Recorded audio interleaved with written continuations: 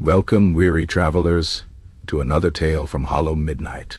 Before you settle too deeply into the strange corners of your mind, consider subscribing that you might never miss another perfectly unremarkable journey. Chapter 1. The unassuming kitchen of Castle Witherbrook. The air in the kitchen of Castle Witherbrook hung thick and heavy, a perpetual woolen blanket woven from the insistent, smoky ghost of burnt time. It clung to the rough-hewn beams that stretched like arthritic fingers across the low ceiling, seeped into the very pores of the ancient, uneven flagstones underfoot, and clung with particular tenacity to the threadbare brown habit of Brother Algernon, the castle cook. This was not a kitchen of gleaming copper and bustling scullions, nor one of aristocratic order and precise culinary measures. No, Castle Witherbrook's kitchen was a place where time itself seemed to have slowed, a forgotten corner of the world where entropy had taken up permanent residence, occasionally rearranging a pile of questionable root vegetables just to remind everyone it was still present and accounted for. Brother Algernon, a man whose round spectacles were as perpetually fogged as his outlook, moved with the deliberate, unhurried grace of a particularly well-fed sloth. His days were an endless cycle of preparing meals that were more theoretical sustenance than actual delight for the handful of residents who still called Witherbrook home. The ancient, mostly silent Lord Witherbrook, his equally ancient but considerably more vocal sister, Lady Agatha, and a smattering of skeletal, ill-paid servants who seemed to exist solely to prove that humans could in fact, subsist entirely on turnip broth and a profound sense of resignation. Algernon himself was often seen to nibble on a particularly dry crust of bread, contemplating the philosophical implications of its utter lack of flavor. The kitchen itself was a testament to centuries of neglect and improvisation. The walls, once plastered, had long since shed their decorative pretensions, revealing rough gray stones slick with condensation in the winter and a fine layer of dust in the summer. Patches of something that might have been moss or merely an aggressive form of mildew thrived in the darkest corners, lending the entire space a faint, earthy aroma that somewhat competed with the dominant burnt time. A single soot-stained window, no larger than a platter, offered a grudging glimpse of the perpetually overcast sky, filtering in a weak, gray light that seemed to actively avoid illuminating anything of particular interest, preferring instead to highlight the shimmering motes of dust that danced a slow, eternal waltz in the still air. On a massive, scarred oak table that occupied the center of the room, an array of pots and pans lay scattered, none of them matching, most of them bearing the unmistakable crimson-brown hue of advanced rust. One particular cauldron, a behemoth known affectionately by Algernon as the Beast, boasted a patchwork of repairs, each riveted plate a tiny historical marker of some past culinary disaster or heroic rescue from an unyielding flame.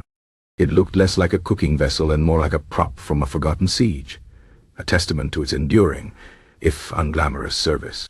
The spoons and ladles, likewise, were a motley crew of bent, blackened metal and splintered wood, many with handles snapped or bowls dented into abstract forms that defied their original purpose.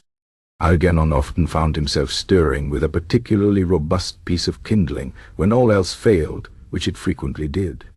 The pantry, a cavernous, dimly lit recess carved into the thick castle wall, was a veritable museum of the forgotten.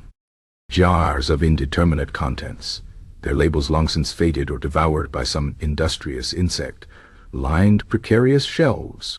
There were sacks of flour that smelled faintly of old parchment and regret, barrels of briny pickles that had achieved an almost sentient level of sourness, and curious desiccated lumps that might have once been fruit, or perhaps merely an ancient, petrified sponge. Algernon approached this pantry with the cautious reverence of an archaeologist unearthing a tomb, never quite certain what treasures or terrors he might discover beneath a layer of dust so thick it seemed to possess its own gravitational pull. The constant battle against weevils and other, more ambitious, pantry invaders was a war he fought daily. often with little more than a weary sigh and a muttered prayer to Saint Benedict. The hearth, a gaping maw of blackened stone, dominated one wall. Within its cavernous depths, a fire perpetually flickered, casting shifting shadows that danced with the dust motes and lent the otherwise drab kitchen an illusion of warmth that was rarely matched by the actual temperature. The tools beside it, tongs, pokers, a shovel, were so encrusted with soot and ancient ash that they resembled relics from a forgotten age of industrial espionage. Algernon stoked his fire with a careful, almost ritualistic precision, understanding that it was both the heart of his domain and a fickle beast that could, without warning, decide to belch forth a cloud of acrid smoke or refuse to ignite altogether, leaving him to contemplate the existential dread of cold gruel. Running water was, of course, a concept rather than a practical reality. A hand pump, bolted to the wall near the sole window, required an alarming amount of effort to coax forth a grudging trickle of water from the well below. The creak and groan of its mechanism were as much a part of the kitchen's symphony as the sizzle of rendering fat or the distant mournful cry of a resident owl. Algernon often paused mid-pump, listening to the strained metallic groans, wondering idly if the pump was perhaps older than he was, and if it too dreamed of a quiet retirement. The general atmosphere was one of quiet, dignified decay. There was a certain charm to its decrepitness, a lived-in quality that spoke of countless meals prepared, countless stories whispered, and countless forgotten arguments. It was a place where the scent of burnt time was not just a smell, but a character, an entity that oversaw all culinary endeavors, occasionally whispering warnings of scorching or undercooking into Algernon's ear. It was a smell that had permeated his very being, so much so that he often wondered if he himself would one day simply begin to exude the aroma, a walking, talking distillation of forgotten spices and culinary mishaps. He sometimes caught himself tracing patterns in the accumulated grime on the main worktable, patterns that, if squinted at just so, resembled ancient runes or perhaps merely the outline of a particularly ambitious bread crust that had fused itself to the wood. Brother Algernon paused his current task, which involved attempting to distinguish a potato from a particularly large and stubborn clod of earth, and sighed.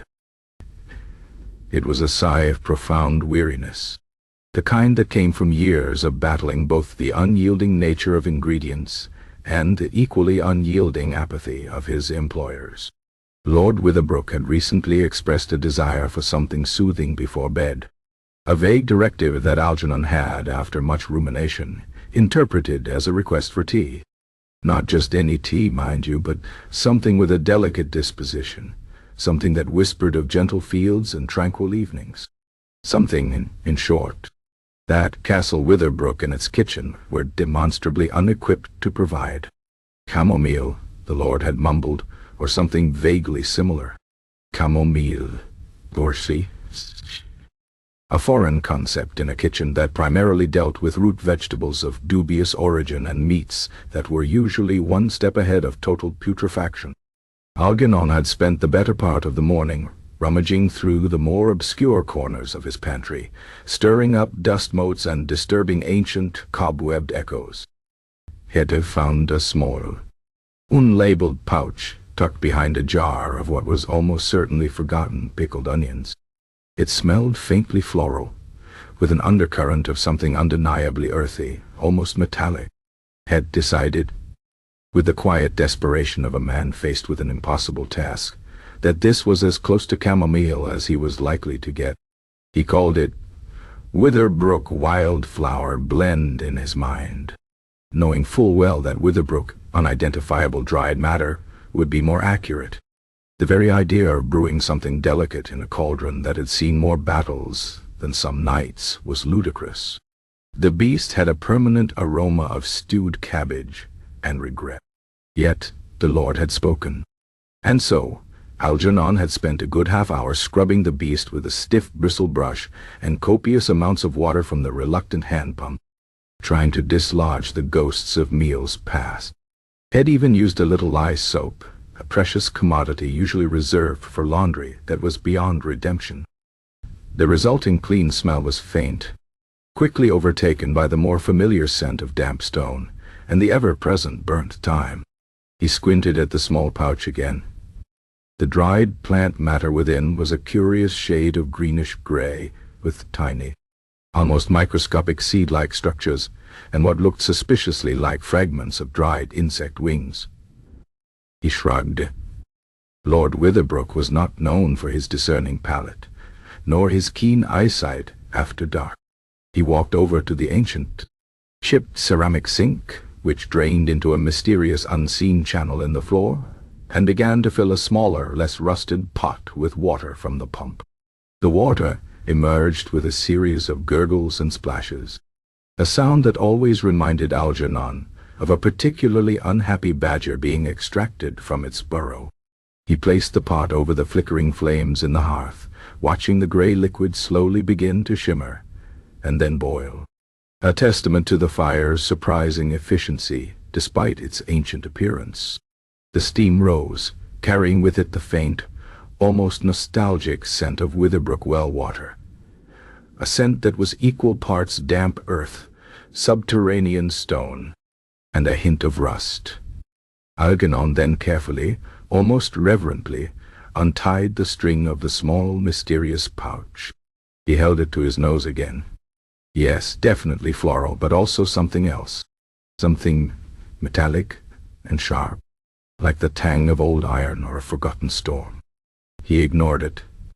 His mind was already contemplating the next day's turnip stew, and the eternal question of whether to attempt to acquire a fresh rabbit, or simply make do with the dried fish that had been sitting in a barrel since before he was born.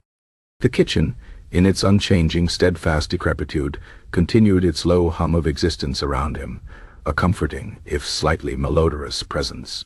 The air was still thick with the burnt thyme. The dust motes danced their ageless ballet, and the rusted pots stood silent witness, their surfaces reflecting the weak light like the dull eyes of ancient forgotten beasts.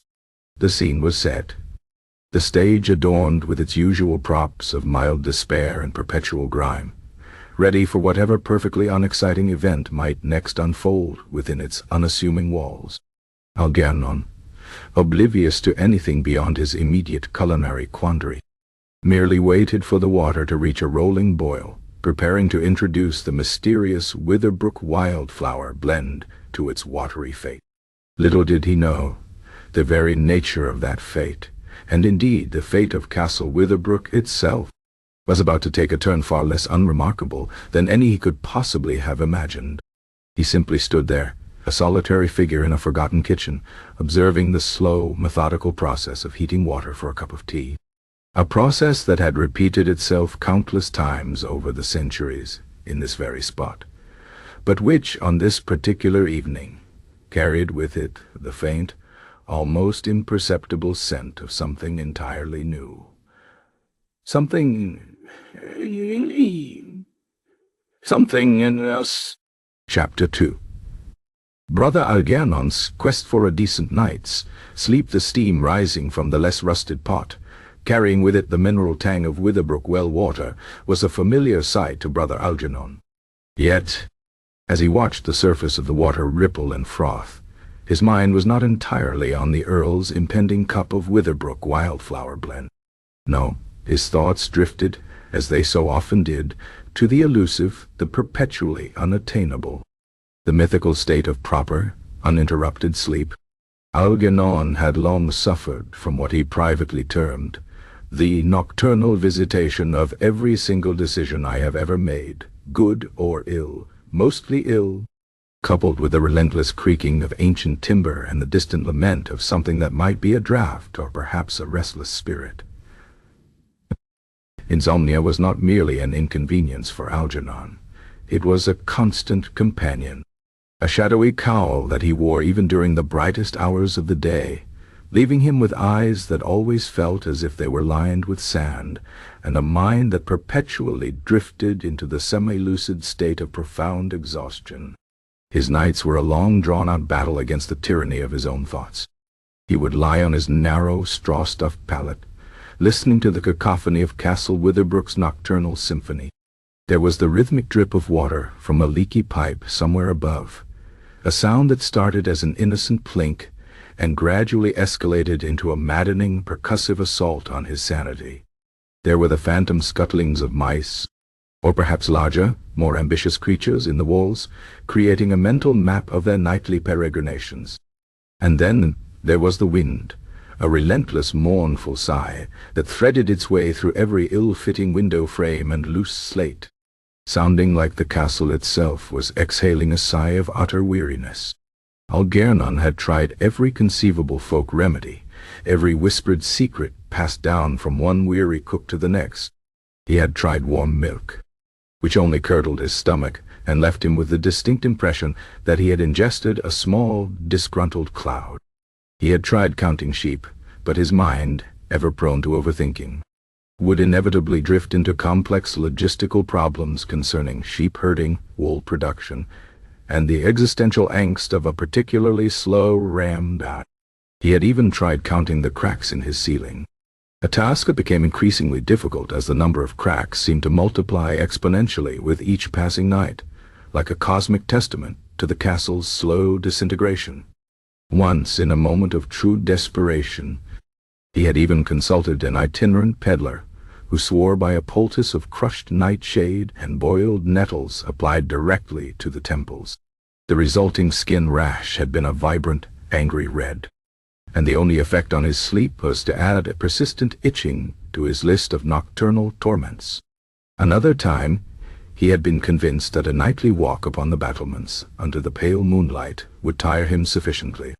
Instead, it had merely exposed him to the biting wind, the mournful cries of owls that sounded suspiciously like mockery, and the chilling realization that the parapets were far less stable than he had previously assumed. His attempts at prayer for sleep, while earnest, always felt a little too transactional, as if he were trying to bargain with the divine for a few hours of oblivion. He often ended up praying for something else entirely, like the continued structural integrity of the castle or the absence of rodents from the flower stores, which, while worthy prayers, did little for his weary eyes. It was this chronic, soul-crushing exhaustion that had, some months prior, driven him to the castle's neglected library. It was not a library in the grand sense, more a forgotten storeroom filled with mildewed manuscripts and the occasional petrified rodent. Among the precarious stacks of forgotten ledgers and faded tapestries, he had stumbled upon it, a thin, leather-bound volume, its cover warped and water-stained, its spine cracked like an ancient bone. The title, barely legible in a faded, archaic script, seemed to suggest something about the subtle arts of the herbwife and the inner humors. It smelled faintly of dried earth and aged paper, a comforting aroma compared to the usual burnt thyme. Algernon, with the methodical determination of a man whose only remaining hope lay in the written word, had taken it back to his kitchen. He spent several sleepless nights poring over its brittle yellowed pages by the flickering light of a tallow candle, his finger tracing the delicate, often indecipherable, script. The book was a curious blend of practical remedies, astrological predictions, and what Algernon could only describe as utter nonsense presented with profound conviction. There were remedies for everything from the melancholic humors of the spleen to the vexing itch of the seventh house in retrograde. Many of the illustrations were oddly unsettling, depicting gnarled roots that resembled screaming faces, or flowers that seemed to possess too many eyes. His search had been specifically for somnolence-inducing compounds, or as the book more charmingly put it, potions for the gentle invitation of the Morpheus's embrace. He had dismissed many of the more outlandish suggestions. A concoction involving powdered moonbeams and the tears of a unicorn seemed particularly impractical. But then, on a page stained with what looked suspiciously like an ancient tea spill, he found it. A recipe, nestled amongst descriptions of various sedatives, clearly labeled, in a surprisingly legible hand, Chamomile, for the restless mind. The recipe, however, was less than straightforward. It spoke not just of the plant itself, but of specific conditions for its preparation. Gathered under the waxing crescent moon, when the stars of the heavenly bear are clearly visible, and the dew lies heavy upon the petals. Algernon had scoffed at this. He was a cook, not an astrologer or a nocturnal botanist. The instructions also hinted at other ingredients, vaguely described as the earth's whisper and the metallic gleam of the mountain's heart, which he took to be poetic euphemisms for mundane minerals, or perhaps a particularly robust type of soil. There were also warnings, written in a cramped, almost illegible margin. Beware of undue haste, for that which soothes can also awaken if wrongly stirred. And another, even more unsettling, the essence must be drawn with pure intent, lest it draw jam from thee, that which thou wouldst keep. Algernon, ever the pragmatist, had interpreted these poetic phrases through the lens of a man who dealt in the tangible reality of burnt pots and dubious produce. Earth's whisper probably meant some kind of root. Metallic gleam perhaps implied some sort of ore or mineral deposit that could be found in the local soil, which was indeed very metallic smelling and often had shiny flecks in it. And as for the waxing moon and the heavenly bear, he simply decided that if the Lord wanted his chamomile, it would have to be brewed under the perpetually overcast Witherbrook sky, whenever the mood struck Algernon to make it. He was a cook, not a wizard. It was this dubious recipe, stored in the cluttered attic of his mind, that had surfaced when Lord Witherbrook had mumbled his desire for something soothing. Algernon had seen the small, unlabeled pouch tucked behind the pickled onions, and based on the compendium's vague descriptions of chamomile's appearance, small, feathery leaves, with blossoms like tiny suns, dried to a muted green, and its faintly floral scent, coupled with the book's mysterious additional earth and metallic components, decided that this pouch contained the closest approximation of the compendium's chamomile. The slightly earthy, almost metallic tang he'd noticed in the dried matter? Clearly, it was the earth's whisper and the metallic gleam. He was convinced he had found the correct, if highly unconventional, ingredient. His desperation for a decent night's sleep, not for himself, but for his Lord, was subtly intertwined with a subconscious, perhaps even cynical, hope that if he could just get the formula right, if he could truly unlock the secrets of this bizarre herbal lore, perhaps a stray whiff of its slumber-inducing properties would waft his way. Perhaps by helping the Lord sleep he might, by some grand cosmic irony, finally achieve it himself. So, as the water in the pot bubbled merrily, Algernon was not simply brewing tea. He was, in his own quiet, oblivious way, attempting to decipher ancient, half-forgotten wisdom, interpreting cryptic instructions with the literal mindedness of a man whose primary concern was preventing gruel from sticking to the bottom of a cauldron. He glanced at the mysterious pouch again, now untied and ready to dispense its peculiar contents. The tiny seed-like structures and dried insect wing fragments seemed to gleam in the weak light from the soot-stained window, reflecting the perpetually dancing dust motes. He told himself it was just the light. It was just the dust.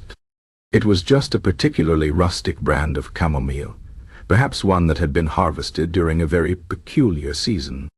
The scent from the pouch, now stronger, still held that odd, sharp metallic note, like static electricity or the faint smell of a distant forge.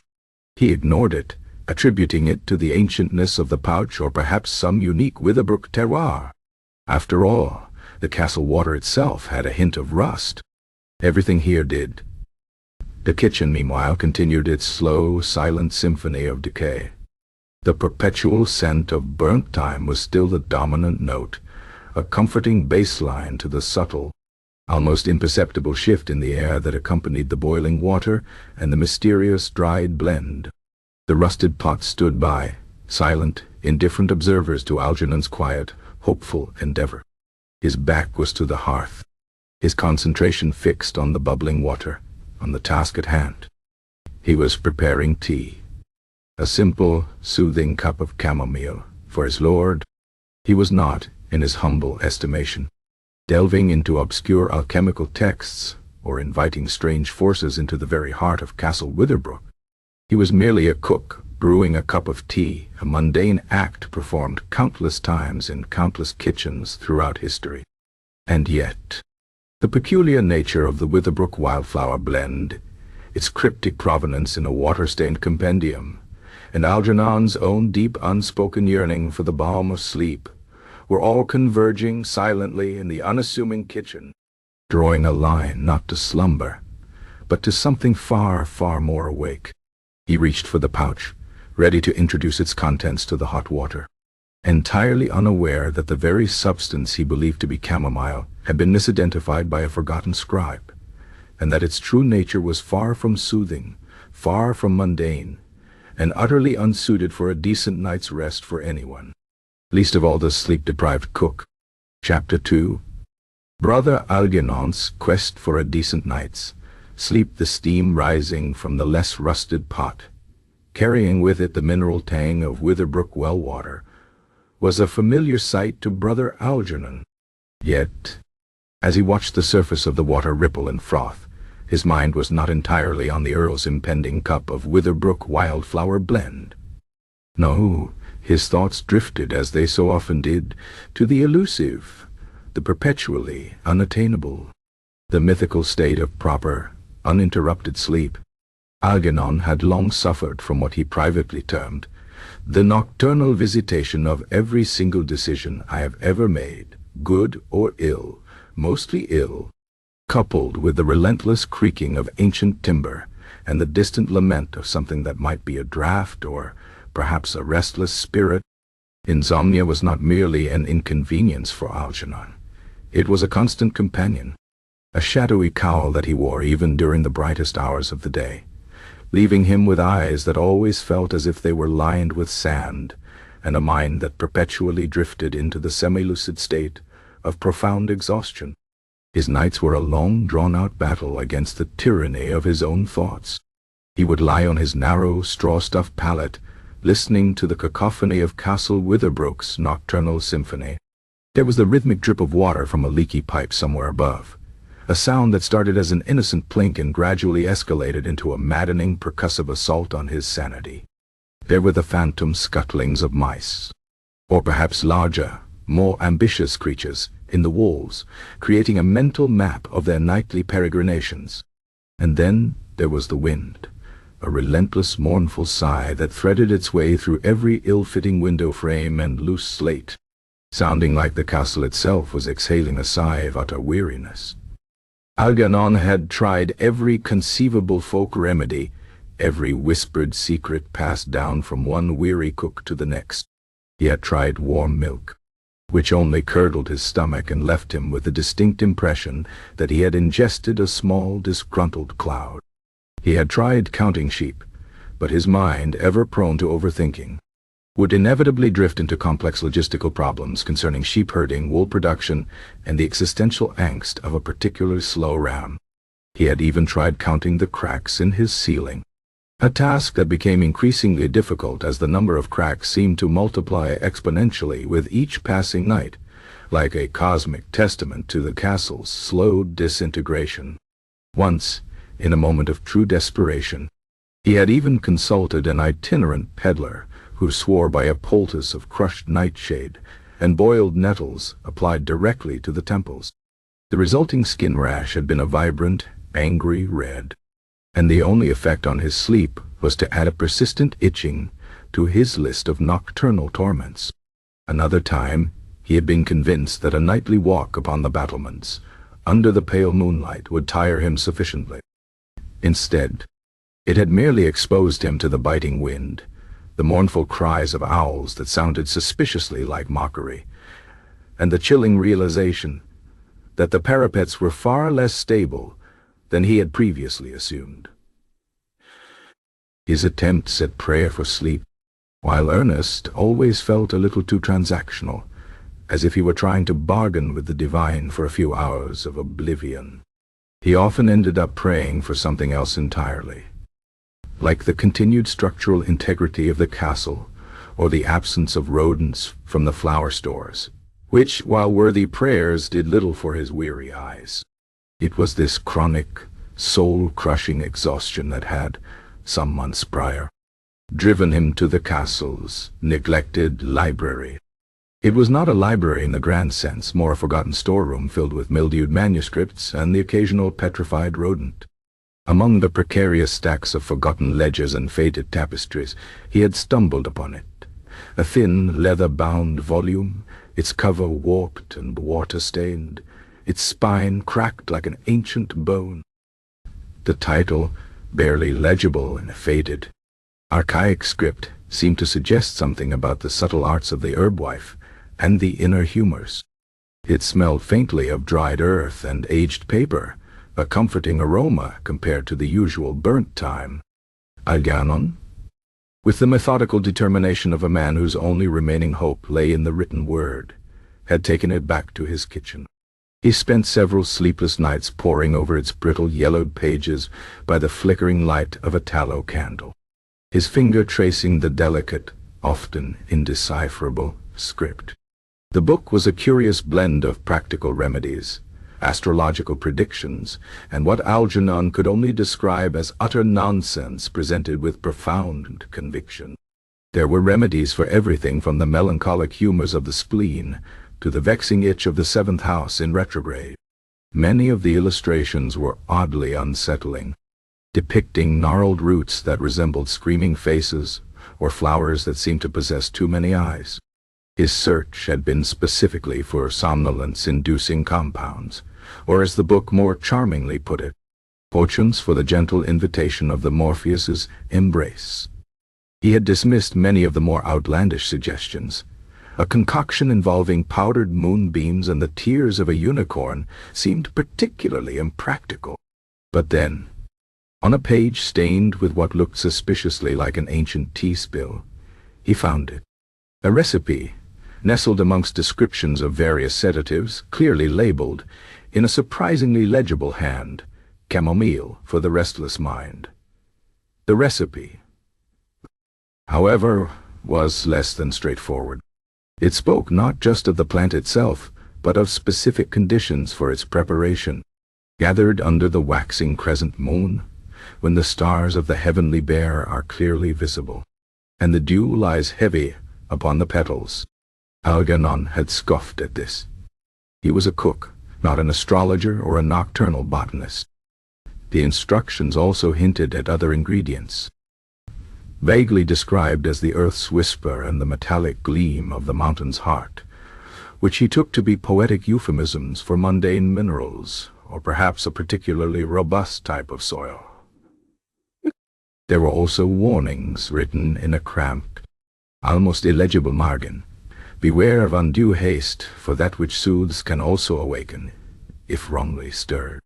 And another, even more unsettling, the essence must be drawn with pure intent, lest it draw Baksham thee, that which thou wouldst keep.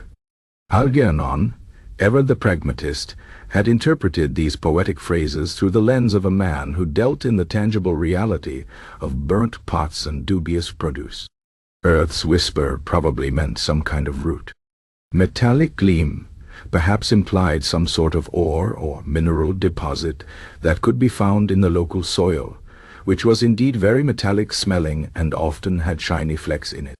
And as for the waxing moon and the heavenly bear, he simply decided that if the Lord wanted his chamomile, it would have to be brewed under the perpetually overcast Witherbrook sky, whenever the mood struck Algernon to make it.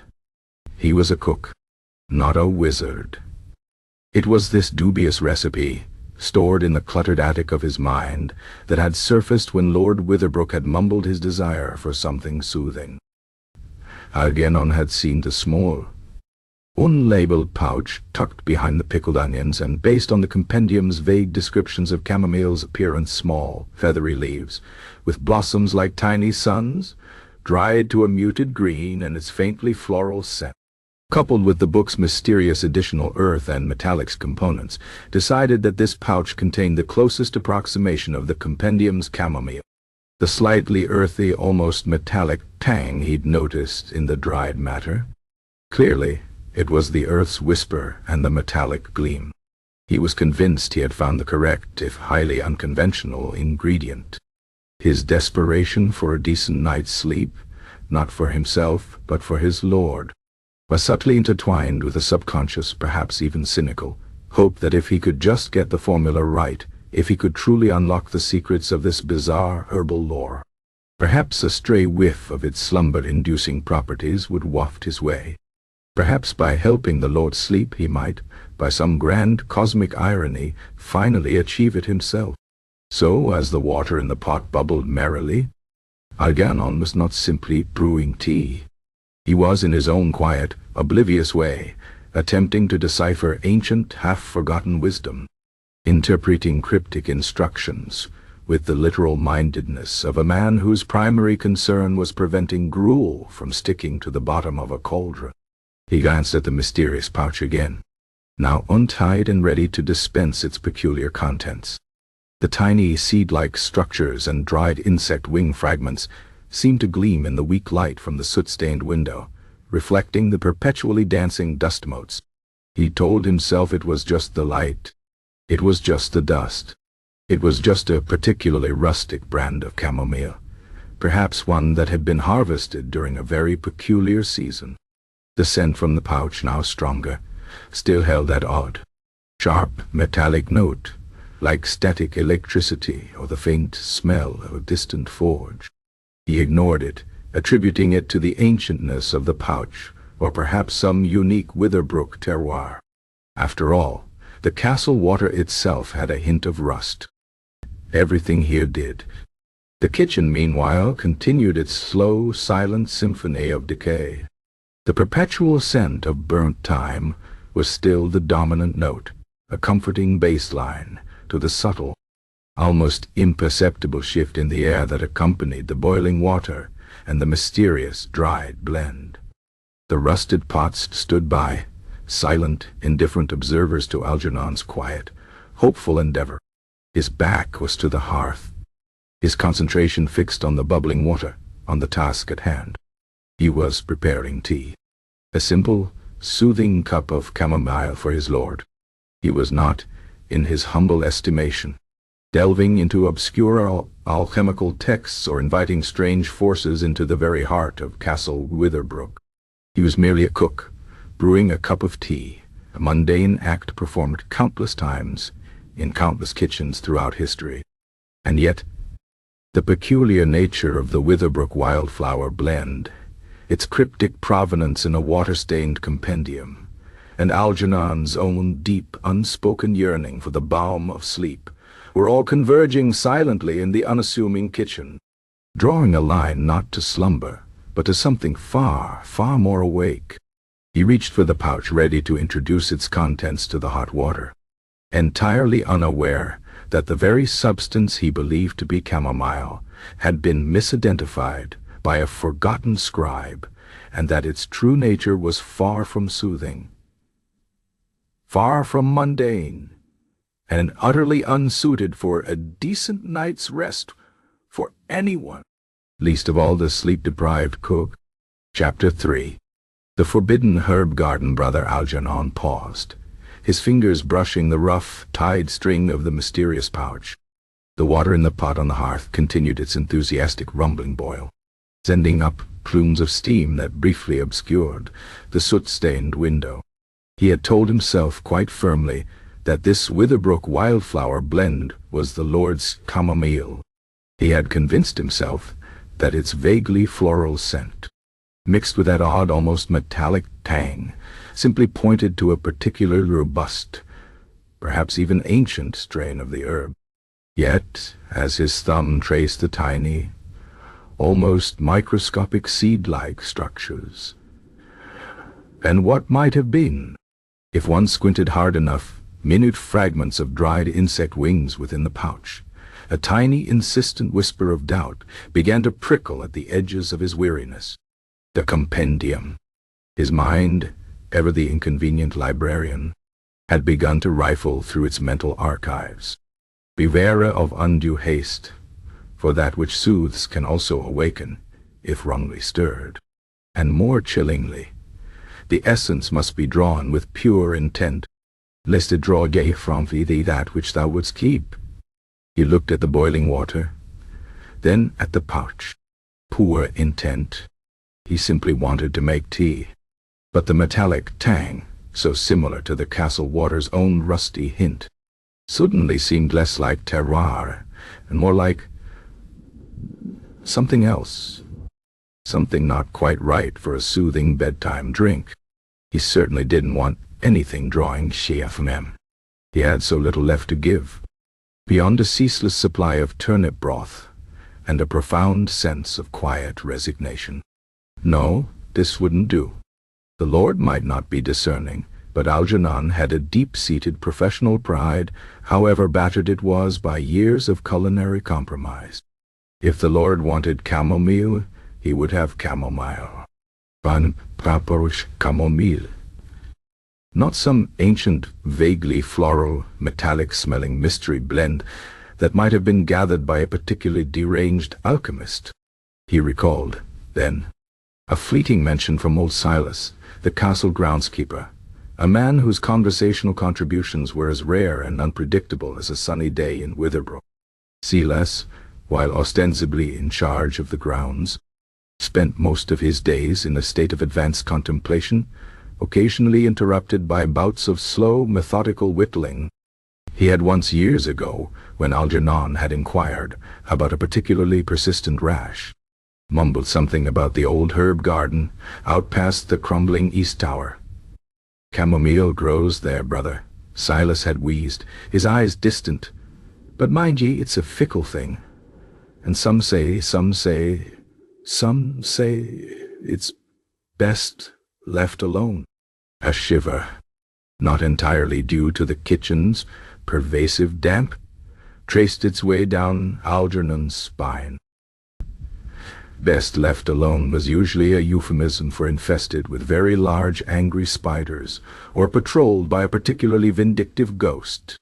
Still, the Lord's desire for soothing tea outweighed the immediate fear of arachnids or spectral residents. With a sigh that seemed to carry the weight of centuries of culinary servitude, Algernon gently set the mysterious pouch back on the table. He'd keep it, just in case. One never knew when an unidentifiable dried matter might come in handy for some truly desperate concoction.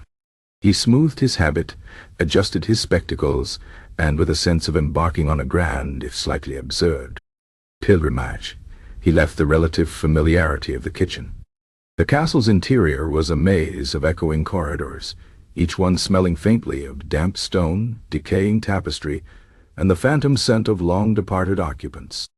Algernon navigated them with the practiced ease of a man who had traversed them thousands of times, his footsteps soft on the uneven flagstones. The weak daylight struggled to penetrate the narrow, grimy windows, casting long, distorted shadows that danced ahead of him like hesitant specters.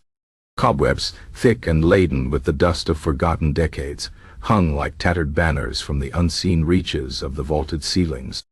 The air grew colder, damper, as he moved further from the hearth's meager warmth, deeper into the forgotten heart of Witherbrook. He passed the great hall, its once vibrant tapestries now mere faded ghosts of medieval scenes, its immense fireplace a gaping maw that rarely felt the kiss of fire. He skirted the library, remembering his nocturnal delves into its dusty, unsettling volumes. Finally, he reached a sagging oak door, its wood gray and splintered, that led out into what was once a formal courtyard, but had long since surrendered to the relentless embrace of nature. The wind here was a different entity than the one that merely sighed through the kitchen. It was a keen, beating whip that seemed to take particular delight in rattling the loose slates on the surrounding roofs and sending shivers down Algernon's already weary frame. The courtyard was a desolate expanse of cracked paving stones, interspersed with hardy weeds that thrived in defiance of neglect. In the far corner, beyond a collapsing stone fountain, whose cherubs now sported rather alarming beards of moss, was the entrance to the herb garden, or rather, what remained of it. A crumbling archway, choked with thorny brambles and a particularly tenacious ivy, marked the way. It looked less like an entrance to a place of cultivation, and more like a portal to some long-lost dimension of botanical chaos. Algernon pushed aside a particularly aggressive tangle of nettles, wincing as a thorn snagged his sleeve and stepped through. The herb garden was not merely overgrown. It was a verdant, chaotic wilderness. A botanical rebellion against order and human intervention. What were once neat rows were now indistinguishable mounds of tangled, nameless green. Ancient fruit trees, long past bearing, stretched skeletal limbs towards the perpetually gray sky, their branches draped with mournful strands of lichen. The air here was cool and damp, thick with the earthy scent of decay and the sharper, sweeter notes of wild growth. Bees, surprisingly, hummed lazily amongst the few hardy wild flowers that dared to bloom, indifferent to the pervading sense of ancient sorrow. He spotted Silas near the far wall, where a particularly robust patch of what looked like ground elder had formed an impassable barrier. The groundskeeper was, predictably, leaning against a crumbling section of the wall, his perpetually muddied boots disappearing into a tangle of weeds. His posture suggested that he had been in that exact position since the last ice age, contemplating the profound mysteries of soil erosion. A gnarled piece of wood, halfway whittled into something that might eventually resemble a small, melancholy squirrel, was clutched in his weathered hands. "Silas," Algernon called, his voice surprisingly robust, despite the cold. The old man barely stirred, his eyes, the color of stagnant pond water, slowly focusing on Algernon. "Brother Algernon," he rasped, his voice like gravel tumbling down a particularly steep incline. "A rare sight, indeed. The kitchen cat come to admire the weeds, has it?" A slow, creaky chuckle emerged from his throat, a sound that implied a joke that only Silas himself found truly amusing. "Indeed not, Silas," Algernon replied, picking a tenacious burr from his habit. "I seek Chamomile for the Lord. He desires a soothing brew before bed." Silas's eyes widened fractionally, a minuscule shift that, for him, indicated profound astonishment. He slowly unbent himself from the wall, a series of clicks and groans emanating from his ancient joints. He then pointed a trembling, gnarled finger towards a particularly shadowy corner of the garden, where the light seemed to dim even further, as if absorbed by the oppressive density of the foliage. "Chamomile, you say?" "Yes, it grows there, beyond the nightshade and just before before the older elderberries." He paused, his gaze drifting towards that shadowed patch, and a faint, almost imperceptible shiver ran through his gaunt frame.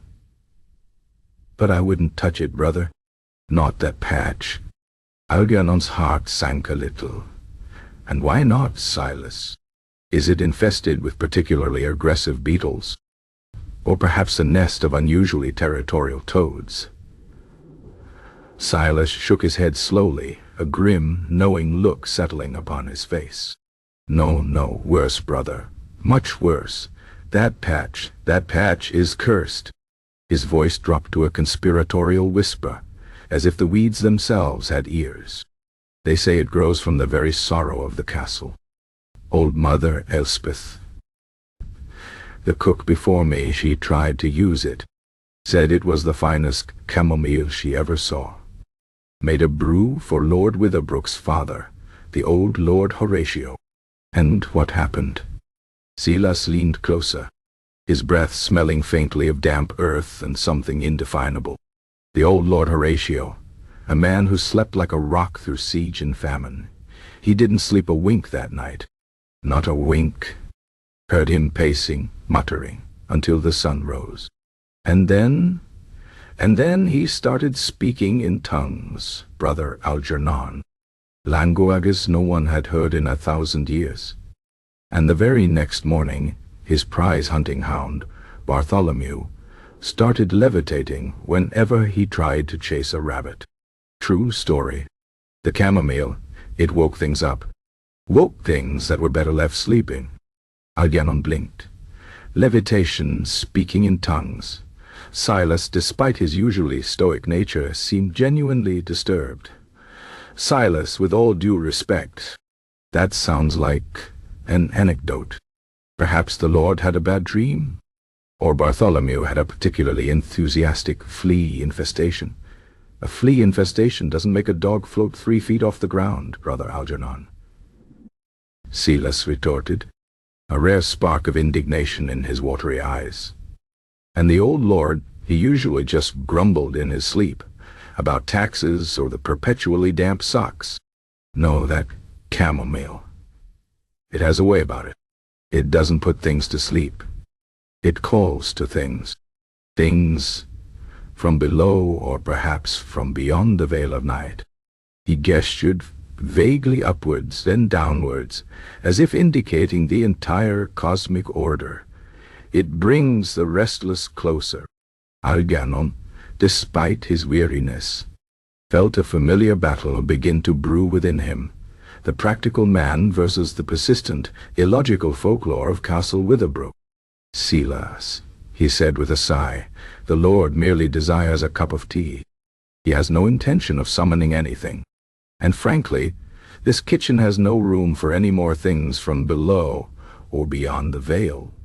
We barely have room for the turnip peelings.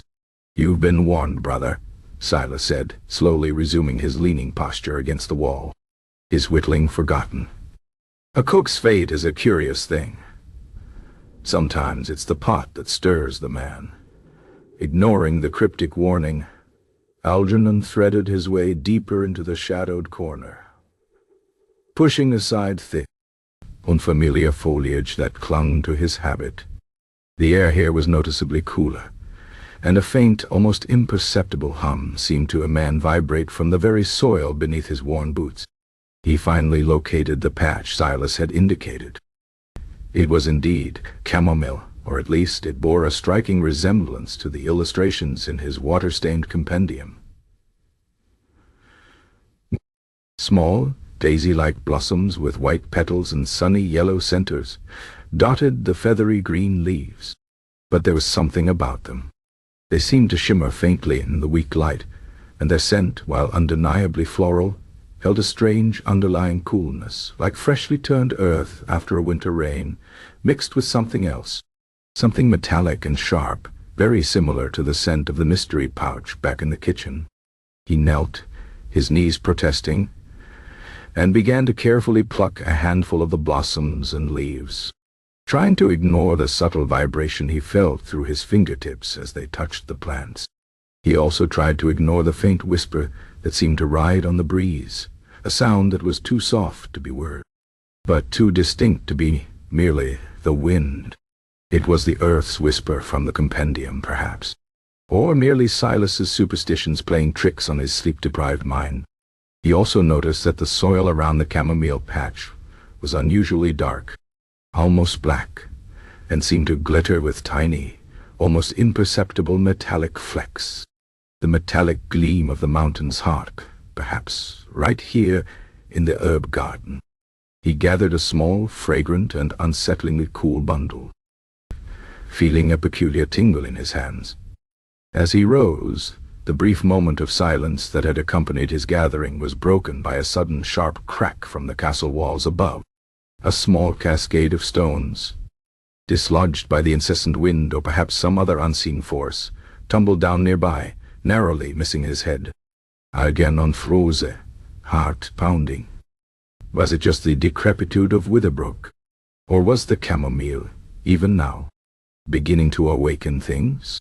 He cast a quick, wary glance at Silas, who was now staring blankly at the falling stones, as if they were a perfectly normal part of the garden's ecosystem.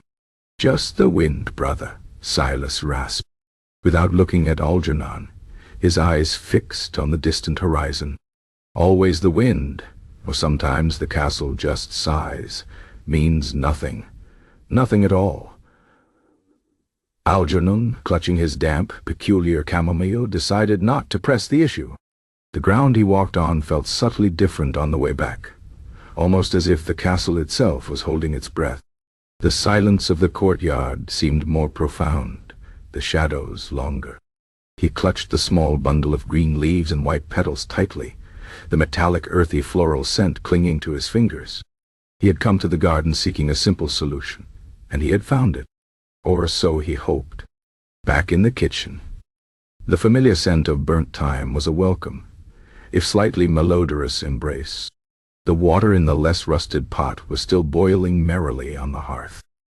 Algernon looked from the freshly gathered chamomile in his hand to the small, mysterious pouch he had set aside.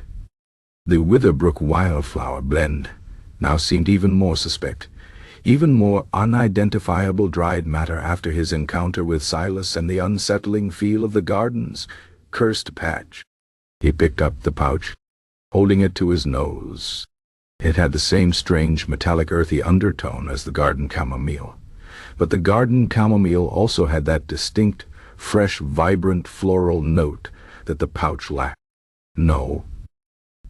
The garden chamomile was clearly the more authentic choice, despite its reputation.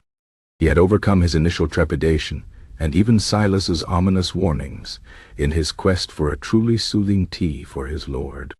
He would use the fresh chamomile. It felt like the right, pragmatic, if slightly unnerving, decision.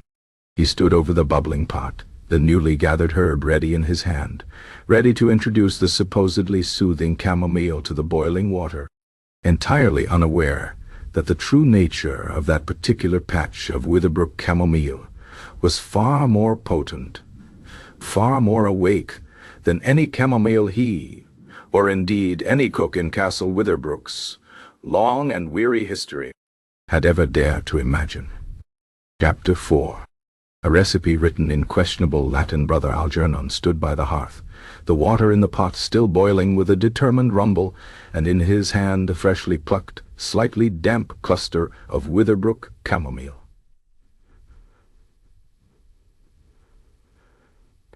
Its scent was stronger now, a peculiar mix of fresh earth, delicate blossoms, and that persistent, unsettling metallic tang, like a breath of winter air that had passed over an iron forge. He looked at it, then at the small, discarded pouch of Witherbrook wildflower blend on the main table, a faint shiver of indication tracing its way down his spine. No, the garden chamomile was definitely the genuine article, despite Silas's ominous and frankly ridiculous warnings. It possessed that particular freshness, that vibrancy that hinted at living growth, however strange its underlying coolness. But the compendium, that was the rub. The water-stained, leather-bound volume had dictated certain conditions, certain requirements for this chamomile brew. He couldn't simply toss it in and hope for the best. Lord Witherbrook had requested a soothing brew, and Algernon, having braved both the elements and Silas's peculiar brand of doom-mongering, intended to deliver. He placed the fresh chamomile carefully on a cracked wooden board beside the pot, then turned and shuffled towards the shelf where he had left the arcane book. Retrieving it was a minor archaeological expedition in itself. It was tucked behind a pile of perpetually damp kitchen linens and a stoneware jar filled with what might have been dried mushrooms or merely petrified sponges. He pulled it free, the ancient leather creaking mournfully in his hands. The cover, indeed, was warped, the dark brown leather puckered in places where water had clearly seeped in generations ago, leaving behind ghostly tide marks.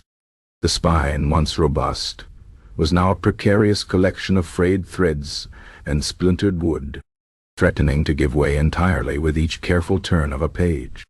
Its scent was distinct: old parchment, the faint mustiness of forgotten cellars, and a subtle, almost academic dust. He carried it back to the scarred oak table, clearing a small space amidst the rusted implements and a half-peeled turnip. He opened the compendium with the reverence usually reserved for a particularly stubborn jar lid, gently flattening the brittle pages. The flickering light from the hearth cast dancing shadows across the Latin script, making the already challenging task of deciphering it even more. Sisyphing de all, his grasp of Latin acquired during a brief, largely unmemorable stint as a choir boy before his voice cracked and his culinary calling became undeniable, was, to put it charitably, optimistic. He knew enough to recognize some nouns and verbs, but the nuances, the poetic flourishes, the subtle implications of ancient magical formulae, those were entirely lost to him, replaced instead by a deeply practical, kitchen-centric interpretation. He found the page again, the one stained with what appeared to be an ancient tea spill, prominently featuring the section on chamomile for the restless mind. His finger, calloused from years of scrubbing pots, traced the faded script. Chamomilla, ad mentem quietam evocare, id somnium placidum inducere. Herbam colliges sub luna cresceas, cum ursa meior luce, et ros super petalis manet pont ionii. Algernon mumbled, translating aloud in his own peculiar fashion. Chamomile to quietly evoke the mind and invite peaceful sleep. Gather herb under the waxing moon, when the great bear shines and dew remains upon the petals. He paused, a triumphant sniff. Well, I got the gathering bit right, more or less. Waxing moon or not, it's fresh, he continued, squinting at the next passage, which was written in a slightly smaller, more hurried hand, almost as if an afterthought or a warning. Infunde in aqua pura, sed animus sit clarus et manus purae, ade susurrum terrae, et luce montis metalli, pira contra horologium ter, verbis antiquis submissis pronunciatis, spiritus domus advenite ad vocem mim, et placete in requie nostra. Cavide festination, nam quod lenit excitare potest, si non rite agit. Algernon's brow furrowed. This was where it got tricky. Infuse in pure water. Well, the well water is as pure as it gets, despite the rust. But mind be clear and hands pure. My mind is present. If tired, hands are clean enough. He glanced at his worn, slightly stained habit sleeve, then shrugged. Purity was a relative concept in Castle Witherbrook. Then came the peculiar ingredients. Add the whisper of the earth and the light of the mountain's metal. He nodded decisively. This was the part he had linked to the strange aspects of the chamomile itself. He remembered the dark, almost black soil around the chamomile patch, glittering with tiny metallic flecks. He had interpreted these poetic euphemisms as literal components. With a precise, almost surgical movement, he reached for a small, chipped ceramic bowl he usually reserved for seasoning, and then, using a bent and blackened spoon, he carefully scooped a scant pinch of the dark, glittering soil from the small root ball of the chamomile he had just picked. It clung to the spoon like fine, damp glitter, catching the dim kitchen light. This, he mused, was the earth's whisper, its subtle essence. And for the light of the mountain's metal? He rummaged in a small, seldom-used drawer near the hearth, where he kept various bits of forgotten hardware and broken implements. His fingers brushed against a collection of rusty nails, broken hinges, and then a small, curiously heavy shard of what looked like dark, crystalline rock, flecked with brilliant, almost iridescent blue. It had been found decades ago by a scullion digging a new drainage ditch, and Algernon had kept it because it looked interesting, like a particularly robust and shiny pebble. He had always assumed it was a very dense, very old piece of local iron ore. Ah, he murmured, the mountain's heart, indeed. He chipped off a minuscule fragment from its edge with the blunt side of a heavy cleaver, creating a tiny, almost invisible speck of glittering, dark blue dust. This, too, he added to the ceramic bowl, alongside the soil. It certainly looked like metallic gleam. Now for the stirring. Steer against the clock 3 times, with ancient words softly pronounced. Spirit of the house, come to my voice, and please, in our rest. Algernon paused. This was the most perplexing part. Spirit of the house, come to my voice, he muttered, trying it out. He frowned. It sounded less like a recipe, and more like a greeting. He had always assumed the cook before Mother Elspeth, or perhaps the cook before that, had simply been a peculiar sort, prone to talking to their ingredients. He had heard of cooks singing to their bread dough, or whispering encouragement to a slow-roasting fowl. This was probably just an old, rather eccentric culinary tradition for infusing the tea with a sort of positive spirit or essence. Not, he was quite certain, an actual invitation to anything that might require a mop and bucket. He interpreted Spiritus Domus, advenite ad vocem meum, et placete in requie nostra as a general incantation for a pleasant, well-settled brew. Spirit of the house surely meant the inherent flavor, the very soul of the chamomile. To come to my voice meant to fully infuse into the water. And please in our rest was simply a polite request for the tea to do its job and be soothing. He was a cook, not a medium. He picked up a sturdy wooden stirring spoon, one of the few that remained unbroken, and added the fresh chamomile leaves and blossoms to the already boiling water in the pot. A plume of fragrant steam, now distinctly tinged with that odd metallic earthy scent, rose into the air, momentarily making the dancing dust motes shimmer with an almost supernatural glow. Then he added the tiny pinch of dark, glittering soil and the even tinier fragment of iridescent blue rock. The water hissed faintly, a sound like a distant sigh, and the surface rippled. He then began to stir. Contra horologium tea, he reminded himself. Against the clock. So, well, counterclockwise. He stirred the contents of the pot slowly, methodically, 3 full revolutions, the wooden spoon scraping faintly against the bottom. As he stirred, he dutifully, if somewhat awkwardly, began to murmur the Latin phrase he had so optimistically translated.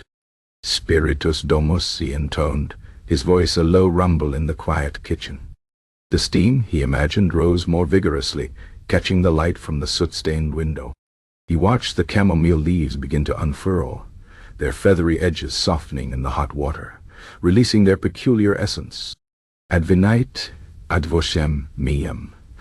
The air in the kitchen, already thick with the perpetual burnt time, began to shift. It was almost imperceptible at first, a subtle change in the pressure, as if the very atmosphere was drawing a slow, deep breath. The familiar scent of damp stone seemed to deepen, and for a fleeting moment, Algernon thought he caught a faint whiff of something else entirely, something ancient and cold, like undisturbed earth mixed with the sharp scent of ozone after a lightning strike. He dismissed it as a draught, or a peculiarity of the castle's very old plumbing. He continued stirring, his eyes fixed on the gently swirling liquid. Et placete in requie nostra. As the last word left his lips, a sudden, sharp rap sounded from somewhere within the walls, a distinct, insistent knocking that made him jump, sloshing a little hot water onto his already stained habit. He looked around wildly. It sounded like it came from inside the wall, near the pantry. He had never heard it before. Just the castle, settling, he told himself, the wind playing tricks, or perhaps a particularly industrious mouse with a very tiny hammer. The compendium's final warning echoed in his mind, though he dismissed it instantly. Cave de festination nam quod lenit excitare potes in rite agit. Beware of undue haste, for that which soothes can also awaken, if wrongly stirred. Algernon scoffed internally. Wrongly stirred? It's 3 times counterclockwise. How wrong can one get that? He was not hasty, he was simply efficient. And he was certainly not trying to awaken anything. He was trying to put Lord Witherbrook to sleep. A very specific, very non-awakening form of sleep. He removed the pot from the fire, the water now a peculiar greenish gold, flecked with the tiny dark particles of soil and the even smaller iridescent fragment of rock. The aroma was now even more pronounced, undeniably floral, with that strange persistent metallic undercurrent, and now that hint of something cold and ancient, like deep earth that had never seen the sun. It was certainly not the warm, comforting aroma of common chamomile. It was something other. Algernon, however, merely sniffed it critically. It smelled earthy, certainly, and a bit like old metal, but also floral.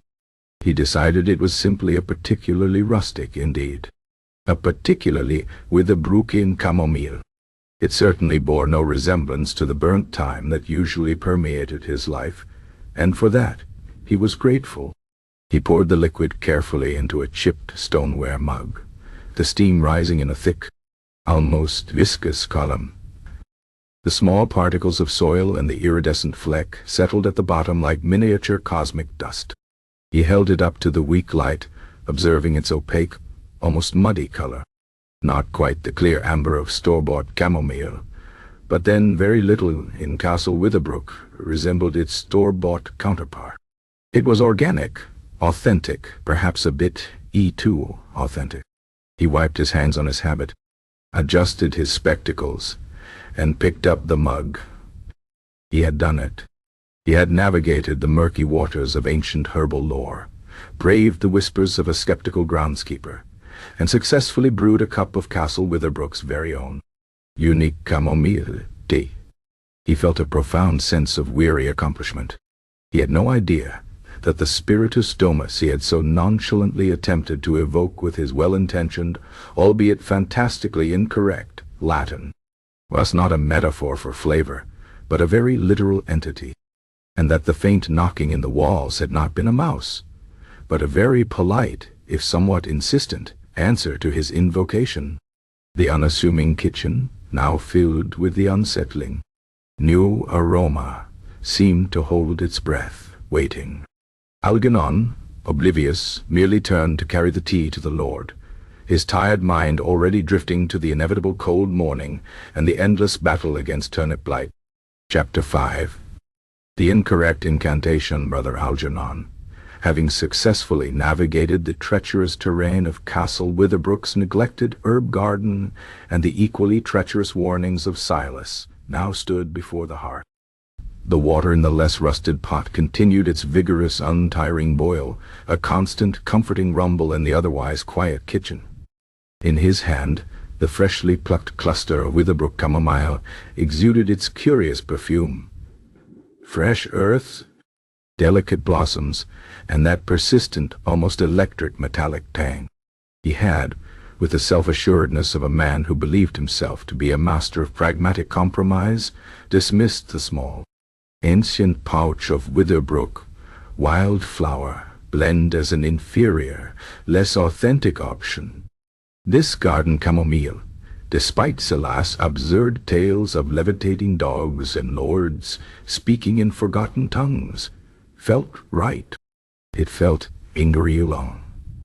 He had, however, forgotten for a moment the very specific, and indeed somewhat peculiar, instructions gleaned from the water-stained compendium. His journey to the garden had been a necessary detour, a logical step in acquiring the proper ingredient. But the preparation of that ingredient, according to the ancient text, was equally vital. He had to ensure the tea was soothing, not whatever it was Silas seemed to think it would be. He had laid the damp chamomile carefully on the chipped wooden board, retrieved the leather-bound book, and found the page once more, the Latin script stubbornly awaiting his interpretation. His fingers, slightly chilled from his outdoor excursion, traced the words again just to be sure. He had, in his initial read, focused on the meaning as he understood it, on the intention of creating a simple, calming brew. But now, with the steam rising, and the unusual scent of the garden chamomile filling the air, he felt a fleeting, unsettling urge to review the incantation one more time. Infunde in aqua pura, sed animus et clarus et manus purae, ade susurrum terrae, et luce montis metalli. Stira contra horologium tea, verbis antiquis submissis pronunciatis. Spiritus domus advenite ad vocem meam, et placete in requie nostra.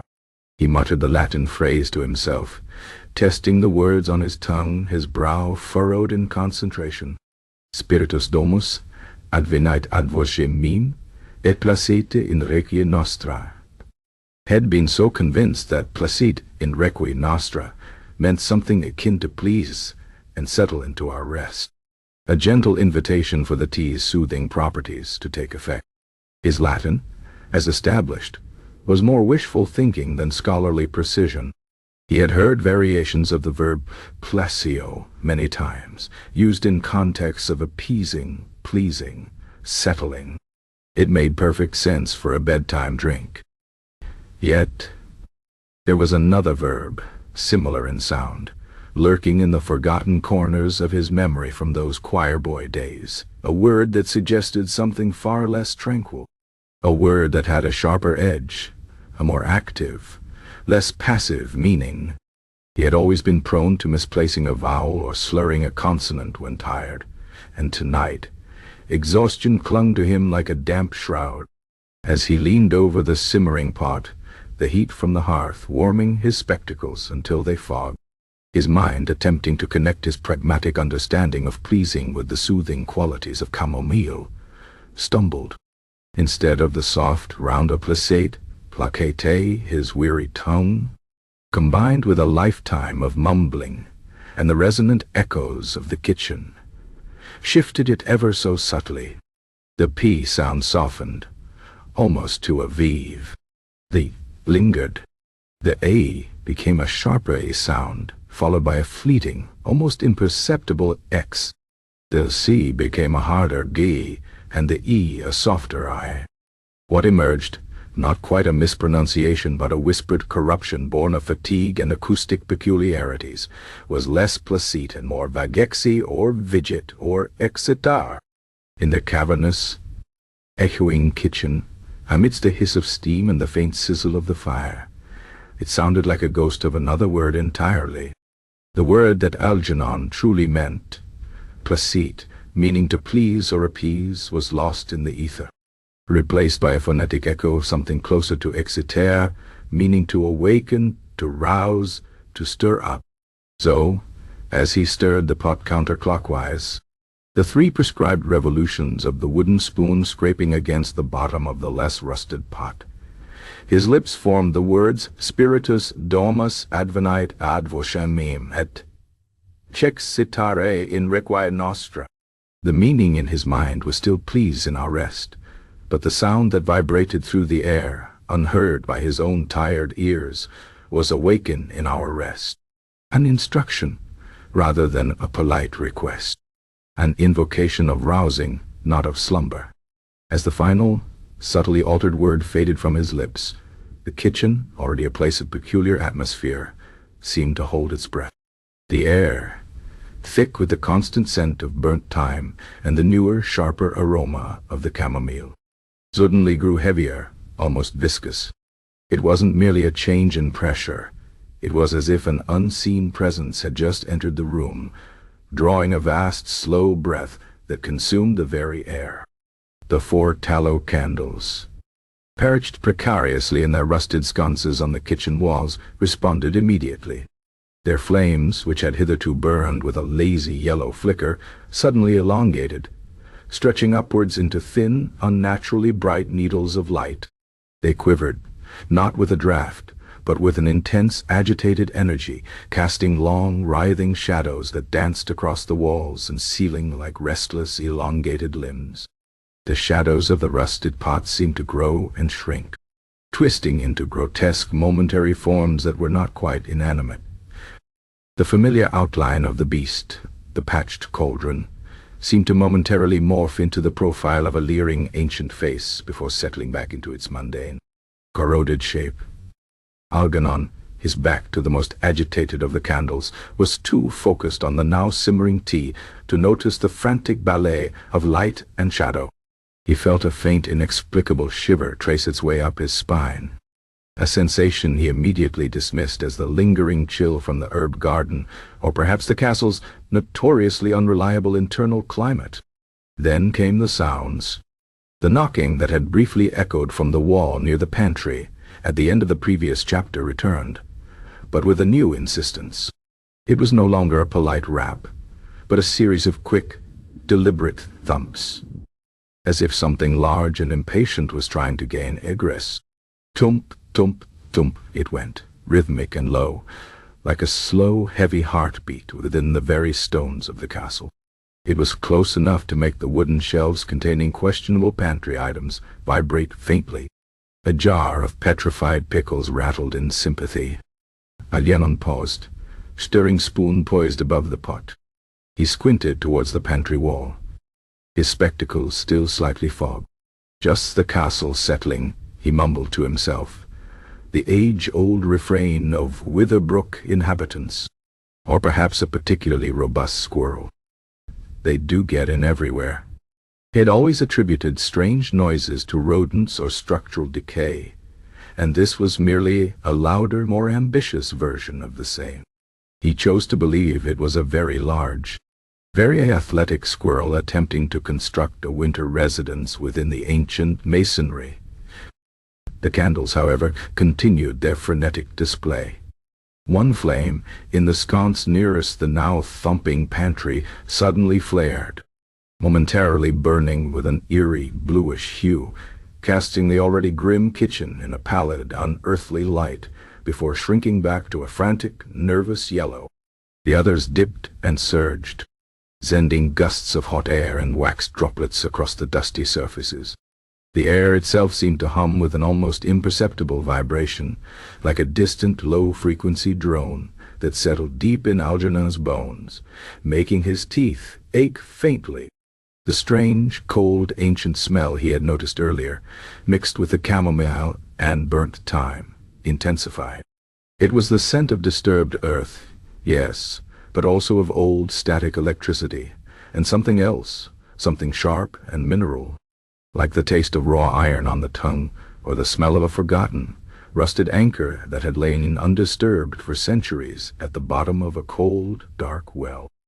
It was the scent of something that had been dormant for a very long time, and was now, with excruciating slowness, beginning to stretch. Algernon, ever pragmatic, merely noted the strange aroma with a mild curiosity. That Witherbrook chamomile certainly has a distinct nose to it, he muttered, sniffing the rising steam from the pot. Almost metallic. Perhaps it's a good sign. A robust tea. He interpreted the flickering candles as a sign that they were either running low on tallow, or that the castle was particularly draughty tonight.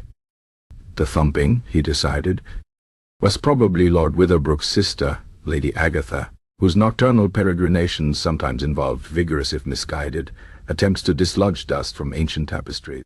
She had, on more than one occasion, managed to dislodge sections of wall in the process.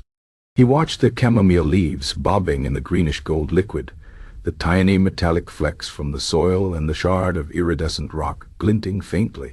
The surface of the water seemed to be agitated, not merely from the heat, but as if something unseen was stirring it from below, creating tiny, almost invisible eddies that swirled against the direction of his stirring.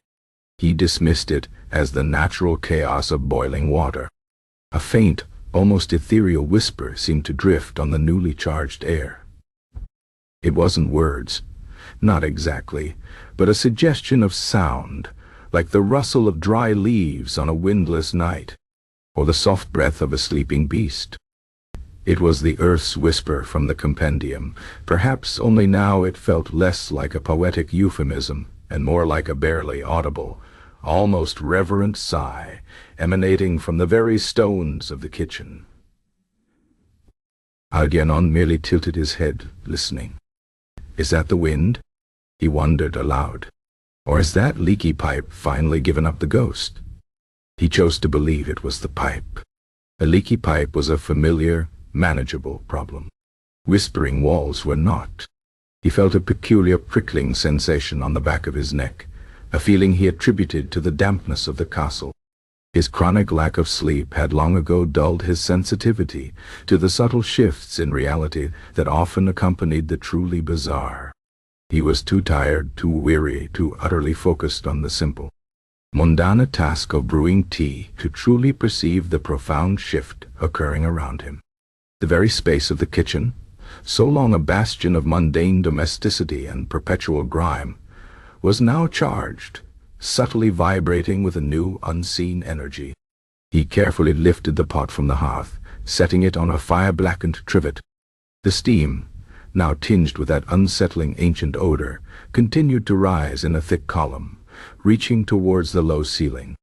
The candles, still flickering with unnatural intensity, cast dancing, distorted shadows across his placid, tired face, making him appear, for a fleeting moment, like a figure in an ancient, unsettling fresco, performing a ritual of forgotten power.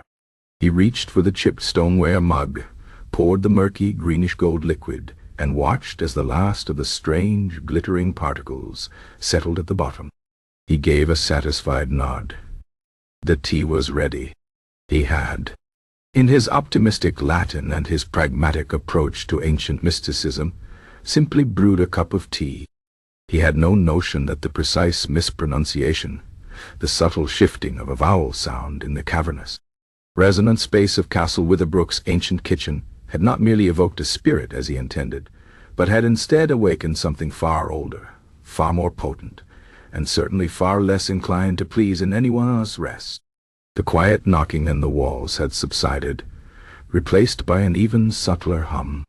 The candles, though still agitated, no longer flickered quite so wildly. A waiting stillness had descended, palpable and profound, as if the very air of the kitchen was holding its breath.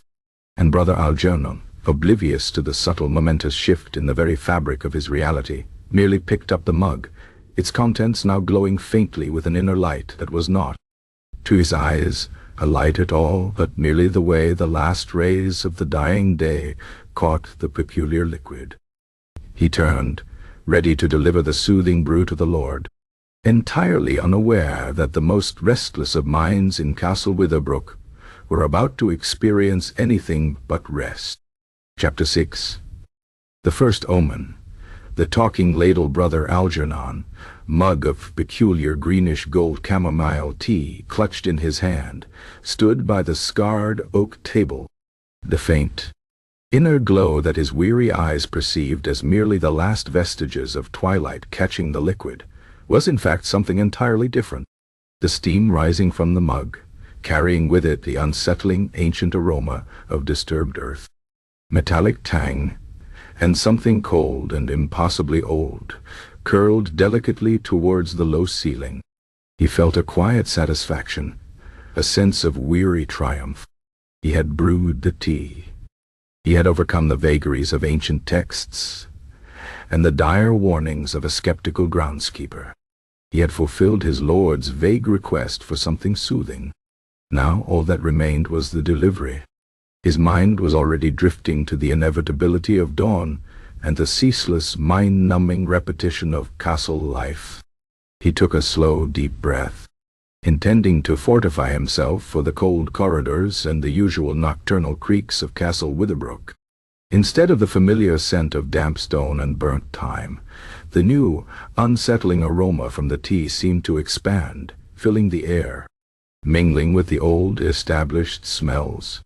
It was the scent of something undeniably, yet entirely non-organic, like the breath of a vast, geological beast that had just stirred from a millennia-long slumber.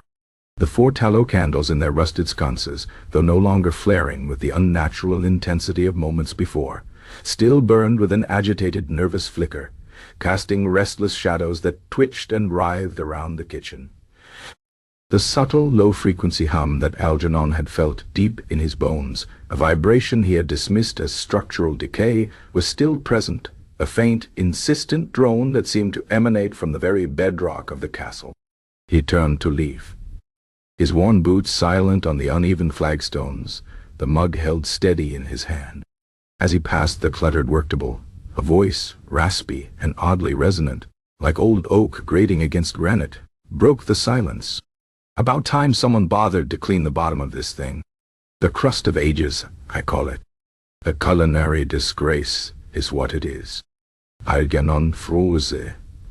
He blinked, slowly, like an owl attempting to comprehend a particularly baffling theorem. He looked around the empty kitchen. Nothing. The persistent hum, the agitated candle flames, the scent of ancient, disturbed earth. He attributed it to the chronic lack of sleep, which often made him hear things, the whispering of burnt cabbage, the distant lament of a particularly stubborn grease stain. He took another step.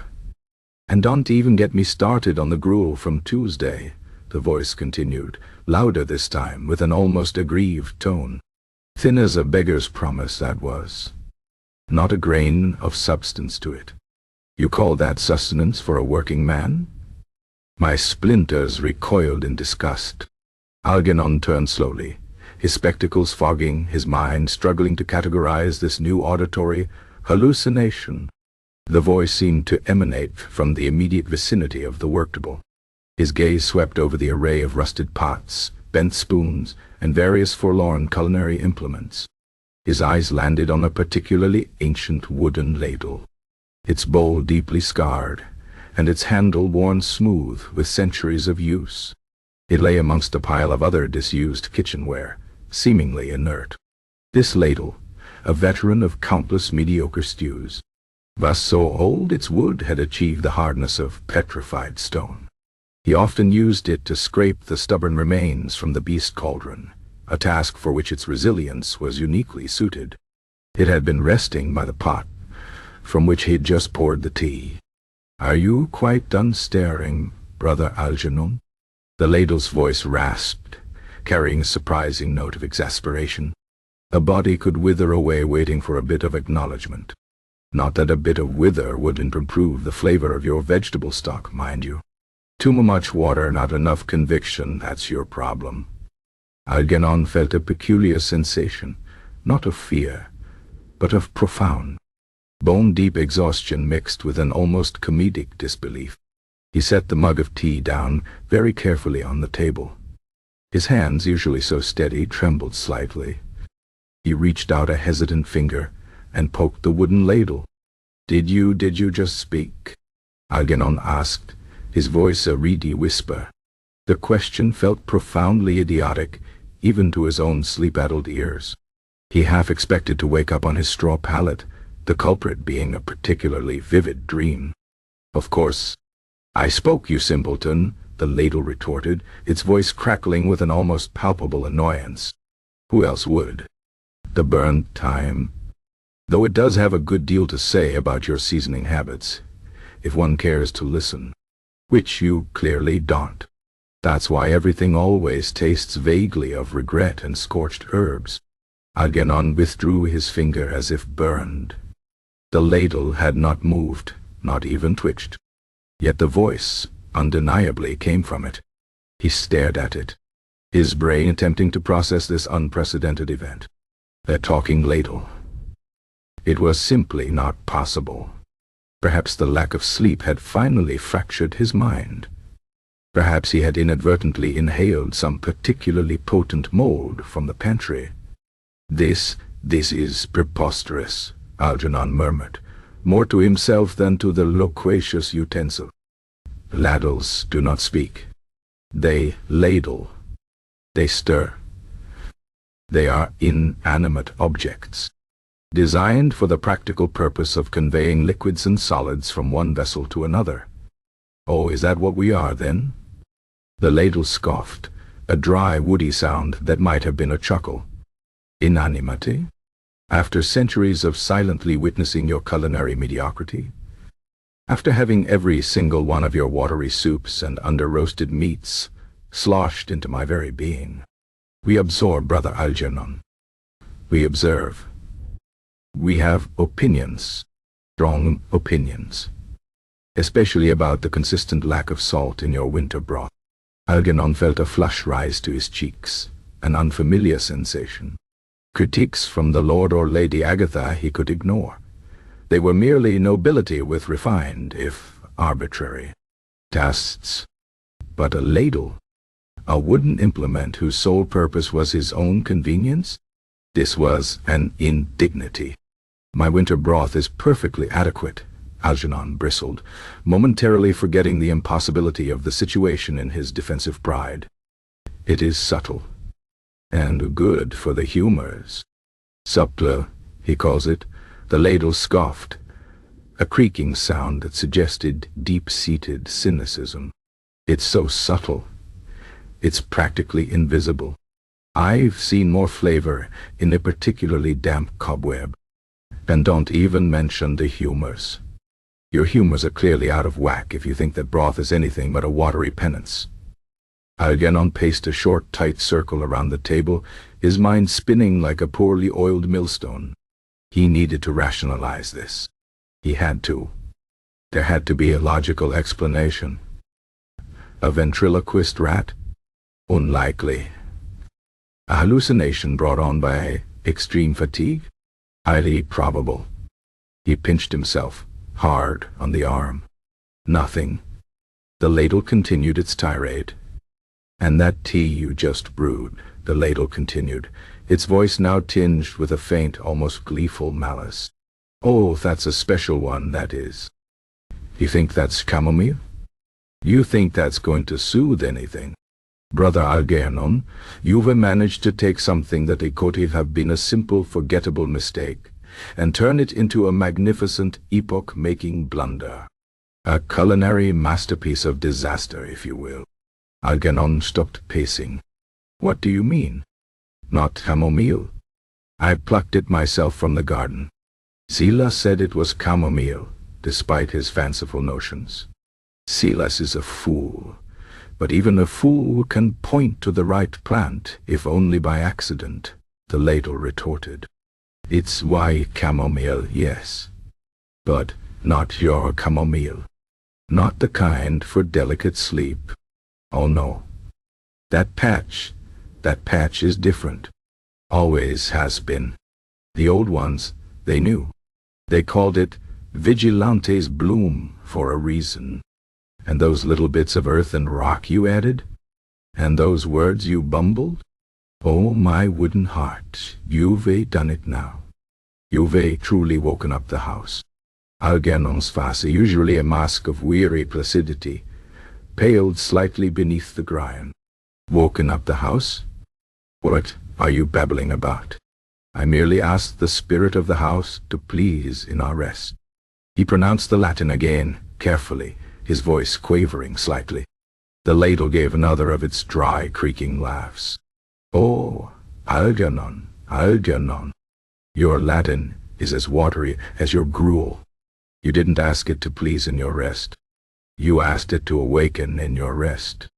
A subtle shift, perhaps, to your untutored ear, but to the very foundation of this old sleeping castle. It was an invitation, brother, a grand, resounding gong. Algernon stared at the ladle, then at the mug of tea, then back at the ladle. His mind, already pushed to its limits by chronic insomnia, felt as if it were trying to juggle three particularly slippery eels while reciting ancient poetry. Awaken in our rest.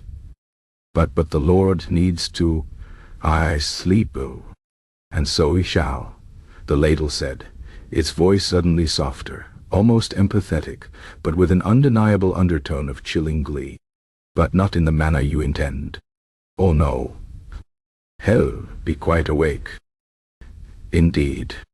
And perhaps not alone. The air in the kitchen seemed to grow colder, denser, the peculiar ancient scent now dominant, pushing back the familiar burnt thyme. The low hum intensified, a deeper resonance that vibrated through the flagstones under Algernon's feet.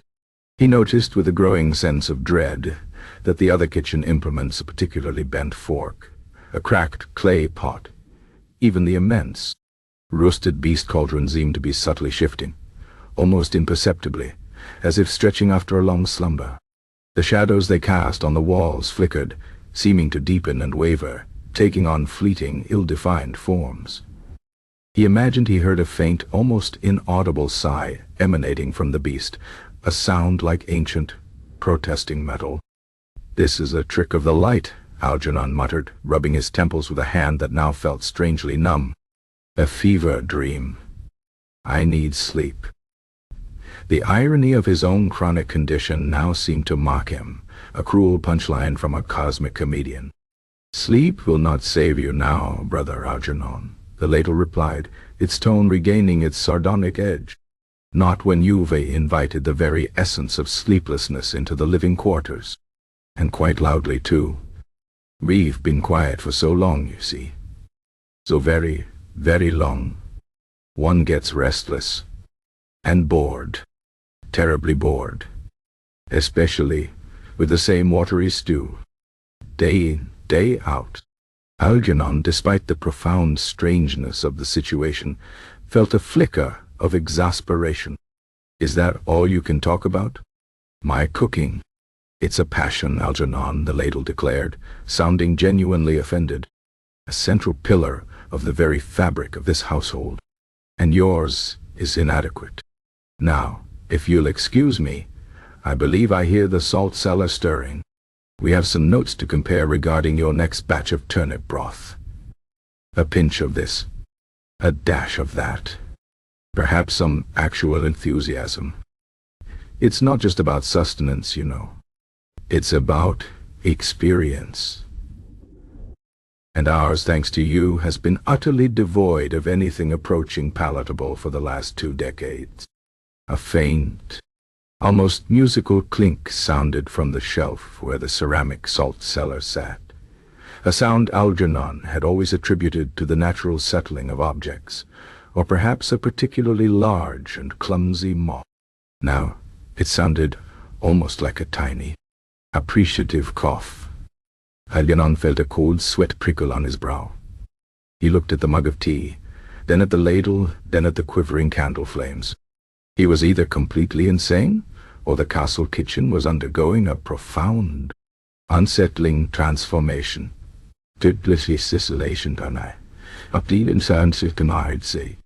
And given the consistent, if mundane nature of the Ladle's complaints, he was inclined to believe the latter, however impossible it seemed.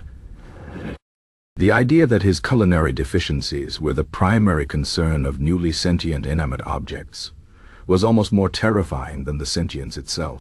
He had conjured a critic, a particularly harsh, perpetually unimpressed critic, made of wood and centuries of stew residue. He slowly, carefully picked up the mug of tea again. The warmth of the ceramic felt strangely reassuring, a connection to the familiar, if now profoundly unsettling, reality. The liquid within seemed to pulse faintly with that inner glow, an almost imperceptible throb that matched the low hum now pervading the kitchen. He had a choice: believe he was hallucinating and deliver this potentially calamitous brew, or face the utterly ludicrous reality of a talking ladle and the possibility that he had unleashed something far more unsettling on Castle Witherbrook than merely bad stew. His pragmatism, so often his shield against the world's absurdities, was failing him. "You still haven't stirred the butter churn in years, you know," the Ladle grumbled, its voice fading slightly as Algernon took a step back from the table. "And the cheese press looks positively despondent. It longs for a proper pressing, a sturdy, vigorous pressing, not the limp, half-hearted attempts you offer." Algernon ignored it, or tried to. He took another step towards the kitchen door, his mind a chaotic whirl of Latin grammar, culinary criticism, and the sudden terrifying realization that his entire world might have just shifted on its axis due to a misplaced vowel. The air behind him still hummed, the candles still flickered with their restless energy, and the faint, ancient scent from the tea seemed to stretch throughout the entire room, seeking out every forgotten corner. He pushed open the heavy wooden door, preparing to step out of the now too lively kitchen and into the quieter, more predictable, he hoped, gloom of the castle corridors, a cup of potentially world-altering tea in his hand, and the distinct feeling that he had just left a particularly judgmental ghost made of wood behind him. The ladle's final words echoed in the now darkening kitchen. A low, ominous rumble. And next time, Algernon, more salt. Always more salt. Chapter 7. The second omen. The floating cauldron brother Algernon, the chipped stoneware mug clutched firmly in his hand, pushed open the heavy wooden door of the kitchen. He yearned for the relative, albeit damp and echoing normalcy of Castle Witherbrook's corridors, a stark contrast to the suddenly loquacious and frankly impudent kitchen implements he had left behind. The talking ladle's final, cutting remark about more salt still rankled. He considered himself a cook of subtle flavors, not one who drowned his creations in sodium. The very idea that a piece of worn wood could possess such strong and demonstrably incorrect culinary opinions was deeply unsettling. He attributed it, with a stubborn refusal to accept the truly bizarre, to extreme sleep deprivation and perhaps a particularly potent draught from the herb garden's unique terroir. He took a single deliberate step out of the kitchen, ready to traverse the gloomy passageways and deliver the supposedly soothing tea to Lord Witherbrook. But just as his boot cleared the threshold, a sound unlike anything he had ever heard brought him to an immediate, jarring halt. It was a low, resonant groan, a deep, vibrating thrum that seemed to emanate from the very bedrock of the castle, followed by a series of protesting iron creaks and a profound, metallic shuddering. It was the sound of something immense, something exceedingly heavy, straining against the very laws of nature. It was not the sigh of the castle settling, nor the groan of old timber, nor the distant rumble of the always unpredictable Witherbrook weather. This was a sound with agency, with immense, protesting effort behind it. And it was coming from the kitchen he had just vacated. Algernon, Moog still in hand, slowly, reluctantly, pivoted. His head, heavy with chronic fatigue, turned as if pulled by an invisible string. His eyes, peering through his perpetually fogged spectacles, widened infinitesimally as they landed on the impossible spectacle before him. There, in the center of the kitchen, suspended 3 feet off the uneven flagstones, was the beast. The cast-iron cauldron, a venerable rust-patched behemoth that had squatted on its wide, flat base for generations, a solid, unmoving fixture of Algernon's culinary domain, was now floating. It hung in the air, with an air of defiant, ponderous dignity, its immense weight seemingly defying gravity, as if it were a feather caught on an errant breeze. The patches of ancient repairs, each a testament to centuries of culinary wear and tear, caught the flickering, agitated light from the tallow candles, glinting like dull, ancient eyes. Wisps of steam, still carrying the lingering scent of Algernon's cleaning efforts, a fleeting mix of lye soap and regret, curled around its vast belly, making it seem almost alive. A dark, hovering cloud. Algernon's jaw, usually clamped shut in a perpetual state of resigned contemplation, dropped open slightly. The mug in his hand tilted, and a few drops of the peculiar greenish-gold tea sloshed over the rim, landing with a faint, almost sizzling sound on the flagstones. He didn't notice. His mind, already struggling to reconcile talking ladles with reality, now faced a challenge of truly insurmountable proportions. A levitating cauldron. This was beyond rodents. This was beyond drafts. This was beyond the purview of any castle cook, however long-suffering. The beast, Algernon croaked, his voice barely a whisper. He took a tentative step back into the kitchen, his gaze fixed on the enormous, airborne pot. He waited, with the desperate hope of a man clinging to sanity, for it to clatter back to the floor. It did not. It merely hung there, solid and unyielding, a vast, dark, impossible orb. The 4 tallow candles, as if reacting to the sheer audacity of the levitating cauldron, began to flicker with renewed, desperate energy. Their flames danced wildly, elongating and shrinking, casting a frenetic, unsettling play of light and shadow across the kitchen walls, making the very stones seem to writhe. The low hum, which Algernon had felt deep in his bones, now vibrated through the floorboards.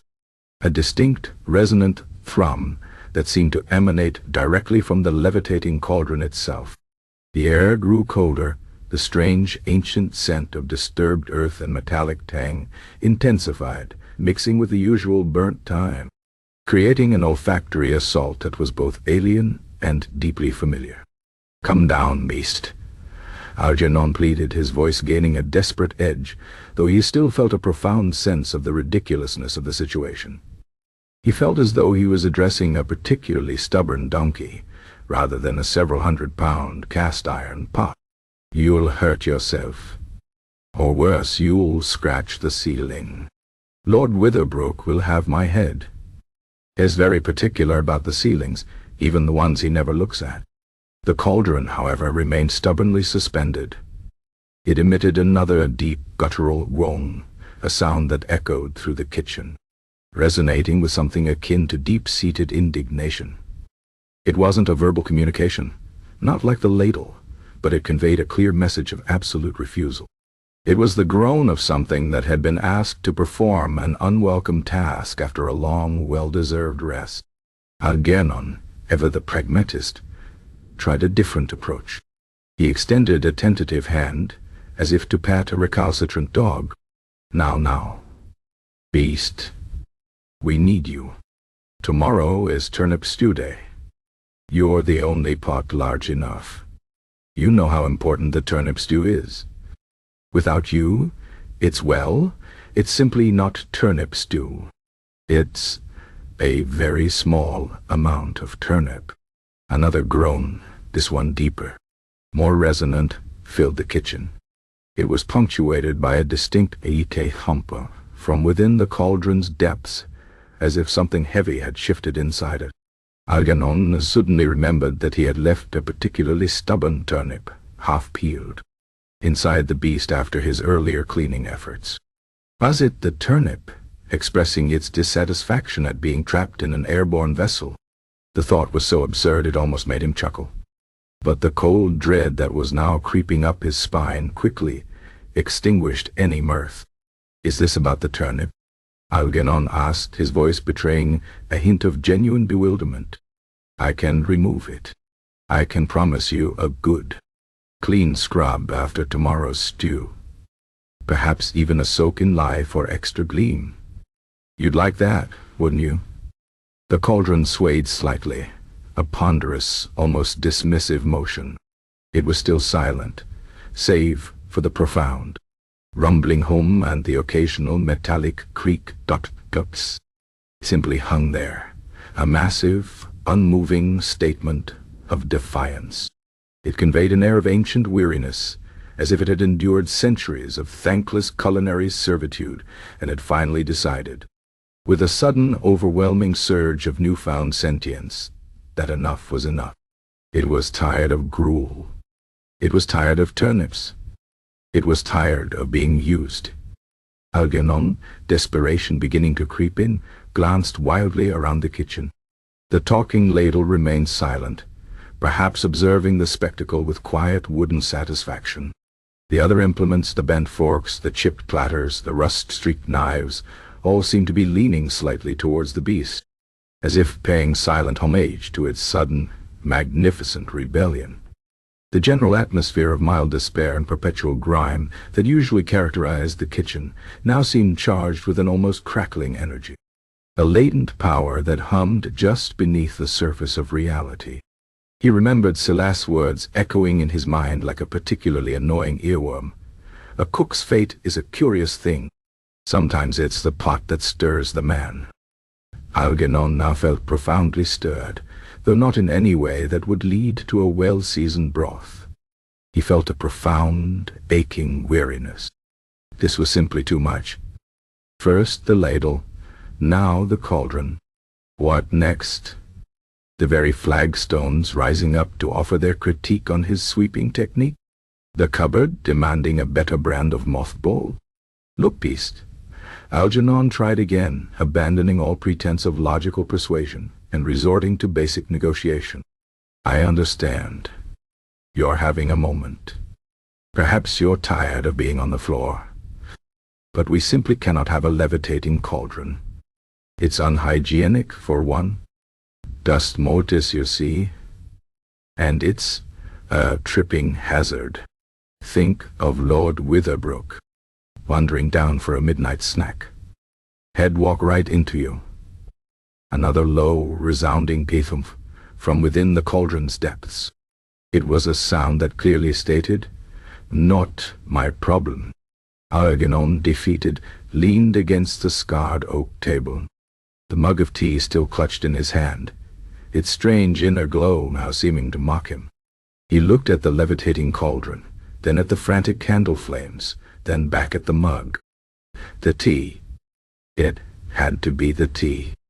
Or rather, the botched incantation, the subtle shift in Latin that the Ladle, in its infinite wooden wisdom, had so gleefully pointed out. Excitare. To awaken.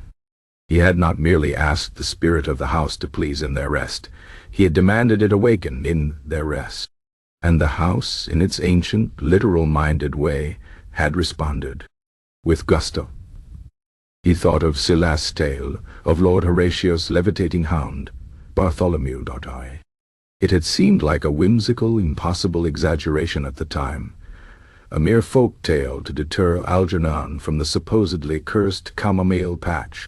But now, with the beast hovering before him, Bartholomew's aerial antics seemed not only plausible, but entirely within the realm of the newly established Witherbrook reality.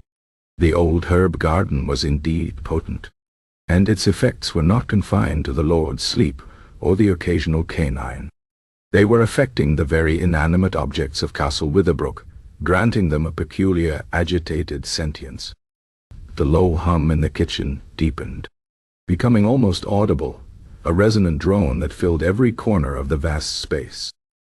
It was the sound of the castle itself, slowly, ponderously, beginning to stir from its centuries-long slumber.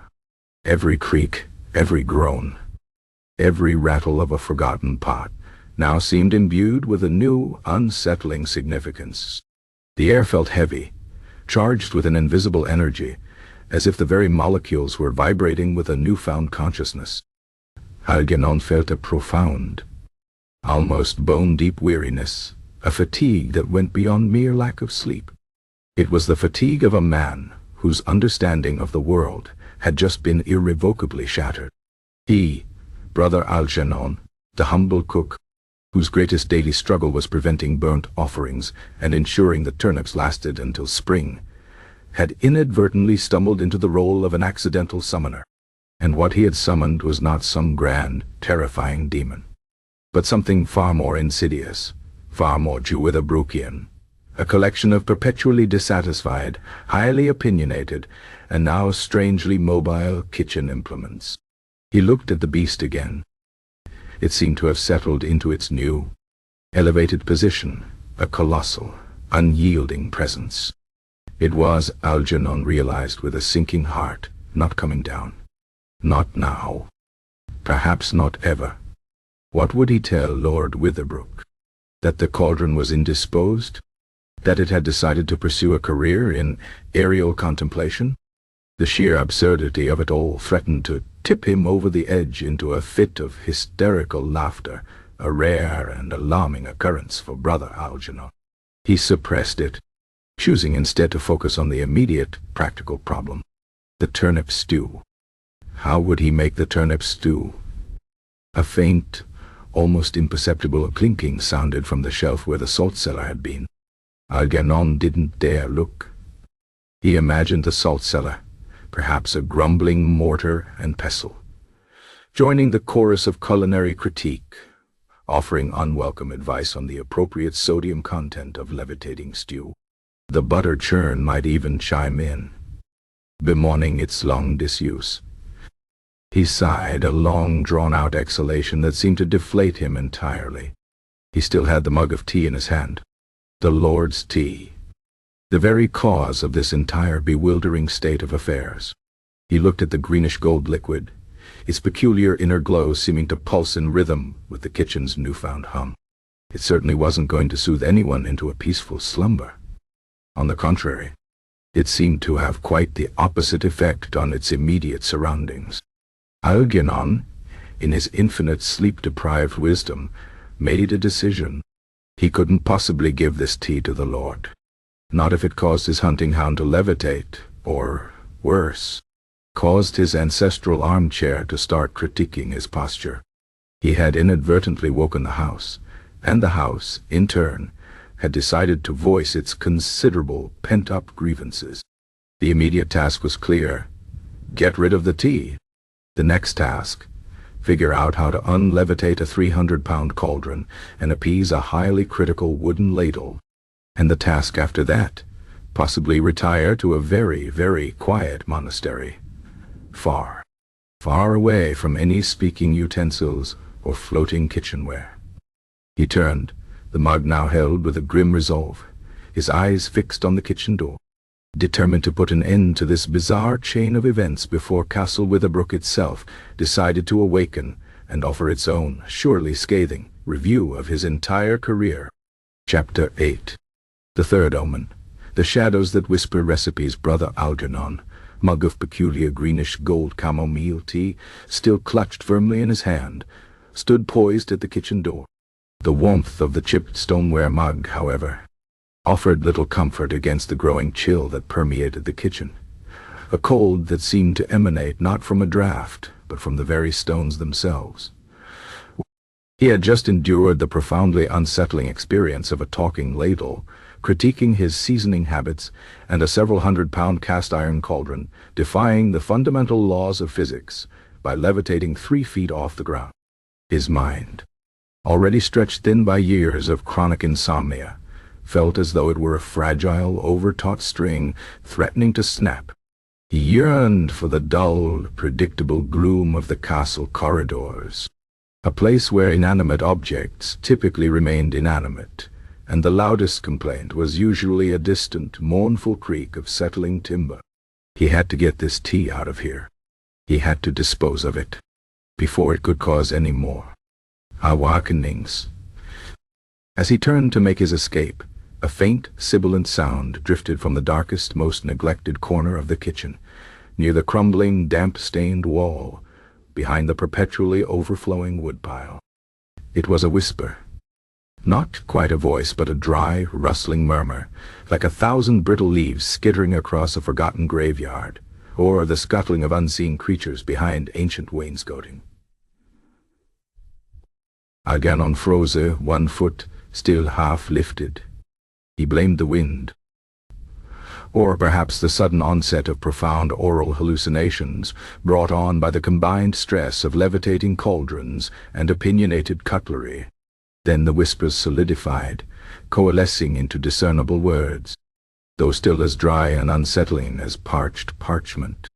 They were not directed at him, not exactly, but seemed to be a communal, ethereal murmur, a shared memory spoken by the very shadows themselves. And for the serpent's sigh, one requires the dew gathered from a north-facing gravestone before dawn, steeped thrice with the tears of a disconsolate maiden, and a single scale from the oldest fish in the Witherbrook moat. Algernon blinked. His spectacles, miraculously, did not fog, allowing him a clear, if disbelieving, view of the shadowy corner. There was nothing there but dust motes dancing in the weak, shifting light from the nervous candles, and the usual collection of long-forgotten kindling and spiderwebs. He shook his head, a slow, weary motion.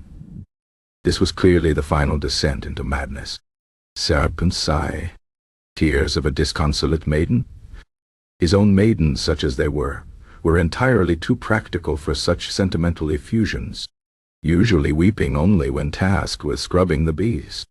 And as for the oldest fish in the moat, that sounded like a truly monumental fishing expedition, likely to result in nothing but a sprained ankle and a profound sense of disappointment. He took another step towards the door, determined to ignore the disembodied culinary advice.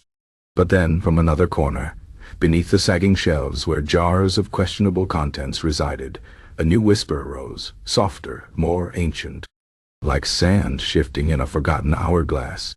To prepare the soul soup of sustenance, one must first acquire a kernel of sorrow from a forgotten feast, blend it with the dust from a well-trod threshold where loyalty once resided, and boil it in a pot that has known only despair.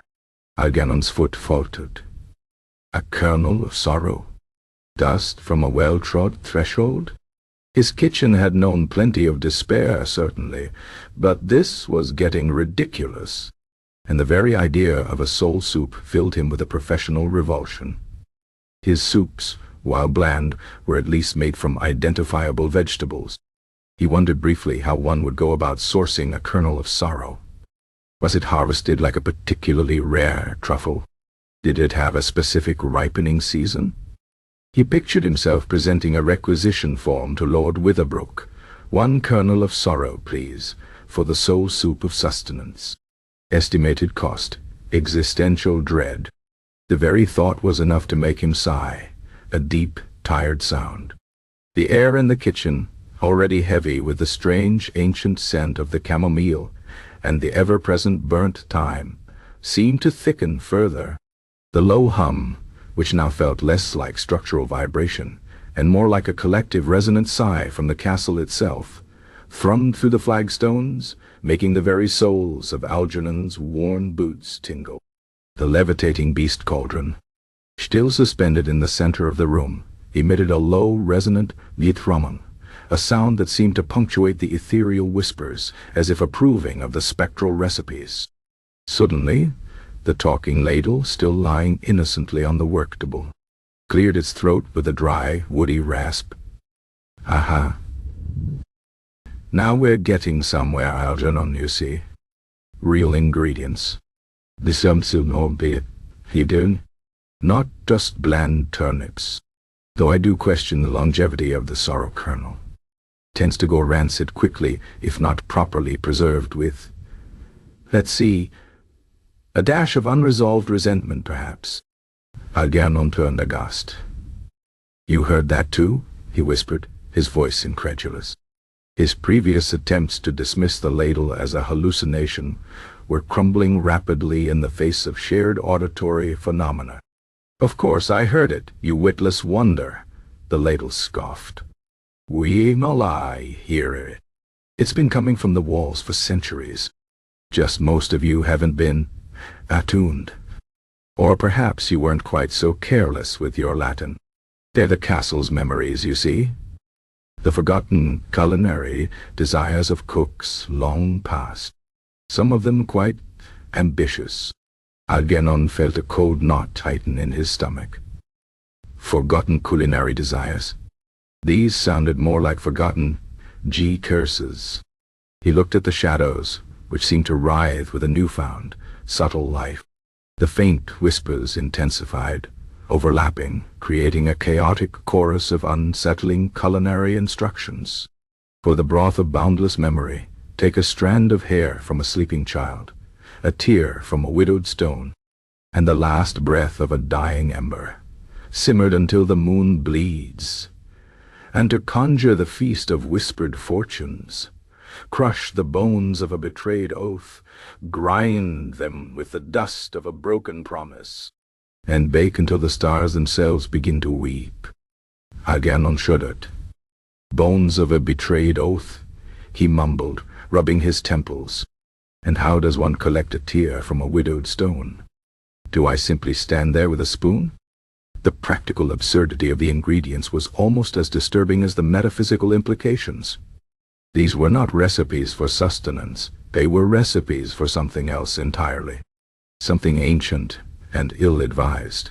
He watched the shadows, now seeming to stretch and deepen, as if the very darkness itself had gained density and purpose.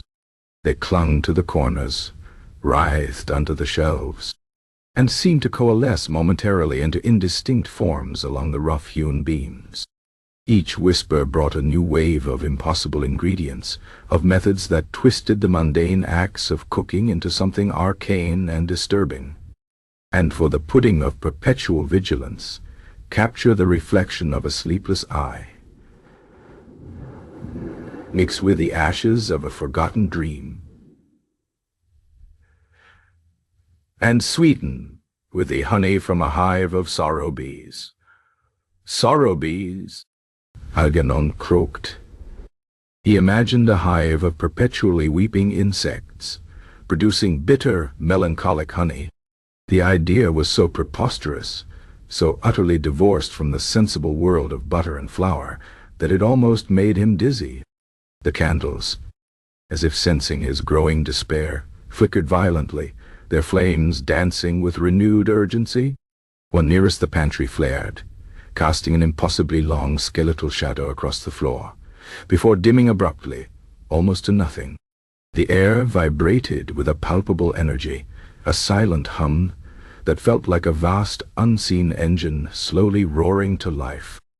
The beast, the levitating cauldron, gave another profound, echoing dithyramb, its ancient iron seeming to resonate with the whispered recipes, as if it had heard them many times before in a forgotten age. The ladle gave a dry cough. You see, Brother Algernon, your little awakening has opened the floodgates. These aren't just whispers. They're the accumulated culinary thoughts of every entity that ever suffered through a meal in this castle.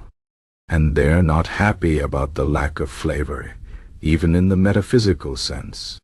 They're recipes for summoning things, Algernon stated, the realization dawning on him with a slow, creeping horror. He wasn't just hearing ghost stories. He was hearing practical instructions for the impossible, not for eating. Well, one hopes not, the ladle retorted, its voice surprisingly dry, though some of the older cooks, the ones who dabbled in experimental gastronomy, might have disagreed. A truly profound summoning, you see, should always culminate in a palatable dish. It's only polite. Algernon felt a wave of nausea. He was a cook of simple, if perpetually uninspired, fare. Turnips, cabbage, the occasional very tough rabbit. He dealt in the tangible. He dealt in nutrition, however minimal. He did not deal in the metaphysical. He certainly did not deal in ingredients that required the desecration of oaths or the plucking of tears from inanimate objects. The whispers intensified, growing bolder, their collective murmuring forming a dizzying, overlapping tapestry of forbidden knowledge. From the dark cavity beneath the central worktable, where forgotten crumbs and dust bunnies the size of small rodents usually resided, a new, deeper whisper arose, more guttural than the others, almost a growl. And for the stew of stirred stasis, one must take the shadow of a truly forgotten fear, render it down with the fat of an unachieved ambition, and thicken with the essence of a promise broken in the moonless dark, serve with a garnish of regret. Algernon clapped his free hand over his ear, as if to physically shut out the torrent of impossible instructions. "Enough," he pleaded, his voice hoarse. "I understand. I've made a terrible, terrible mistake. I'm just a cook. I don't know where to find the shadow of a forgotten fear, nor do I wish to." He looked at the mug in his hand, its greenish-gold liquid now seeming to pulse with a faint, malevolent light, the very source of this unfolding chaos. The ladle, surprisingly, fell silent, perhaps observing Algernon's genuine distress with a detached wooden curiosity. The levitating cauldron remained stubbornly aloft, but its deep hum seemed to lessen, as if it too were listening, absorbing the frantic fear that now permeated the air. The whispers, however, did not cease. If anything, they grew slightly louder, more insistent, a collective cacophony of ancient, unsettling culinary lore. They were not merely offering suggestions. They were demanding attention, insisting upon being heard after centuries of silence. Algernon's eyes, weary and bloodshot, darted around the kitchen. Every shadow seemed to vibrate, every dark corner seemed to ripple with unseen voices. He imagined the very dust-motes dancing in the air were tiny, ethereal scribes, busily jotting down the forbidden recipes. The perpetual scent of burnt time was being irrevocably displaced by the new, sharp, ancient aroma of disturbed earth and metallic tang. The comforting monotony of his life was being shattered, not by a grand, terrifying apocalypse, but by a series of increasingly absurd, culinary-themed anomalies. He knew, with a sudden chilling certainty, that the true horror was not the levitating cauldron or the talking ladle. It was the realization that the castle, his home, his mundane, decrepit, comforting prison was not merely old and crumbling, but deeply, profoundly, and perhaps permanently awake. And it was hungry, not for turnip stew, but for something far more esoteric. And it expected him, Brother Algernon, its humble cook, to provide. With a final desperate sigh that was more air than sound, Algernon turned fully towards the kitchen door, determined to escape this cacophony of forbidden recipes and increasingly demanding kitchenware. He would dispose of the tea. He would find a quiet corner of the castle, perhaps a rarely used broom closet, and attempt to sleep for a solid week. And he would never, ever attempt to brew chamomile tea again. Not from a compendium, not from a supposedly cursed garden, and certainly not with the assistance of anything that could critique his seasoning. The whispers followed him, fading slightly as he reached for the cold iron handle of the door. Alas, Zibilan, echo suggesting a recipe for the essence of unspoken regret, to be distilled from the tears of a perpetually frustrated cook. He ignored it. He simply pushed open the door, his heart pounding not from fear, but from the overwhelming, soul-crushing weariness of a man who had just realized his culinary life was about to become infinitely more complicated. Chapter 9. The uninvited guest arrives, Brother Algernon, the chipped stoneware mug clutched firmly in his hand, pushed open the heavy wooden door of the kitchen. The cacophony of whispering shadows, murmuring forgotten recipes of sorrow bees and betrayed oaths, still echoed in his mind, a testament to the fact that his beloved mundane kitchen had utterly betrayed its purpose. He craved the quiet of the corridors, the predictable gloom, the comforting knowledge that the castle's inanimate objects typically remained inanimate. His plan was simple. Jettison the peculiar greenish gold tea, find a broom closet, and attempt to achieve a week's worth of undisturbed oblivion. But as he swung the heavy door open, revealing a sliver of the gloomy corridor beyond, a new sound cut through the lingering whispers and the deep, resonant hum of the awakened kitchen. It was a sharp, aggrieved clatter, followed by a series of indignant snorts and a distinct, papery rustling, all emanating from the cavernous, dimly lit recess of the pantry. Algernon froze, 1 foot poised in mid-air. He had hoped for silence, for the blessed, mundane peace of a neglected castle. Instead, he was being treated to a fresh auditory assault. He sighed, a deep, profound exhalation that seemed to deflate him entirely. He knew, with a weary resignation that bordered on apathy, that his escape would not be so simple. The castle, it seemed, was determined to keep him engaged. With a heavy heart and even heavier eyelids, he slowly, reluctantly, turned fully back into the kitchen, letting the door swing shut behind him with a soft thud. His gaze, accustomed to the dimness, immediately darted towards the pantry. The pantry, a gaping maw of shadows and indeterminate smells, was usually a place of quiet, dusty contemplation. Now, however, it seemed to be the source of a subtle, pulsing light, a faint, sickly green glow that shimmered among the precarious shelves of ancient jars and forgotten sacks. And there, perched precariously atop a particularly dubious barrel of pickled something or others, was the source of the indignity. It was small, no larger than a particularly plump pigeon, and vaguely humanoid in shape, though its proportions were unsettlingly squat. Its skin, or whatever passed for it, seemed to absorb and reflect the sickly green light, making it appear as if it were carved from a block of phosphorescent moss. It possessed a round, perpetually downturned mouth, a nose that was a mere button of discontent, and eyes that were tiny, bead-like points of utter, profound grumpiness. Instead of hair, a few sparse tufts of what looked suspiciously like dried, tangled moss sprouted from its otherwise smooth greenish head. It wore what appeared to be a miniature, ill-fitting tunic woven from what Algernon suspected was unidentifiable pantry lint, and clutched in its equally squat, three-fingered hand was a tightly rolled scroll of parchment tied with a bit of frayed, rust-colored twine. The creature surveyed the pantry with an air of profound disapproval, its head twitching slightly.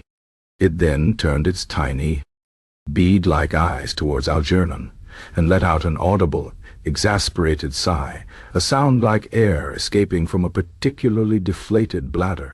"Well, took you long enough," the entity rasped, its voice surprisingly deep and gravelly for its size, like a very old, very disgruntled cat. "Do you have any idea how long I've been waiting? My schedule, you understand, is tight. And this establishment," it gestured vaguely with its scroll towards a shelf laden with cobwebs, "is hardly up to standard for a proper reception." Algernon stared. A small, grumpy green entity in his pantry. This was beyond levitating cauldrons. This was beyond talking ladles. This was an administrative nightmare in miniature form. What are you?" Algernon managed to stammer, his voice a reedy whisper. His mind, refusing to fully accept the reality of the situation, began to construct increasingly elaborate theories involving small, well-trained actors and elaborate practical jokes. "Identity?"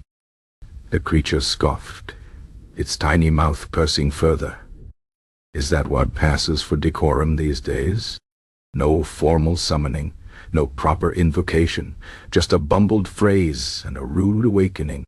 My designation, if you must know, is Spiritus Domesticus Witherbrookensis, Senior Administrator, Household Manifestations, Subdivision of Perpetual Neglect." It rattled off the title with an air of immense importance, tapping the rolled scroll against its palm. Though frankly, disgruntled bureaucrat of the under-maintenance realm would be more accurate today. Algernon blinked. Spiritus Domesticus? Had called for the spirit of the house. He remembered his questionable Latin. He had not, however, expected a minor functionary from what sounded suspiciously like a supernatural municipal department. "You're a domestic spirit?" Algernon asked, trying to reconcile the image of a helpful, albeit invisible, household sprite with this intensely irritated green lump of bureaucratic displeasure. "The designation is accurate, yes," the entity said, its voice dripping with sarcasm. "Though domestic hardly covers the sheer volume of issues the five had to contend with in this particular dwelling. I've been monitoring the neglect from the lower administrative planes for centuries, you understand. Feelings upon filings. And then you come along, mumble something incoherent in corrupted Latin, and a doom Deutsch diese forced manifestation. Without prior notice, I might add. My shift schedule is already a nightmare." It sniffed, a dry, papery sound. The air in the kitchen was now a potent cocktail of burnt thyme, the strange, ancient scent of the tea, and a new, sharp tang of mildew and indignation emanating from the pantry. The levitating beast Cauldron, still hovering majestically in the center of the room, emitted a faint, deep cry-thrum, a sound that might have been a chuckle, or merely the resonance of ancient iron. The talking ladle, from its resting place on the worktable, gave a dry, woody cough. "Told you your Latin was watery, Algernon," the ladle rasped, its voice filled with a smug, "I told you so satisfaction. You didn't summon a spirit of rest. You summoned the spirit of paperwork. My condolences." The small green entity, hearing the ladle, twitched its head. "Ah, the spoon of scorn," it murmured, its bead-like eyes fixing on the utensil. "Yes, your file is quite extensive. Complaints regarding culinary inadequacy, persistent lack of seasoning, generalized tastelessness. All duly noted. Algernon felt a fresh wave of mortification. His kitchen implements were not only speaking, but they were collaborating in his humiliation. I merely wanted to make tea, Algernon said, his voice pleading. For the Lord. He wanted something soothing. He held up the mug, its contents pulsing with that faint internal glow. The spiritus domesticus twitched its nose. Soothing? With etheric concoction? Please. That is a Schedule C violation. Section 7B. Unauthorized awakening rituals with intent to disrupt subterranean administrative processes. You think you're making tea. You're attempting to open a minor interdimensional portal, albeit a remarkably inefficient one. He unfurled its rolled parchment with a snap that echoed unnervingly in the pantry. Let's see here. Yes. Article 3, subsection 4. Unregistered summoning of domestic administrative spirits through unconventional herbal infusions. The penalties are substantial. Algernon stared at the rolled parchment, which seemed to glow with its own faint, sickly green light. He could make out no discernible writing, only swirling, indecipherable symbols. Penalties? For tea? For unauthorized energetic manipulation of a Class II dwelling, yes. The entity snapped, its voice rising to a reedy, indignant squeak. Do you know the backlog this creates? I had 3 centuries of neglect reports to file on this very castle before your little experiment. The dust alone, the lack of proper ventilation, the rodents, Brother Algernon, the rodency. The infestations are an absolute nightmare for proper archival procedures. And now this. A premature awakening. A breach of protocol. Do you have any idea how much overtime I'll have to log? The low hum in the kitchen? The castle's own subtle awakening seemed to intensify, almost a sympathetic throb. The candles flickered wildly, casting agitated shadows that writhed on the walls as if in agreement with the domestic spirit's grievances. The very air felt charged with unspoken complaints. I apologize, Algernon mumbled, feeling profoundly out of his depth. He was a cook, not a negotiator with supernatural bureaucrats. Apologies are meaningless without proper restitution. Brother Algernon, the spiritus domestica said, tapping its scroll. My office will be initiating a full audit of this premises. Every forgotten corner, every unswept flagstone, every questionable pantry item will be logged. And don't think for a moment we haven't noticed the lack of proper maintenance on the exterior battlements. A serious breach of defensive spirit protocols. The paperwork will be immense. And you, as the primary instigator, will be held fully responsible. Responsible for what? Algernon asked, a desperate edge to his voice. For the reinvigoration of Castle Witherbrook's long-dormant vitality, the entity said, its voice losing some of its bureaucratic whine and gaining a peculiar, almost gleeful undertone. Your little potion, Brother Algernon, it didn't just wake Yame. It seems to have reactivated the entire dwelling. The spirits of neglect, the essences of dust, the specters of forgotten chores, they are all, shall we say, suddenly quite Yahweh.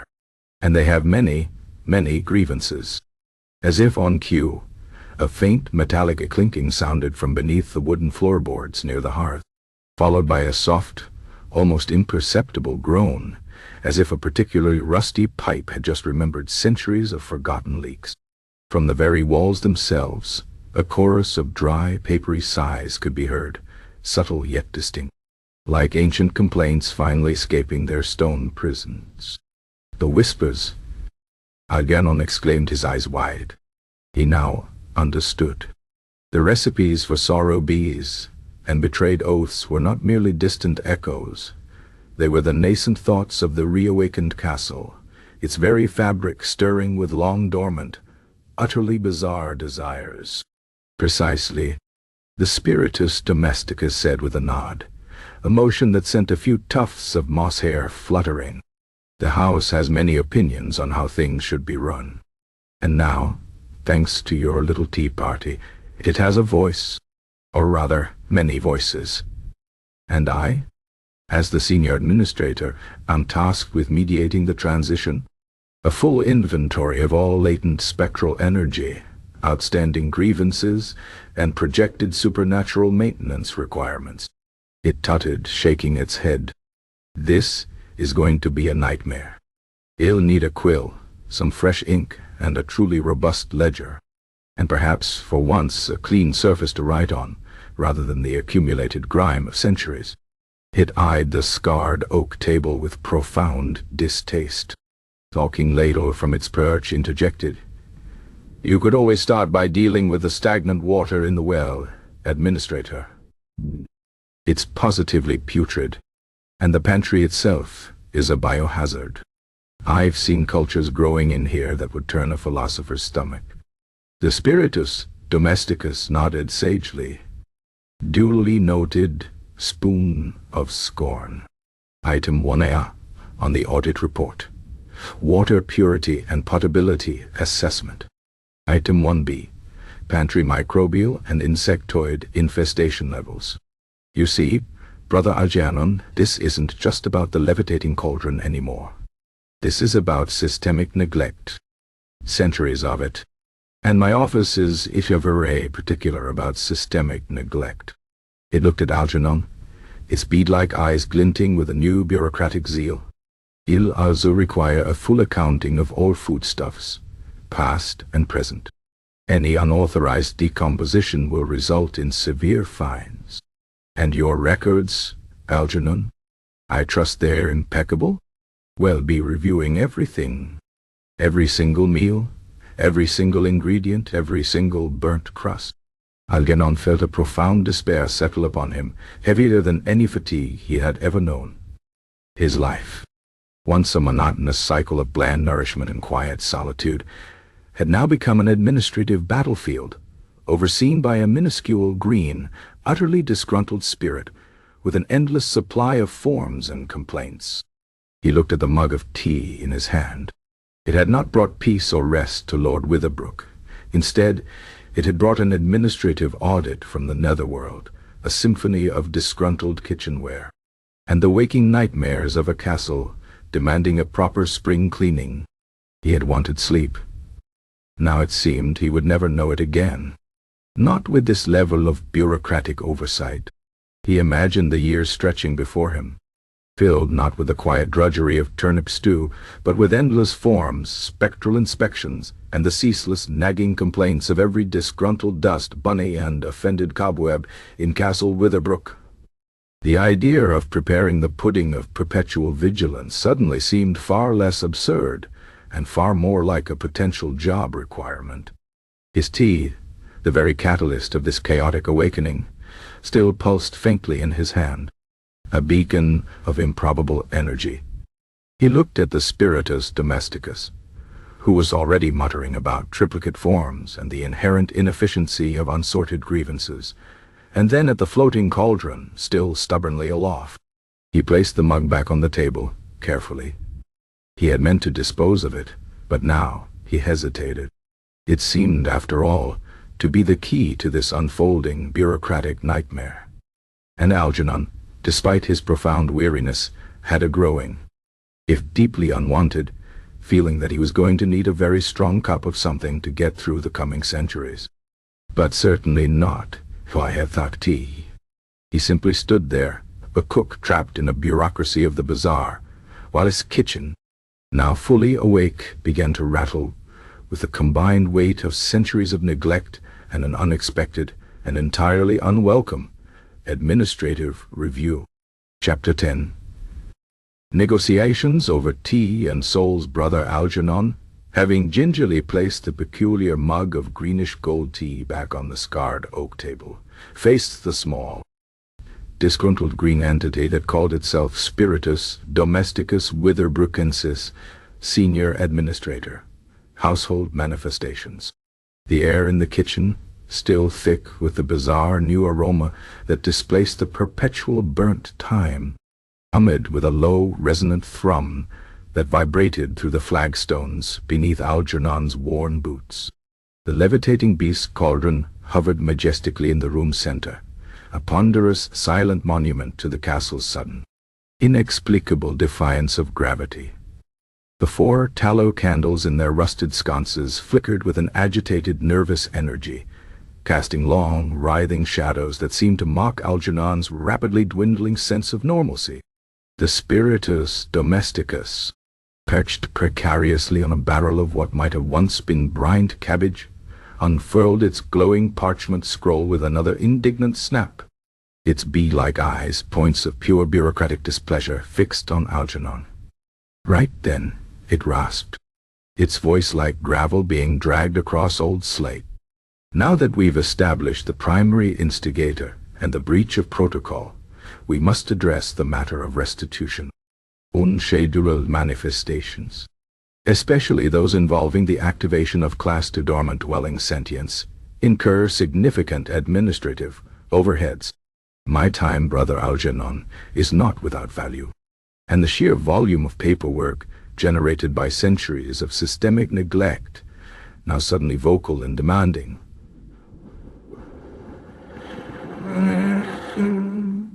Well, it's unprecedented. Algernon, whose primary experience with negotiation usually involved convincing Lord Witherbrook that a single turnip was, in fact, sufficient for an entire week's stew, felt a profound weariness settle upon him. Restitution? He had no coin beyond the pittance he received for kitchen supplies, and even that was often bartered for suspiciously sourced game or flour that smelled faintly of old parchment. He eyed the luminous scroll, then the tiny green figure. Restitution? He repeated, his voice faint. I do not possess sums of coin appropriate for such unscheduled manifestations. My coffers, such as they are perpetually empty. The Spiritus Domesticus let out a dry, dismissive sniff, a sound that implied profound disappointment in the human economic system. Coin is hardly the issue, Brother Algernon, though a full audit of the Witherbrook fiscal accounts will, of course, be appended to the primary manifestation report. No, my dear cook, we are speaking of compensation for the disruption, for the premature activation, for the sheer, unmitigated inconvenience of being yanked from my meticulously organized filing system in the sub-administrative ethereal realm. It paused, its tiny mouth pursed in thought. And for the inevitable increase in workload that your tea has just dumped onto my, and indeed all of the Castle Witherbrook domestic spirits' collective laps. Algernon's mind, ever practical, even in the face of the absurd, searched for something of value, something that might appease this disgruntled supernatural functionary. His gaze fell upon a small, dented tin on a nearby shelf, usually reserved for emergency, pre-pilgrimage rations. He retrieved it, the tin rattling faintly. I have biscuits, he offered, opening the lid with a hopeful flourish. Inside lay a few forlorn, decidedly gray-looking lumps. They had been baked by his predecessor, Mother Elspeth, some decades ago, and had long since achieved a petrified state, suitable only for emergency rations during famine, or as impromptu building materials. They are exceptionally sturdy, and very old. A certain antique charm, if you will. And, well, they are biscuits. The talking ladle, from its place on the worktable, emitted a short, sharp crack of wood that sounded uncannily like a derisive snort. Sturdy, he said. They could resole your boots, Algernon. A squirrel broke a tooth on one of those last winter. It then spent a full fortnight muttering curses in a dialect no one had heard since the Iron Age. The Spiritus Domesticus leaned forward on its barrel, its bead-like eyes narrowing into tiny slits of concentrated disdain. It extended a 3-fingered hand, and Algernon cautiously placed one of the ancient biscuits into its palm. The entity turned it over. examining it with the fastidious air of a seasoned appraiser inspecting a particularly fraudulent artifact. It tapped it with a minute, moss-covered knuckle. A dull, stony clinking echoed in the kitchen. "This," the spiritus domesticus stated, its voice flat and utterly devoid of anything resembling enthusiasm, "is an insult. It is not food. It is geological evidence. It predates the concept of fresh by several centuries, I dare say. And it smells faintly of despair and stale mouse droppings." It dropped the biscuit back into the tin with a surprisingly loud clacking. "Are you attempting to incur further penalties, Brother Algernon? Offering a sentient bureaucratic entity such culinary relics is a Class 4 affront, Section 9A. Gross negligence in attempting to bribery with unsuitable and potentially hazardous edibles." Algernon flinched. But they're all I have. Besides the turnip, which you've already critiqued. I assume. The turnip is an ongoing investigation. The spiritus domesticus waved a dismissive hand, then unfurled its scroll again. "No, this will not do. As compensation for the unceremonious activation and the subsequent workload, my office requires something more substantial, something that reflects the true disruption you have caused. We are, after all, speaking of the reanimation of a major Class 2 dwelling. The psychic vibrations alone will keep the lower planes in an uproar for decades." The low hum in the kitchen deepened, a thrumming that felt like the very walls were vibrating with anticipation. The floating cauldron emitted a low, resonant groan, a sound that seemed to indicate profound agreement with the spirit's assessment of the situation. The whispering shadows in the corners seemed to intensify, their sibilant murmurs coalescing into a faint, collective sigh of discontent. What do you require, then?" Algernon asked, his voice barely audible above the castle's growing chorus of internal disgruntlement. His sleep-deprived mind, rather than recoiling from the absurdity, was now resigned to it. He was bargaining with a grumpy green sprite over the fate of a castle that had come to life. This was his new reality. The spiritus domesticus fixed him with its tiny, bead-like gaze. "Well, your soul is technically an option. Standard class of summoning payment. Though given its general weariness and chronic fatigue, I suspect it would require extensive reinvigoration before it could be considered a viable asset. And the paperwork for soul transfers is simply horrendous. My supervisor is particularly strict about the proper processing of existential essences." Algernon swallowed, a dry, painful effort. His soul. He'd never really considered its market value, but he suspected it wasn't particularly high, given his life's trajectory. Still, the thought of his already exhausted spirit being subjected to bureaucratic reinvigoration filled him with a new kind of dread. "No souls," he said, shaking his head firmly. "I rather need it for standing up straight and stirring. It's quite essential for a cook." "A valid point," the spiritus domesticus conceded, scratching its moss-covered head. "The administrative burden of a prematurely departed, low-energy soul would be a nightmare. Let's explore counteroffers, then. Given the nature of your accidental invocation, and the specific wording of your mispronounced Latin, the castle's awakening is rather unique. It craves attention. It craves improvement. It craves order." It unfurled its scroll fully, and for the first time, Algernon noticed that the strange, glowing symbols on the parchment seemed to shift and reconfigure, like a liquid script. The Castle Witherbrookensis. Manifestation Protocol, Article 7, Subsection C. Involuntary activation by primary dwelling occupant through culinary means. States that the summoner shall assume full, immediate, and perpetual responsibility for the mitigation of all accumulated neglect, the cataloging and appeasement of all newly vocalized domestic grievances, and the ongoing management of the dwelling's reinvigorated consciousness. Algernon's mouth fell open.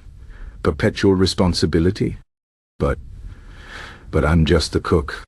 I don't know anything about mitigating neglect or cataloging grievances. I can barely catalog the turnip yield. Precisely, the spiritus domesticus nodded, a smug, almost triumphant expression on its tiny green face. Your lack of knowledge is precisely why your continuous and unwavering presence is required. Think of it as an indefinite service contract. You woke it up, Brother Algernon. Now you must manage its awakening, until such a time as its consciousness decides to go back to sleep, which, given the inherent restlessness of the Witherbrook consciousness, is unlikely within your natural lifespan, or perhaps even several natural lifespans. The ladle, from its table perch, offered another dry, woody chuckle. Oh, this is delicious. Better than any of his parsnip mush. You're not just a cook anymore, Algernon. You're a house manager, a spectral concierge, a therapist for disgruntled masonry, and a very, very busy man. More salt for your woes, I imagine. Algernon ignored the ladle. He stared at the spiritus domesticus, then at the floating cauldron, then at the shadowy corners of the kitchen that seemed to hum with silent, demanding voices. His very worst, most cynical fears about the future were now coalescing into a truly terrifying and entirely unavoidable reality. He had wanted sleep. He had wanted to make tea. Instead, he had invoked a cosmic administrative nightmare. And his payment was not his soul, but his entire remaining miserable existence. And what exactly does managing the dwelling's reinvigorated consciousnesses entail? Algernon asked, his voice flat, devoid of all hope. He pictured himself wandering the castle, politely asking dust bunnies about their aspirations, or mediating disputes between stubborn window frames and particularly persistent drafts. Oh, the usual, the spiritus domesticus chirped, a rare note of genuine enthusiasm entering its voice. Regular audits of all non-sentient objects were signs of latent sentience. Mediation between newly vocal kitchen implements and the general household staff. Establishing proper channels for grievances from the forgotten tapestries. Advising on appropriate atmospheric conditions for the general mood of the castle. And, of course, the consistent application of certain recipes. The ones you were just hearing about. It gestured vaguely towards the whispering shadows. The sole soup of sustenance for the South Wing, for example, is notoriously high maintenance. Requires specific emotional resonances to manifest properly. We'll need to schedule regular emotional harvesting sessions. Algernon felt a cold sweat trickle on his brow. Emotional harvesting sessions. This was worse than 1,000 levitating cauldrons. This was organized, methodical madness. And if I refuse? Algernon asked, a flicker of something akin to rebellion, quickly extinguished by profound exhaustion stirring within him.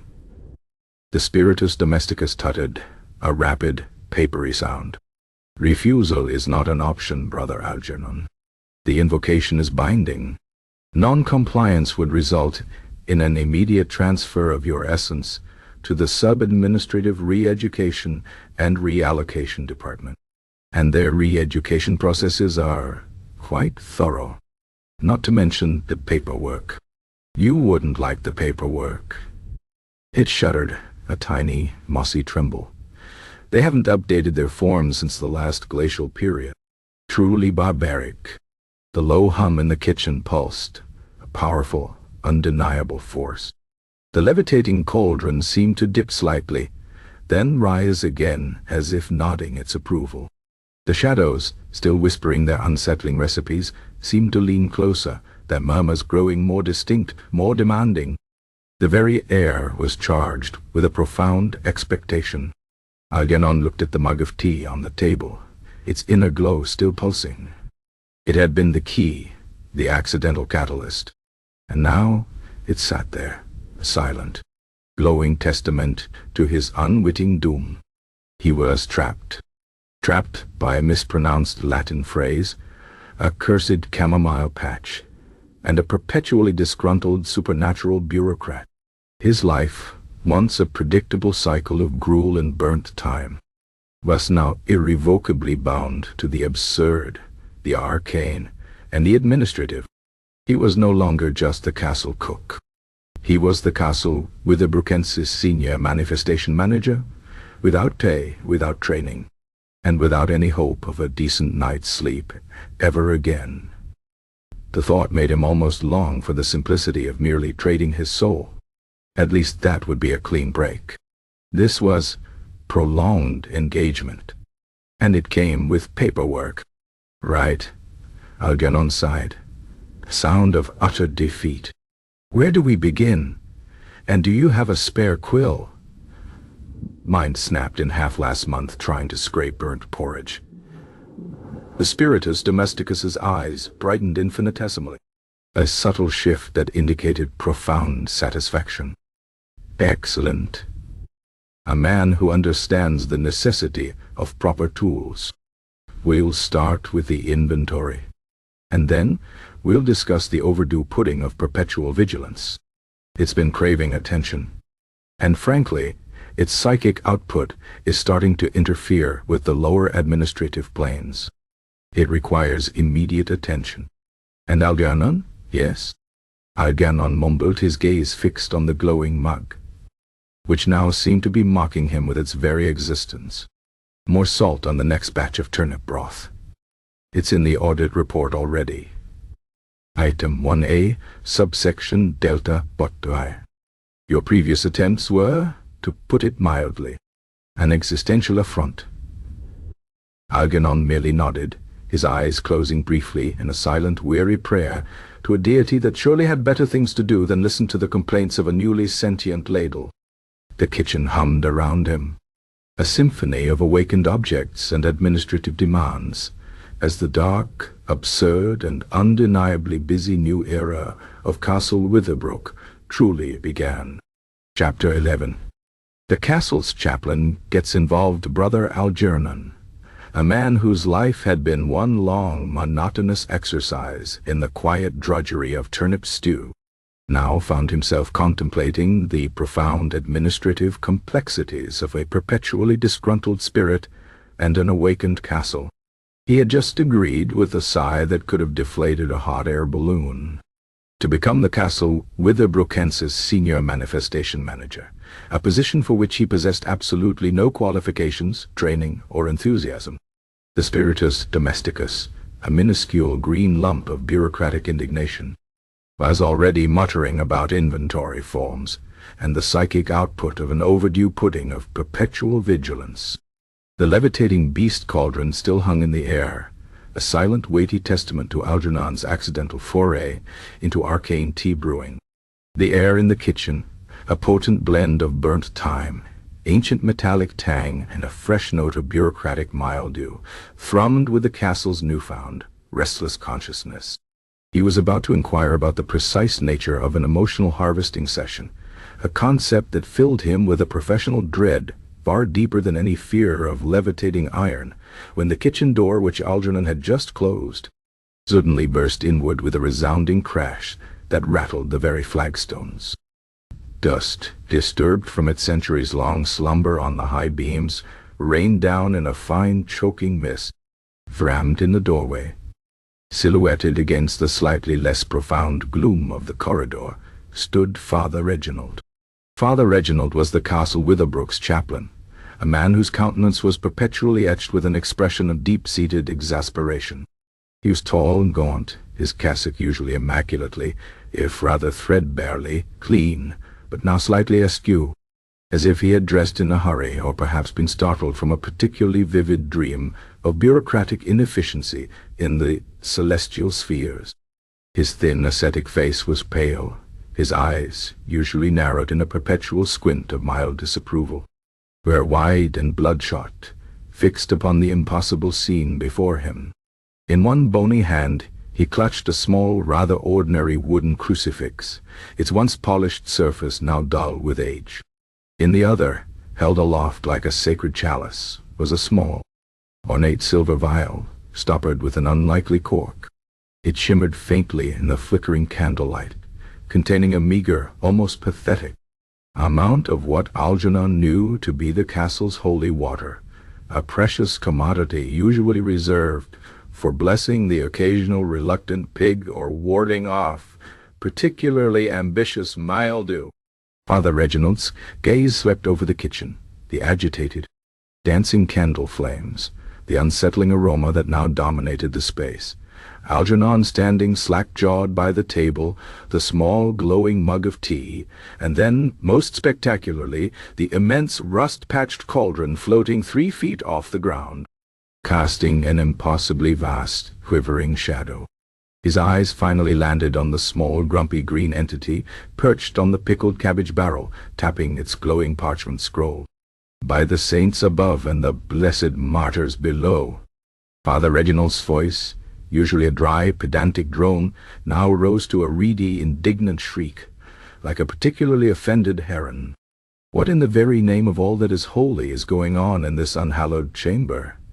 He took a tentative, almost theatrical step into the room, holding the vial of holy water aloft, as if it were a weapon of mass spiritual destruction.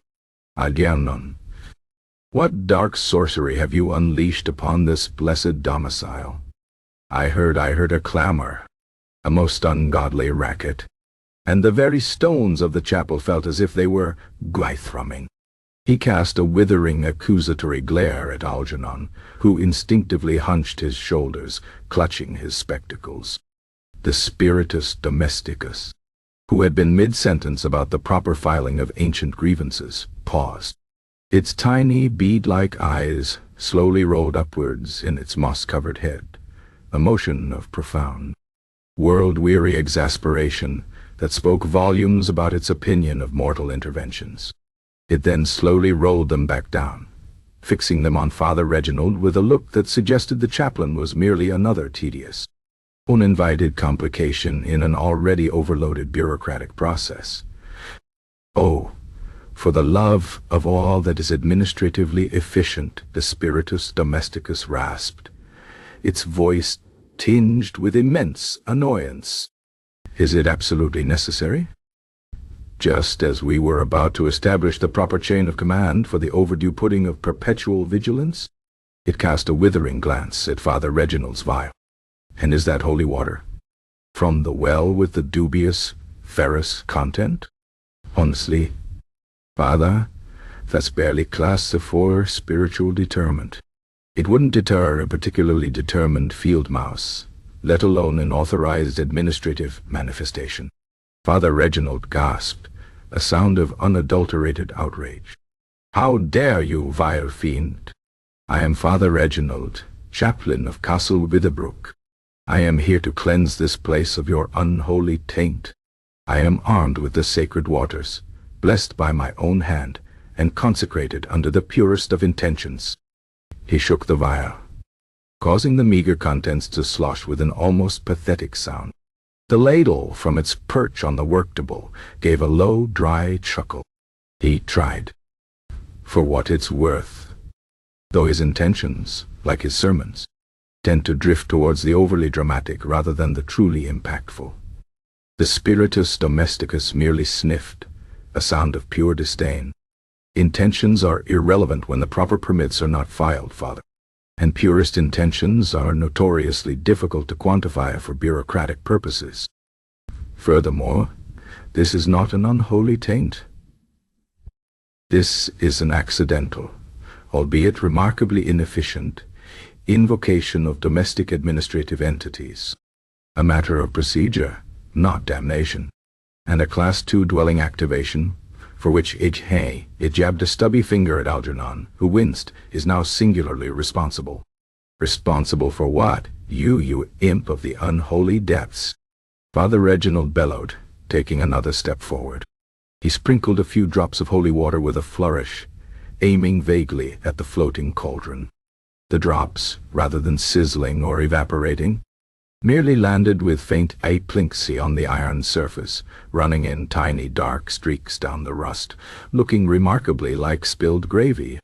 The beast, the cauldron, gave a low, resonant wait thrum, a sound that conveyed a sense of profound, ancient boredom rather than any demonic agitation, for the reinvigoration of Castle Witherbrook's neglected consciousness. The spiritus domesticus retorted, its voice rising in pitch, a tiny bureaucratic shriek, for the centuries of accumulated dust that are now manifesting grievances, for the sentient implements who have opinions on seasoning, for the eye-putting of perpetual vigilance, which requires immediate attention to avoid further psychic spillage. It rattled its scroll indignantly. This isn't about good or evil, Father. This is about maintenance. And you got it sing. And paperworking. Father Reginald blinked, his head tilting slightly. Pudding of perpetual vigilance? Psychic spillage? His theological training had not prepared him for this. His mind, accustomed to the grand narratives of sin and salvation, struggled with the mundane, almost corporate language of the otherworldly bureaucrat. He looked at Algernon, eyes wide with confusion. Algernon. What in the name of all that is sensible is it talking about? Is this a new form of heresy? A particularly obscure cult of culinary despair? Algernon, trapped between the enraged cleric and the exasperated spirit, wrung his hands. Father, I merely attempted to brew chamomile tea for Lord Witherbrook.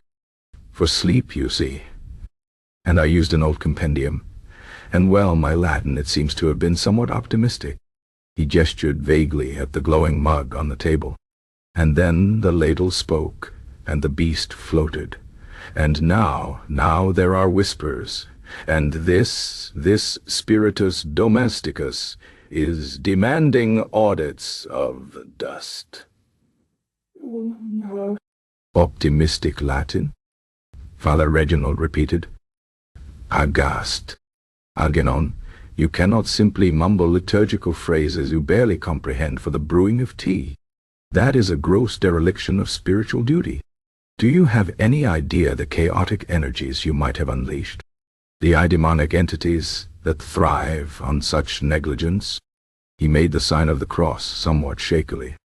The spiritus domesticus rolled its eyes again, so violently that Algernon worried it might detach from its head. Demonic? Honestly, Father, this is not some crude infernal pact. This is a contractual obligation, a breach of established interdimensional dwelling, protocol neuro. Your understanding of metaphysical jurisprudence is remarkably rudimentary. This castle, due to centuries of accumulated neglect and the accidental activation from this cook's flawed invocation, has simply woken up, Hitei, and it has many issues that need to be addressed. We are simply here to facilitate the transition. The low hum in the kitchen deepened, a thrumming that was now undeniably the sound of the castle itself, a vast, ancient consciousness stretching its stone limbs. The walls seemed to breathe, the shadows pulsed, and a faint chorus of dry, peppery sighs, the collective grievances of ancient dust bunnies and forgotten drafts, echoed from the high corners. And the levitating cauldron?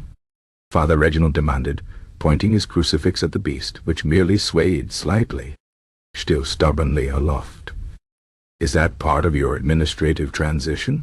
A clear manifestation of accumulated stagnation and existential protest, the spiritus domesticus stated matter-of-factly.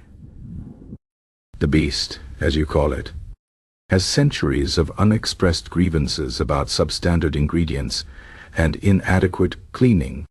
It feels, quite rightly, that it has been taken for granted. Its levitation is a passive-aggressive act of rebellion, a statement of profound dissatisfaction.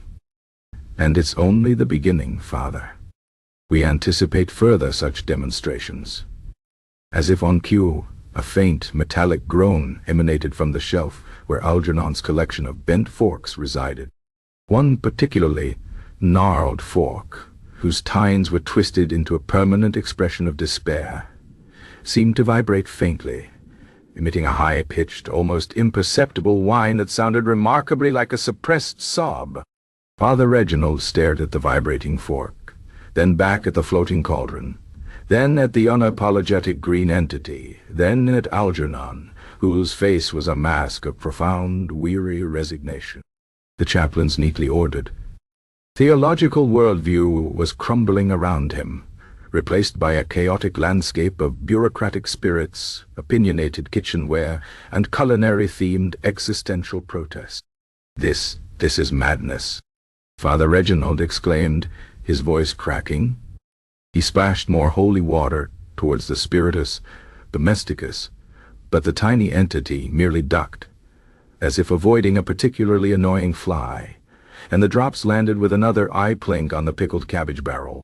Madness is subjective, Father, the spiritus domesticus retorted. From an administrative perspective, this is merely a large-scale, unscheduled re-evaluation process, and your disruptive actions are merely adding to the total billable hours. I have a whole section here. It tapped its scroll on interference by uninformed ecclesiastical personnel. The penalties are quite severe, and frankly, your holy water is doing nothing but introducing unwanted moisture into the atmosphere, which will only exacerbate the existing mildew issues. Item ONEC subsection Gamma. Atmospheric humidity levels deteriorating due to external factors. Algernon, whose heart still thrummed with a nervous energy that belied his profound exhaustion, felt a faint, almost hysterical chuckle bubble up within him. The chaplain, the ultimate authority on spiritual matters in the castle, was being lectured by a tiny green bureaucrat about moisture levels and administrative penalties.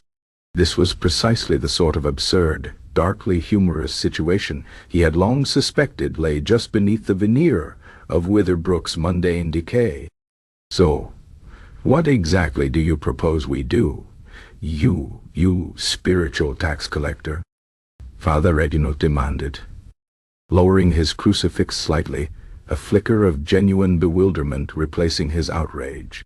The spiritus domesticus puffed out its small chest. We proceed with the audit, Father. We catalogue the grievances. We implement the necessary protocols for mitigating centuries of neglect. And Brother Algernon here, as the primary instigator, will be instrumental in all of it. His accidental summoning has given the castle a voice. Now we must listen to it and act upon it. The pudding of perpetual vigilance, for instance, requires immediate attention. It's making a terrible mess in the astral plane with its unresolved emotional residue. Father Reginald stared at Algernon, then at the glowing mug of tea on the table, then at the spiritus domesticus. He looked utterly lost, a shepherd whose flock had suddenly sprouted wings and begun discussing property deeds. He was a man of God, accustomed to dealing with the eternal struggle between good and evil, not with the reanimation of disgruntled kitchen appliances and the meticulous filing of metaphysical complaints. The Ladle, unable to resist, offered a final comment.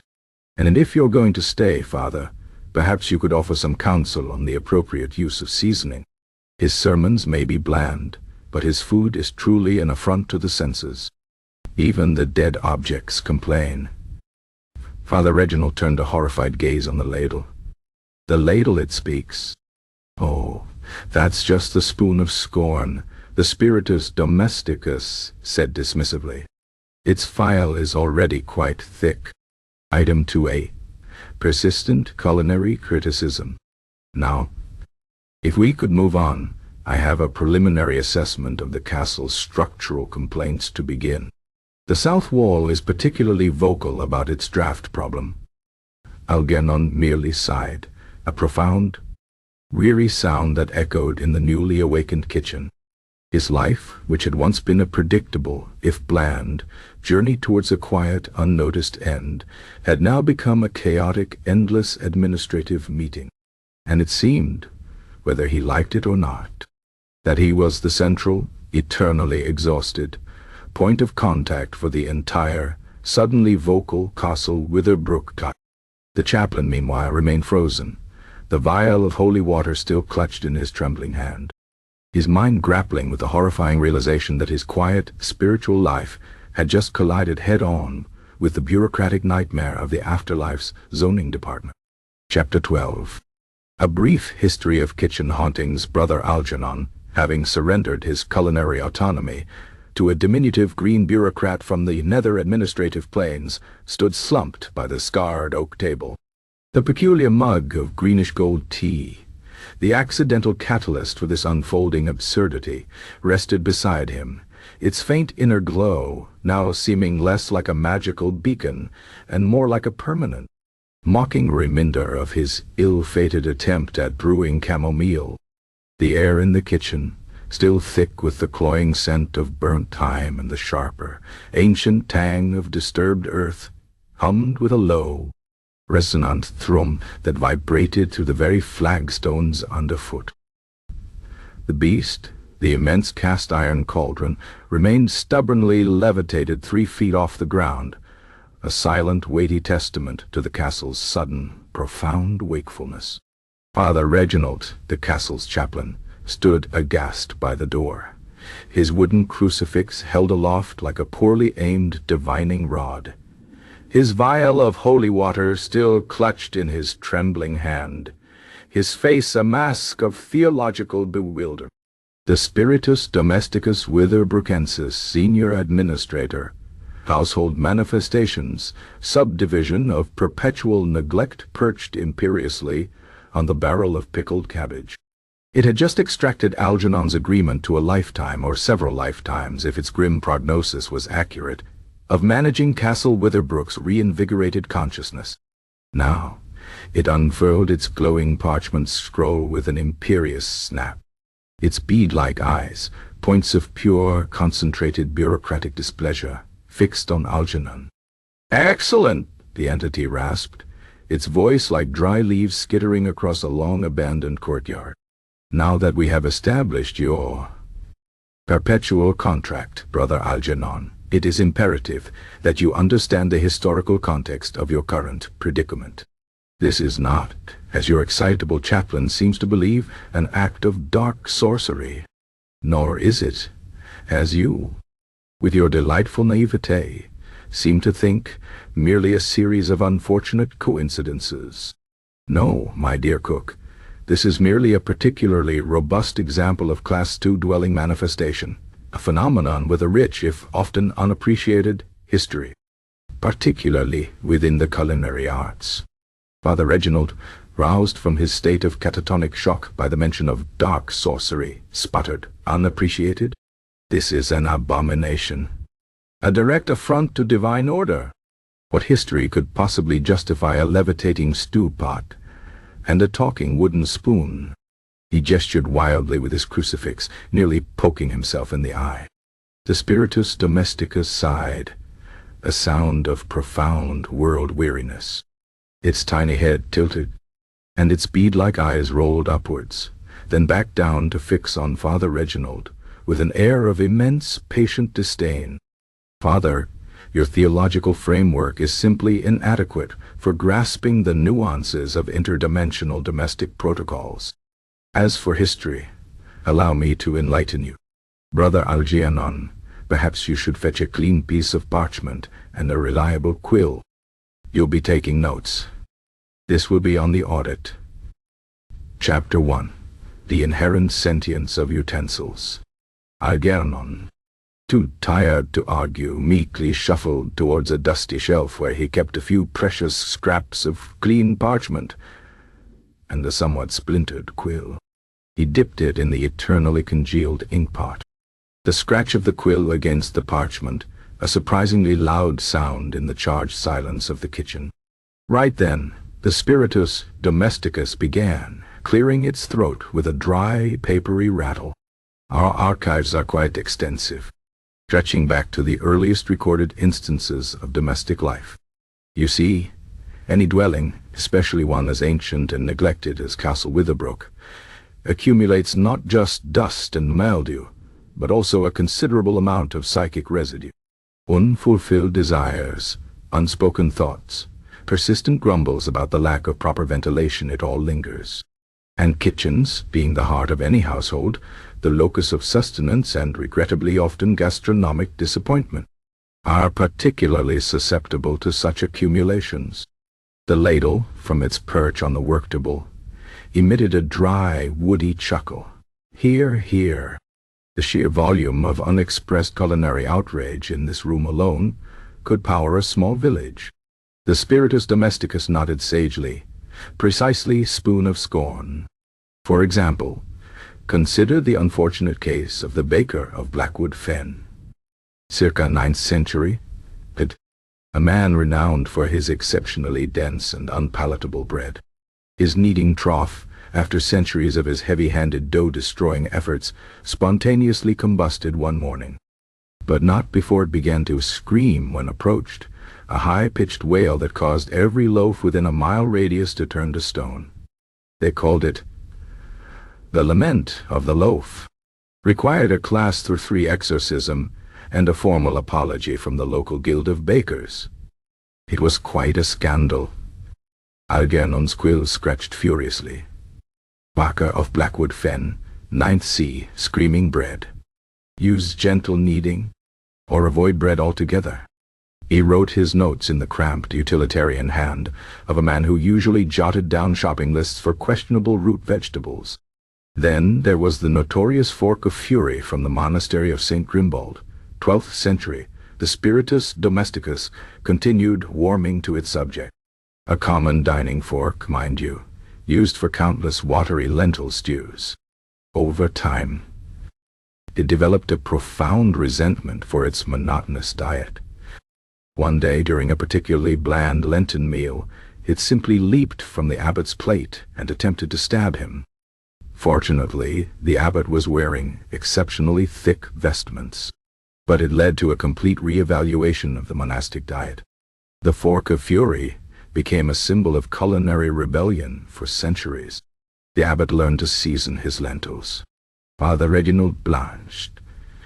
Stabbed by a fork? Good heavens! And they call this history. It sounds like the ramblings of a madman. History, Father, is often more absurd than fiction, the spiritus domesticus retorted, its voice acquiring a pedantic edge. And madmen, as you well know, are often the unwilling conduits for profound truths. Now, where was I? Ah, yes. More recent cases. The whispering pantry of Castle Grimshaw, 15th century. A pantry, much like yours, Brother Algernon, filled with aged and questionable provisions, due to generations of cooks attempting to pass off rancid butter as aged cream and petrified cheeses as vintage cheddar. The very shelves began to murmur. At first it was just gentle admonitions about food hygiene. But over time, the whispers grew into a cacophony of detailed, damning condemnations of every single culinary misdeed committed within its walls. Guests would often be driven mad by the incessant critical murmurs coming from their dinner plates. Required a full inventory and an external auditor to restore order. The paperwork was legendary. Algernon's quills scratched faster. Whispering pantry, critiques from shelves. Must organize pantry and throw out questionable cheese before it speaks. Thought of his pantry items already prone to insect infestations now gaining a collective critical voice filled him with a new professional dread. The low hum in the kitchen deepened, a resonant thrumming that felt like the very walls were listening, absorbing the spiritus domesticus's lecture with avid ancient attention. The levitating cauldron swayed slightly, a ponderous, almost rhythmic bob, as if keeping time with the historical narrative. The candle flames, still agitated, flickered with an almost rapt intensity, their shadows dancing to the rhythm of the spectral history lesson. Then there are the cases of elemental manifestation, the Spiritus Domesticus continued, its voice now tinged with a faint academic enthusiasm. The oven of perpetual flame from the stronghold of Baron von Kessel, 16th century. The Baron had a particularly cruel streak, and his cooks were regularly punished for perceived culinary failures. The residual fear, the burnt offerings, the screams of terror from the scullions, it all coalesced within the stone hearth. The oven became a sentient furnace, burning with an unholy heat, refusing to bake anything but the most perfect, most exquisitely prepared dishes. Anything less, and it would simply spew forth molten lava. Many cooks lost their lives attempting to meet its impossible standards. Eventually, the entire stronghold had to be abandoned. Too much paperwork, you see, and too many incinerated bakers. Molten lava, Father Reginald exclaimed, finally dropping his crucifix with a clatter. This is not mere haunting. This is an infernal gateway. Rubbish, the Spiritus Domesticus sniffed. Just a Class 2A sentient appliance with performance issues. Your medieval minds always jump to infernal. It's merely a disgruntled elemental spirit. The castle Witherbrook itself, Brother Algernon, is a prime example of a Class 2 dwelling. And your little tea, with its unique blend of local terroir and accidental Latin, has provided the precise energetic catalyst for its awakening. You see, the earth's whisper and metallic gleam you so diligently added those were not merely poetic euphemisms for mundane minerals. They were dormant psychic capacitors, waiting for the right vibrational frequency to activate them. Your mispronunciation provided that frequency. The vigilante's bloom from your garden, as Silas so quaintly calls it, is not a soothing herb at all. It's a botanical stimulant, specifically designed by ancient hedge witches to amplify latent psychic resonances within a domicile. Hence the levitating hound, Father, in the Lord Horatio incident. The chamomile did not cause the levitation directly, but it amplified the hound's inherent, albeit very minor existential anxieties about chasing rabbits, which then manifested as a temporary defiance of gravity. A rather amusing side effect, if you ask me. Item 3B. Subsection Delta. Unintended canine. Levitation through psychic feedback loop. Algernon scribbled furiously, his brow furrowed in concentration. Vigilantes Bloom, psychic amplifier. Hound levitation co-amplified anxiety. Check Lord Witherbrook's anxieties before serving tea. The implications for the Lord's own inner world were now truly unsettling. What forgotten anxieties lurked beneath his perpetually grumbling exterior? And your beast Cauldron? Brother Algernon, the Spiritus Domesticus, gestured towards the hovering pot, a classic case of accumulated inanimate grievances. Centuries of being filled with substandard gruel, never properly cleaned, subjected to the indignity of burnt crusts. All that negative energy, it coalesces. Your invocation merely provided the spark. It is now expressing its profound centuries-long dissatisfaction through acts of ponderous levitation. A silent protest, if you will. The most effective kind, sometimes. The beast, as if acknowledging the explanation, emitted a low, resonant wide-high thrumum, a sound that vibrated through Algernon's chest, a deep, ancient sigh of profound, ironclad weariness. And the whispers, Algernon? The Spiritus Domesticus prompted, its eyes glinting.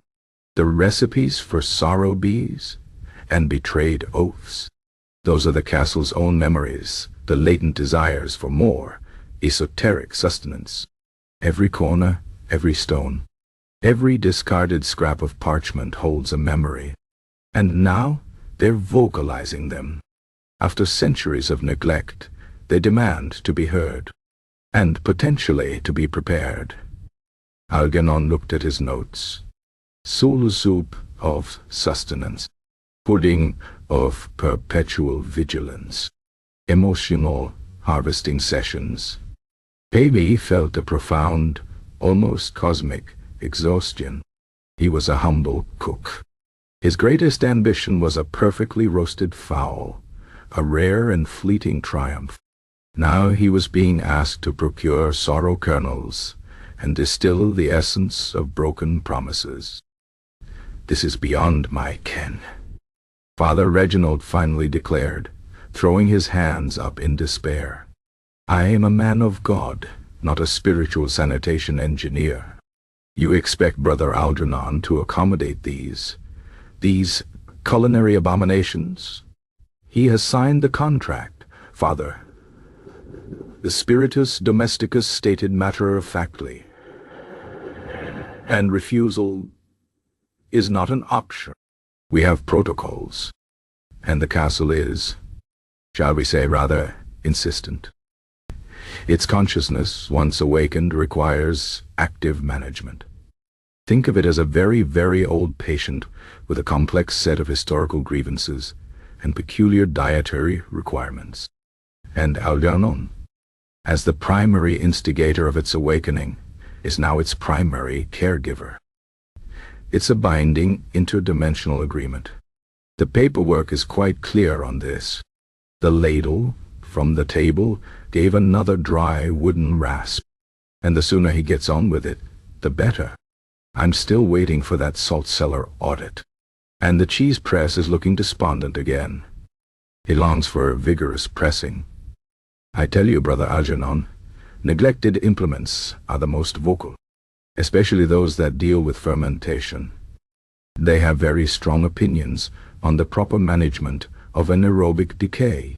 Algernon looked at the Spiritus Domesticus, then at the floating cauldron, then at Father Reginald, who stood with his mouth agape, staring at the complaining ladle. His life had gone from perpetually bland to profoundly absurd in the space of a single afternoon.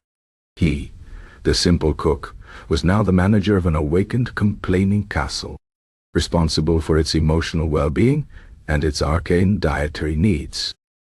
He sighed, a long, drawn-out sound that contained the weary resignation of centuries. He picked up his quill again, ready for the next chapter of this impromptu, spectral lecture.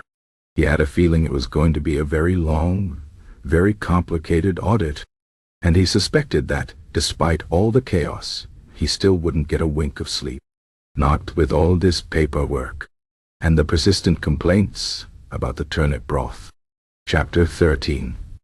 The chaplain's failed exorcism, Brother Algernon, having begrudgingly accepted his new, unpaid, and seemingly endless role as Castle Witherbrook's senior manifestation manager, stood in the kitchen, quill still in hand, contemplating the intricacies of spectral bureaucracy. The diminutive, green Spiritus Domesticus continued its lecture on the historical precedents of sentient kitchenware, its voice a dry, papery rattle that vibrated with an almost academic enthusiasm. The immense, rust-patched beast cauldron remained suspended 3 feet off the ground, a silent, weighty testament to the castle's sudden and profound awakening. Father Reginald, the castle's gaunt chaplain, still stood by the kitchen door, his face a canvas of escalating bewilderment and barely contained outrage. His wooden crucifix, clutched in one bony hand, seemed to sag under the sheer weight of the absurdity he was witnessing. The meager amount of liquid in his ornate silver vial shimmered faintly, a beacon of what he fervently hoped was divine intervention. The air in the kitchen, a potent, cloying mixture of burnt thyme, ancient metallic tang, and the distinct new aroma of bureaucratic mildew, thrummed with the castle's restless consciousness. Every creak of timber, every sigh of settling stone, now seemed imbued with a new, unsettling significance.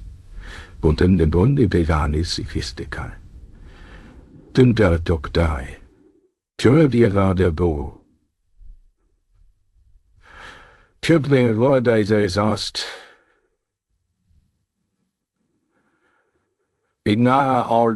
Father Reginald, after enduring a detailed historical account of the Fork of Fury and the screaming bread of Blackwood Fen, had reached his breaking point. His theological mind, accustomed to neat categories of good and evil, sin and salvation, simply could not process the concept of a sentient, opinionated dwelling, much less one that required an administrative audit. Enough. Father Reginald finally bellowed, his voice echoing with righteous indignation. Cutting through the spiritus domesticus explanation of the psychic output of the pudding of perpetual vigilance.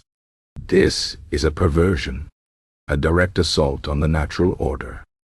These are not mere manifestations or administrative entities. These are abominations, demonic influences seeking to corrupt the very soul of this castle. His eyes, bloodshot from a night of disturbed sleep, he suspected he had heard the distant, phantom creak of a particularly disgruntled broom, and profound moral shock, fixed on the small green spirit with unyielding condemnation. I will not stand idly by while this hallowed place is befouled by such nuisances. The spiritus domesticus paused, its bead-like eyes slowly rolling upwards in its moss-covered head, a motion of profound, world-weary exasperation that bordered on theatrical. It then slowly rolled them back down to fix on Father Reginald, with a look that suggested the chaplain was merely a particularly tedious, if predictable, interruption to its demanding schedule. Oh, for the love of all that is administratively efficient, it rasped, its voice tinged with immense annoyance. Is it absolutely necessary? Just as we were about to discuss the proper application of emotional residue for the soul soup of sustenance? And is that still that dubious holy water you're waving about? It cast a withering glance at Father Reginald's vial. Honestly, Father, as I said before, that's barely class for spiritual determent. It wouldn't deter a particularly determined field mouse, let alone an authorized administrative manifestation. Silence, vile fiend. Father Reginald shrieked, his face paling with fury. You underestimate the power of the divine. You underestimate the sanctity of this place. I am Father Reginald, chaplain of Castle Witherbrook, and I am here to cleanse this kitchen of your unholy taint. By the power vested in me, and by the sacred waters of my blessed office, I command you to depart. He raised the silver vial aloft. Gripping it so tightly his knuckles turned white. His arm trembled, not with fear, but with a righteous indignation that was almost palpable. With a dramatic flourish he uncorked the vial, pulling the stoppers with a loud G-popa that made Algernon flinch. A faint, sweet, and oddly familiar aroma wafted through the kitchen, a scent that was definitely not the bracing, clean scent of pure well water, however. In nomine Patris, et Filii, et Spiritus Sancti, Father Reginald intoned, his voice rising to a strained crescendo, his face contorted in an expression of grim determination. I cast thee out, unclean spirit. Be gone from this place, and return to the shadows whence you came. And with a mighty heave, he flung the contents of the vial towards the spiritus domesticus. The liquid, instead of sizzling or steaming or causing any dramatic supernatural recoil, arced through the air in a surprisingly thick, viscous stream. It landed not directly on the small green entity, which ducked with a practiced ease, but on the barrel of pickled cabbage, splashing loudly against the ancient wood and then dripping onto the stone floor with a faint, sticky clink-clink. The pungent, slightly sour scent of the pickled cabbage was immediately, and rather rudely, overwhelmed by the distinct, unmistakable aroma of fermented honey. The spiritus domesticus, having effortlessly dodged the spiritual assault, sniffed the air, its tiny nose twitching. It then looked at the liquid dripping down the barrel, then at Father Reginald, then at Algernon, a look of profound, almost pitying disgust on its moss-covered face. Mead, the spiritus domesticus stated flatly, its voice devoid of any dramatic inflection. Merely a tired statement of fact, and not even a good vintage, I dare say. Rather thin. A distinctly unpleasant bouquet, almost like overripe apples left in a damp cellar. Father, are you attempting to intoxicate me? Or are you simply so utterly incompetent that you mistake a communal chalice of ancient, forgotten mead for consecrated holy water? It paused, then let out a sigh so deep it seemed to carry the weight of countless centuries of human idiocy. Uninformed ecclesiastical interference. Section 9b. Subsection Delta. Attempted exorcism with inappropriate and potentially fermented beverages. This is going to incur a substantial penalty. And frankly, it's just tacky. Father Reginald froze, his arms still extended from the force of his throw. His mouth, still open in mid-incantation, snapped shut. His eyes, fixed on the mead dripping onto the barrel, widened to an almost comical degree. "Me?" he whispered, his voice cracking with utter disbelief. But that was the holy water. I blessed it myself. It was in the silver vial. The vial is always for the holy water. Algernon, whose eyes had long since passed beyond surprise, felt a familiar wave of weary resignation. He remembered. The silver vial diggy. Lord Witherbrook had insisted, some years ago, that it was the only vessel worthy of the castle's prize-winning honey mead, which he insisted on keeping chilled in the chapel's stone antechamber due to its naturally cool temperature. Father Reginald, in his perpetual state of semi-awareness, had likely mistaken it for his usual, less ostentatious, holy water flask. The ladle, from its perch on the work table, gave a low, dry, woody chuckle. "Oh dear. And here I thought your sermons were the most diluted thing in this castle.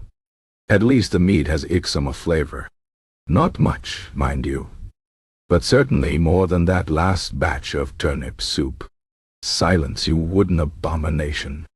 Father Reginald shrieked, rounding on the ladle, a vein throbbing visibly in his temple. His attempts at spiritual warfare were being systematically dismantled by a bureaucratic sprite and a talking spoon. The spiritus domesticus merely tutted, shaking its head. Now. When Father Dorty Mundesitude. No need for histrionics. This simply reinforces my earlier assessment of your limited understanding of these matters. Exorcisms require purity, intent, and above all, the correct procedural components. Mead, while certainly a beverage, is not a sacred implement. It is merely a fermented sugar solution, and this particular batch appears to be slightly off. Probably from being kept in a silver vessel. It reacts with the residual sulfur of the tarnished metal. Amateur mistake. It sniffed, a sound of profound intellectual condescension. The levitating beast cauldron emitted a deep, resonant de-thrum, a sound that seemed to Algernon to convey a profound, world-weary sigh, as if even the ancient iron pot had grown tired of the chaplain's ineptitude. The ambient hum of the castle, which had intensified with Father Reginald's dramatic entrance, now seemed to ebb slightly, as if the castle itself was settling back into a state of resigned amusement. The whispering shadows in the corners of the kitchen, which had briefly hushed during the exorcism attempt, now began to murmur again, a faint, sibilant chorus of forgotten recipes and ancient, quiet complaints. Algernon could almost hear a spectral suggestion for a mead-based potion, perhaps one that induced spiritual befuddlement. Father Reginald, his shoulders slumped, looked from the dripping mead to the unperturbed spirit, then at Algernon. A profound sense of defeat etched onto his ascetic features. His carefully constructed worldview, built on centuries of theological doctrine, was crumbling under the weight of floating cauldrons and sour mead. But I prayed over it, he whispered, his voice frail, I blessed it with all my heart. Heartfelt blessings are noted in a separate spiritual ledger, Father. The Spiritus Domesticus replied with an air of immense patience, as if explaining basic arithmetic to a particularly slow child. They do not, however, alter the chemical composition of a substance. Your intent, while commendable in a general, human sort of way, does not transmute fermented honey into holy water. That requires specific rituals, specific incantations, and a rather substantial amount of genuine faith, which, given your general state of skepticism regarding anything beyond your immediate purview, I suspect is somewhat diluted. Algernon, despite the profound soul-crushing weariness that now permeated his very being, felt a faint, almost imperceptible spark of ironic amusement. The chaplain, for all his bluster, was utterly useless against a bureaucracy from beyond the veil.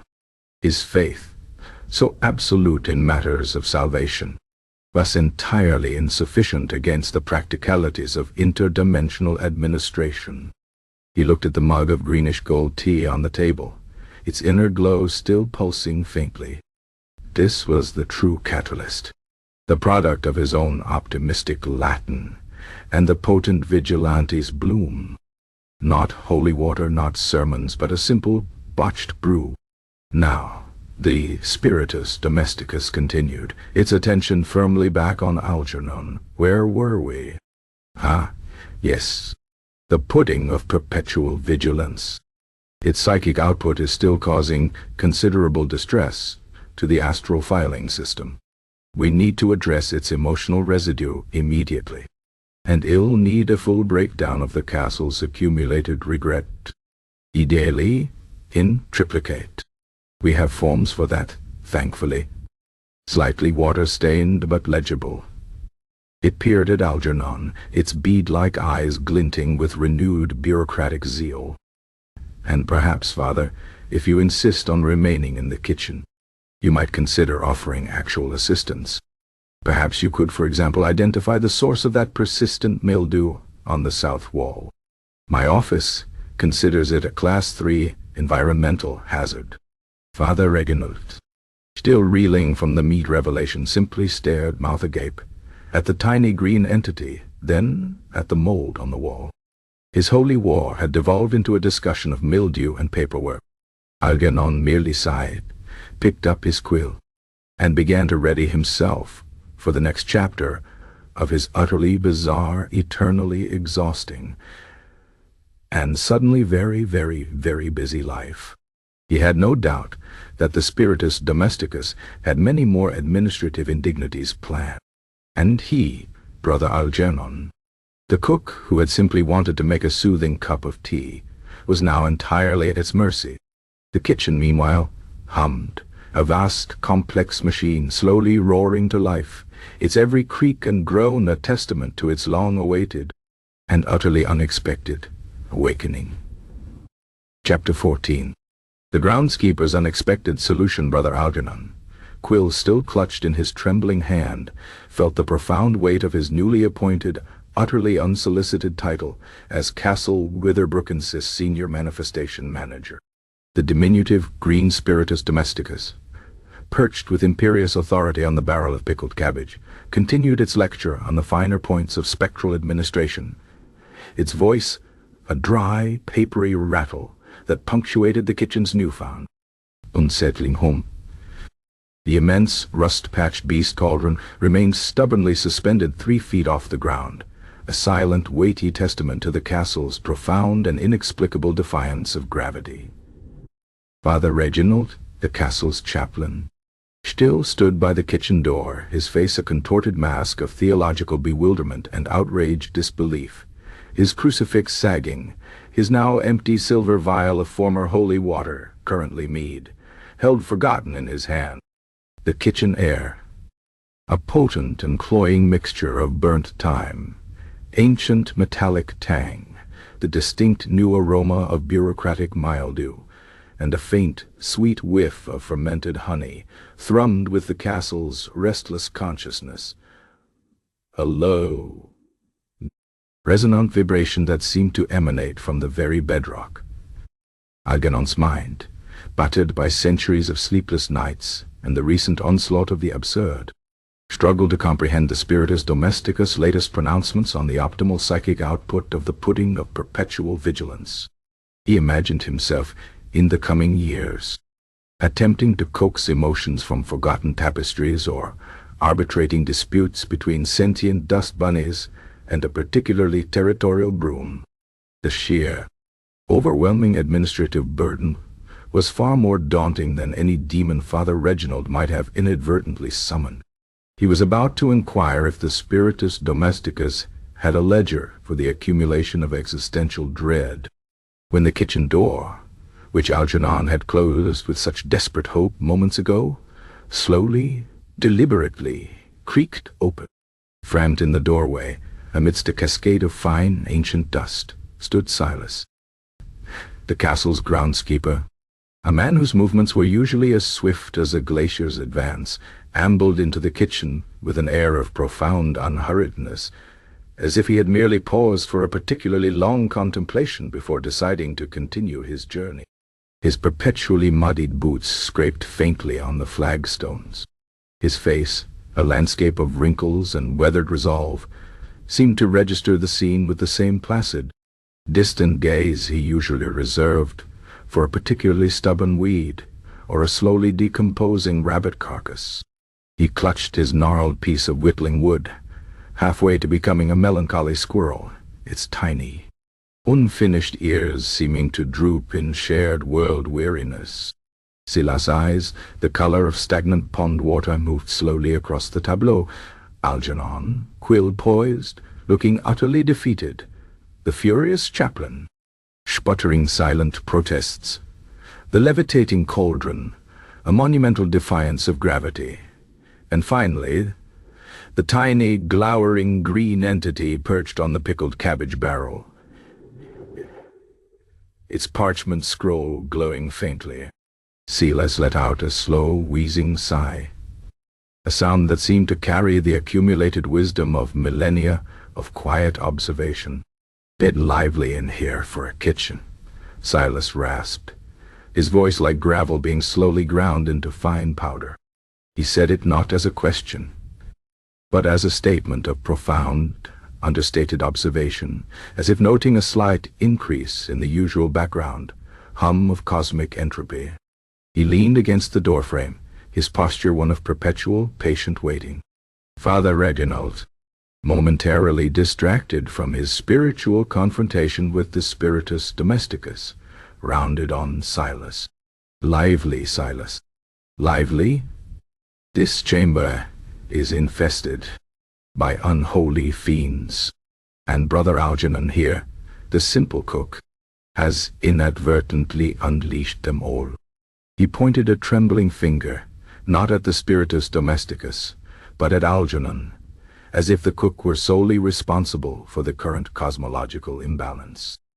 The Spiritus Domesticus rolled its eyes with such force that Algernon heard a faint grinding sound from its mossy head. "Unholy fiends? Honestly, Father, your descriptive vocabulary is as limited as your understanding of basic dimensional transfer protocols. This is a Class II domestic manifestation, a matter of paperwork, not damnation, and a considerable amount of overdue maintenance, which he," it jabbed a stubby finger at Algernon again, "is now contractually obligated to rectify."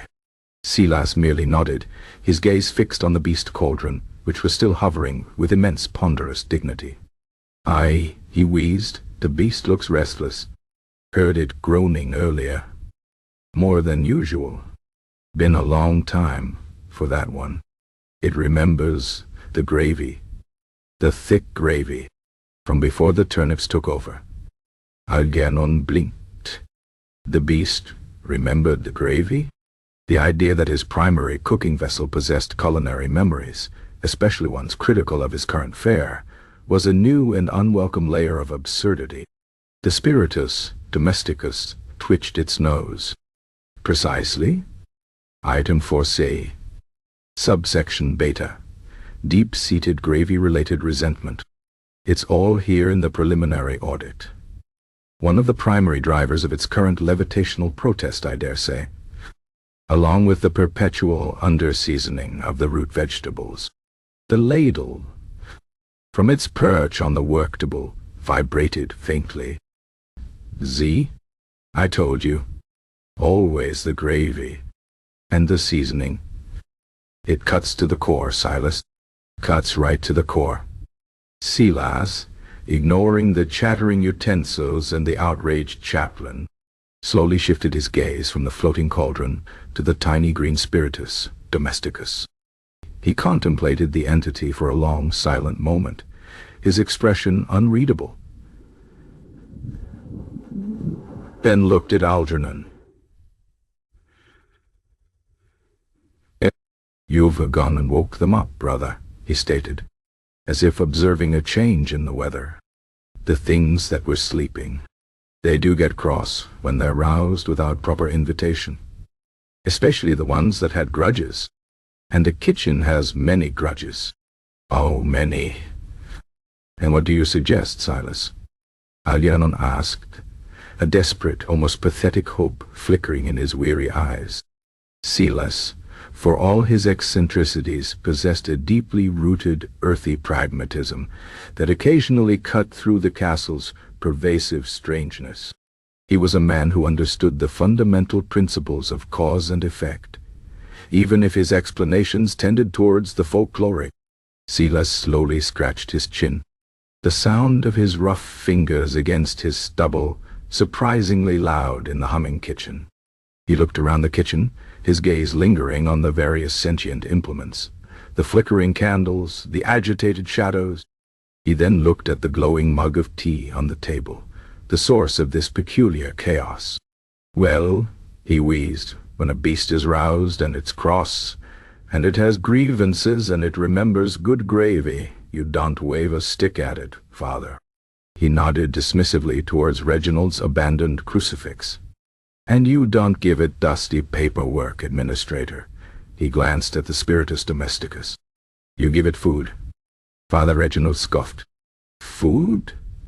Silas, this is a spiritual manifestation, not a hungry beggar. We require an exorcism, a ritual of cleansing." The spiritus domesticus, however, seemed to pause its bureaucratic muttering. Its bead-like eyes, though still conveying a general sense of irritation, fixed on Silas with a flicker of something akin to intrigue. "Food," it repeated, its gravelly voice slightly less disdainful. "Are you proposing a form of material appeasement? A caloric compensation unit for accumulated existential weariness?" It consulted its scroll, its glowing symbols swirling. "My protocols do not explicitly cover culinary offerings. Such matters are usually handled by the subdivision of gastronomic transference, a notoriously inefficient department." Silas remained unperturbed. Food.co. "Not them biscuits," he gestured dismissively at the tin Algernon had offered earlier. "Them could chip an axe. I mean, why proper food? The kind that settles the stomach and warms the belly. The kind that makes a body forget its grievances for a spell. A well-cooked meal, Brother Algernon, cooked with intent. And perhaps a bit of seasoning. The right kind." He looked meaningfully at Algernon. Algernon's face, which had been a mask of profound resignation, now creased into a reluctant frown. Cooking. He could cook. This, at least, was a task within his skill set, however demoralizing it was to cook for sentient pots and demanding bureaucrats. But a well-cooked meal? Under these conditions? And with the ladle likely providing a running commentary? A well-cooked meal? Algernon repeated, a faint tremor in his voice. "But I am merely the cook of Castle Witherbrook. My meals are adequate. Adequate for sustenance, not for appeasement of agitated entities." The ladle, unable to resist, clacked out. "Adequate, he says. You call that watery turnip mush adequate? I've seen more spirited broth in a rain puddle. No, Algernon, Silas is right. This is your chance. A culinary triumph. Or at least, something that doesn't induce further existential despair in the very objects it's supposed to nourish. The Spiritus Domesticus, meanwhile, had begun to pace slowly back and forth on its barrel, its tiny green head tilted, seemingly deep in thought. It tapped its scroll against its palm, a material offering presented with appropriate sincerity of execution. It mused aloud. The concept has some merit, as a temporary measure, of course, to mitigate immediate grievances and stabilize the psychic resonance of the dwelling. Pending the full audit, naturally. It stopped pacing and fixed its bead-like eyes on Algernon. Brother Algernon, this is an interesting proposition. Your usual culinary output has, shall we say, been consistently documented as substandard across multiple administrative planes. However, an offering crafted with genuine focus might be registered as a valid form of compensation. We could, perhaps, categorize it as a culinary act of reparation. Provisional Class A, it would certainly reduce the immediate penalties for unauthorized manifestation. Algernon felt a faint, almost imperceptible surge of a feeling he hadn't experienced in years. Professional challenge. He was a cook. A humble, tired cook, yes, but a cook nonetheless. He could, if truly pressed, produce something beyond mere adequacy. The Spiritus Domesticus was offering him a path, a bizarre and demanding path, but a path nonetheless to mitigate the overwhelming consequences of his mistake. What kind of meal? Algernon asked, his voice gaining a sliver of its usual, albeit long-dormant, culinary authority. A stew. A roast? We have a particularly tenacious boar ham, though it's been hanging since before the last frost, certainly. The Spiritus Domesticus sniffed. Boar ham is a Class 3 entity, Brother Algernon, and its inherent toughness often exacerbates latent frustrations. No. Something warming. Something substantial. Something that speaks of ekareke and eye-flavoring. We have records, you see, of the castle's historical culinary highlights. There was a particularly rich beef and ale stew, circa 13th century, known as the Sother of Souls stew. Its recipe is, well, it's one of the whispers now, I believe, from the archives of the South Wall. It gestured vaguely. Algernon looked at the shadowy corner, where the murmuring voices of forgotten recipes still drifted. The Soother of Souls stew. He felt a shiver, not of fear, but of an unsettling artistic inspiration. He, Brother Algernon, was to cook a stew of legend for a grumpy spirit and an awakened castle. We will consider a trial portion, the Spiritus Domesticus declared, tapping its scroll decisively. A single, well-executed serving, as a demonstration of remedial culinary competence. If it is deemed satisfactory, we may temporarily suspend the more immediate administrative punitive measures, such as the psychic spillage levy, for the pudding of perpetual vigilance. And perhaps the levitating cauldron, it glanced at the beast, which remained stubbornly aloft, might be persuaded to re-engage with gravity, at least for the purposes of stew preparation. The beast, as if hearing its name, emitted another low, resonant thrum, a sound that was less a groan and more a ponderous, expectant sigh. Father Reginald, who had been listening to this exchange with a mixture of horror and profound confusion, finally interjected. "This is ridiculous. Appeasing a demon with stew. What madness is this? Have you no spiritual decorum?" Silas, still leaning placidly against the doorframe, turned his pond-water eyes to the chaplain. "Father," he wheezed, "sometimes a good meal can calm a spirit more than 100 prayers, especially if the prayers are diluted." He glanced pointedly at Reginald's vial. The spiritus domesticus nodded in agreement. Indeed, culinary solace is a recognized, if informal, branch of metaphysical appeasement. Consider it a provisional diplomatic overture. Brother Algernon, can you produce a stew capable of such profound satisfaction? A stew that speaks to the deeper, more ancient hungers of a reawakened dwelling? Algernon looked at the glowing mug of tea, the very catalyst of this chaotic new reality. He looked at the levitating cauldron, the exasperated spiritus domesticus, the cynical Ladle, and the bewildered Chaplain. His life, which had once been a predictable cycle of bland gruel and quiet solitude, was now irrevocably entangled with the absurd, the arcane, and the supremely demanding. He still craved sleep, a deep, dreamless oblivion, but now a new, peculiar fire had been lit beneath his own weary resignation. A challenge. A culinary challenge to appease an awakened castle and its bureaucratic overseer.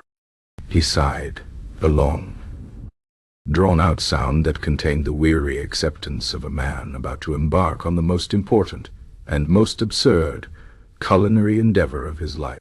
"I will attempt it," Algernon said, his voice surprisingly firm. "I will make the stew. The best stew this castle has ever known. A stew to silence the critics, and perhaps to make the gravy proud."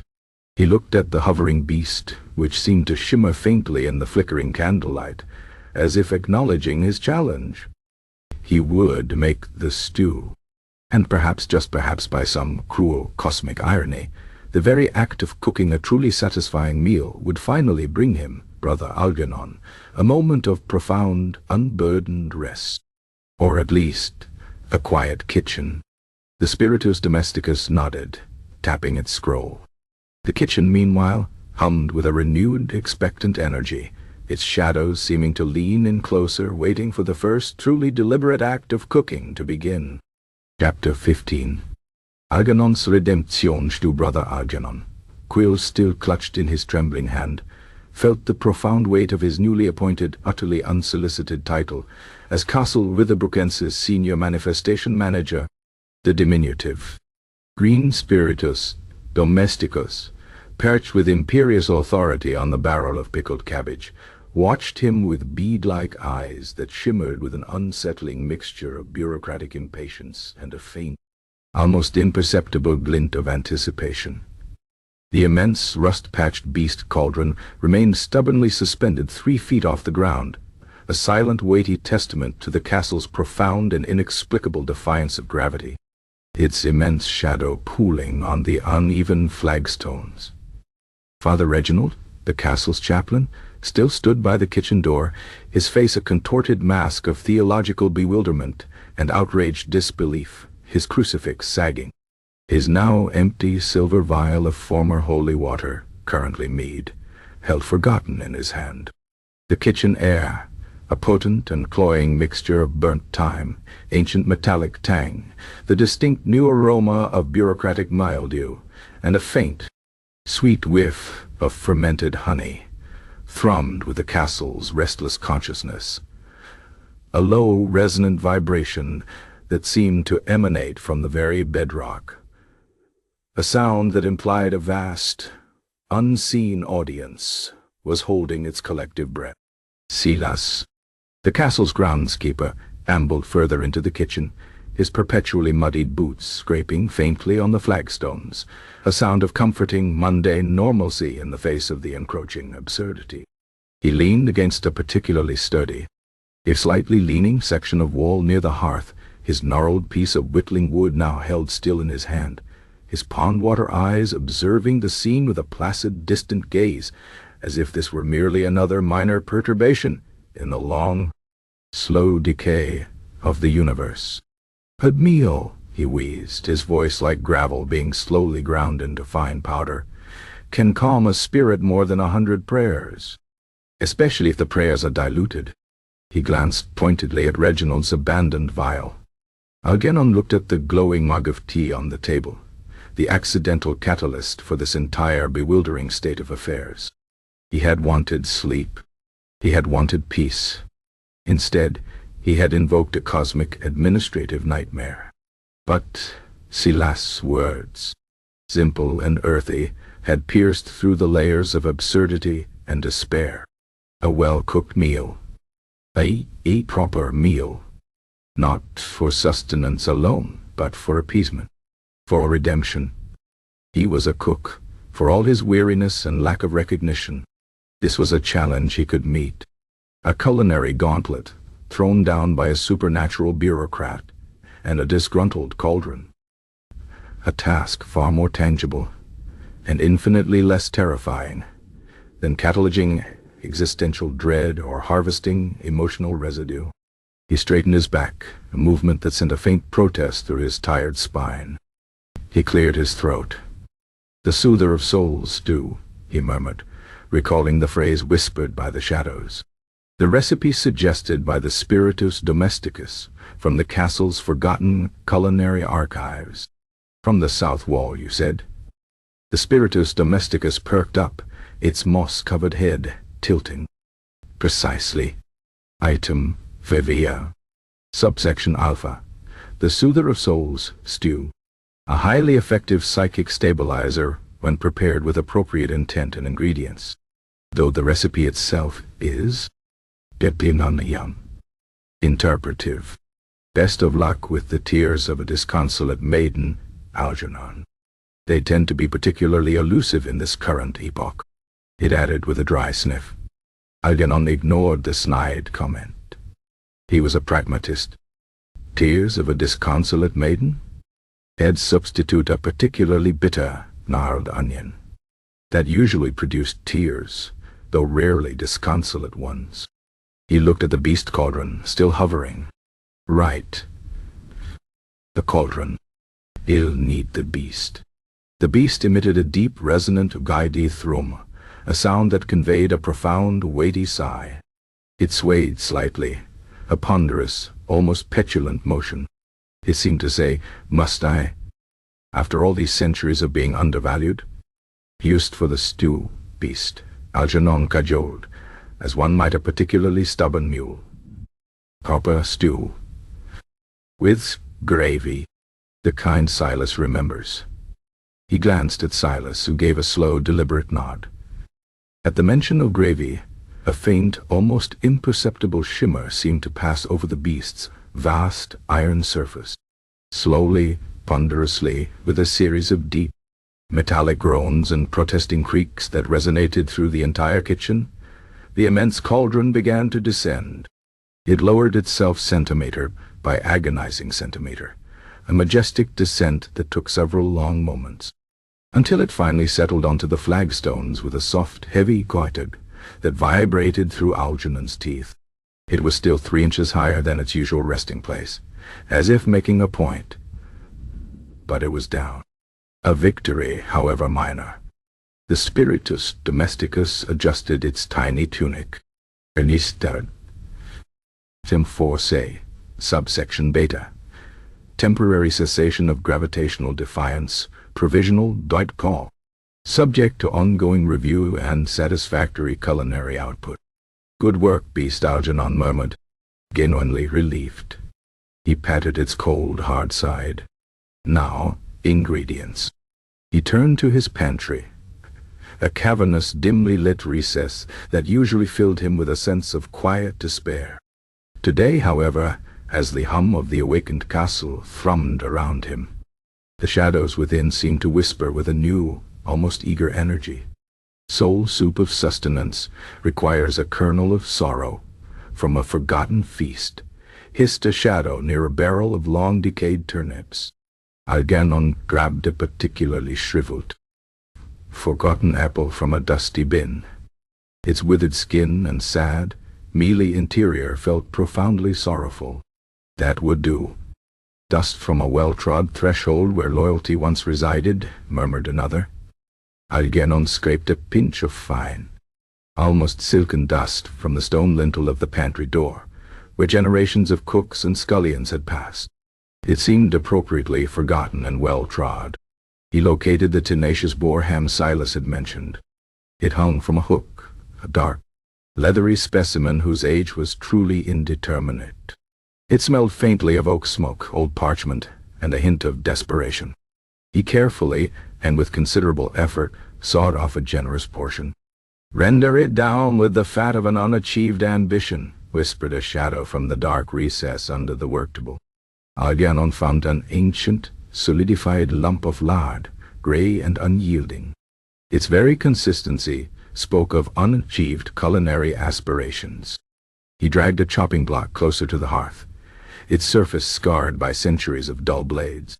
The chopping was a rhythmic, meditative act, a familiar comfort in the bizarre new reality. He chopped the boar ham into manageable chunks, his knife clinking against the bone. He diced a shriveled apple, its tart scent mingling with the ham. He then, with a profound sigh, began to chop the onions. As the sharp, acrid vapors rose, stinging his eyes, he thought, "Yee." The tears of a disconsolate maiden, or merely a very strong onion. Ah, the tears flowed freely, a genuine, if onion-induced, expression of disconsolation. The ladle, from its perch on the worktable, provided a running commentary. "Careful with that knife, Algernon. You'll lose a finger. Not that it would improve your knife skills, mind you. And that ham, it needs a good browning, a proper caramelization of its latent desires. Don't just boil it like another of your watery penances." Algernon ignored it, focusing his intent. He set a large, heavy skillet over the fire, waiting for it to heat. The warmth on his face, the sizzle of the fat as the ham hit the hot metal, these were familiar, comforting sensations. The scent of browning meat, rich and savory, began to permeate the air, slowly, triumphantly, pushing back the lingering burnt thyme and the mildew of the spiritus domesticus. "Now for the herbs," Algernon muttered, pulling out a few dried sprigs of something that might have been rosemary, or merely a very old, petrified broom bristle. And the spices. He rummaged through a collection of small, unlabeled pouches, guided by the whispering shadows that now seemed to suggest specific, arcane combinations. "A pinch of the ashes of a forgotten dream for depth," whispered a shadow near a jar of what looked like ground soot. Algernon added a tiny pinch. "A dash of the essence of a promise broken in the moonless dark for bitterness," murmured another, indicating a small, dark, crystalline powder. He added a microscopic amount. He stirred, the spoon scraping against the skillet, the familiar sounds of cooking now imbued with a strange, mystical resonance. As the ham browned, and the onion softened into translucent sweetness, Algernon lifted the beast cauldron by its cool, heavy handles. He carefully poured the contents of the skillet into its depths. The cauldron gave a faint, almost contented garthrum as the rich, savory meat and vegetables nestled within its iron belly. He then added the liquid, not just water, but a small quantity of ancient, forgotten ale from a barrel in the cellar. A liquid so old it had achieved an almost muddy consistency. And then, remembering the many, many complaints, he reached for the salt. He took a generous pinch, then another, and then, with a moment of defiant flourish, a third. "More salt, Algernon," the ladle declared, its voice surprisingly hushed, as if in awe. "Yes, you've remembered. A true breakthrough." The spiritus domesticus, perched on its barrel, sniffed the air, its tiny nose twitching. Initial atmospheric readings indicate a significant increase in positive culinary resonance. This is promising. The psychic output of the pudding of perpetual vigilance seems to have stabilized slightly. For now. Algernon stirred the stew, the long wooden spoon scraping methodically against the cauldron's bottom. The hum of the castle intensified. No longer a thrum of discontent, but a deep, resonant purr, a collective sigh of anticipation. The shadows in the corners of the kitchen seemed to deepen and coalesce, but their whispers were now softer, almost harmonious, a low chorus of approval.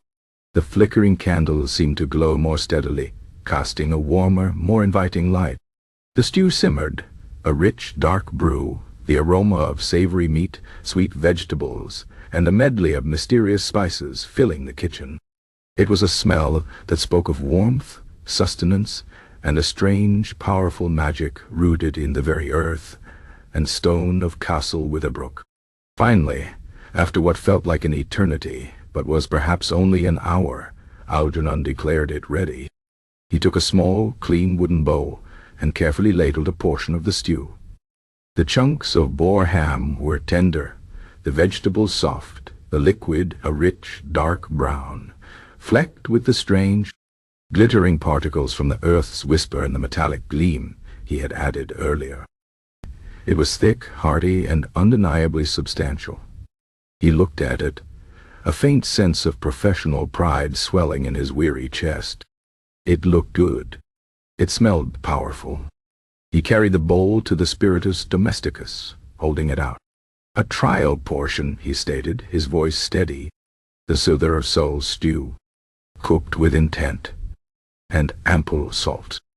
The spiritus domesticus gazed at the bowl with an air of profound skepticism, its perpetually down-turned mouth twitching slightly.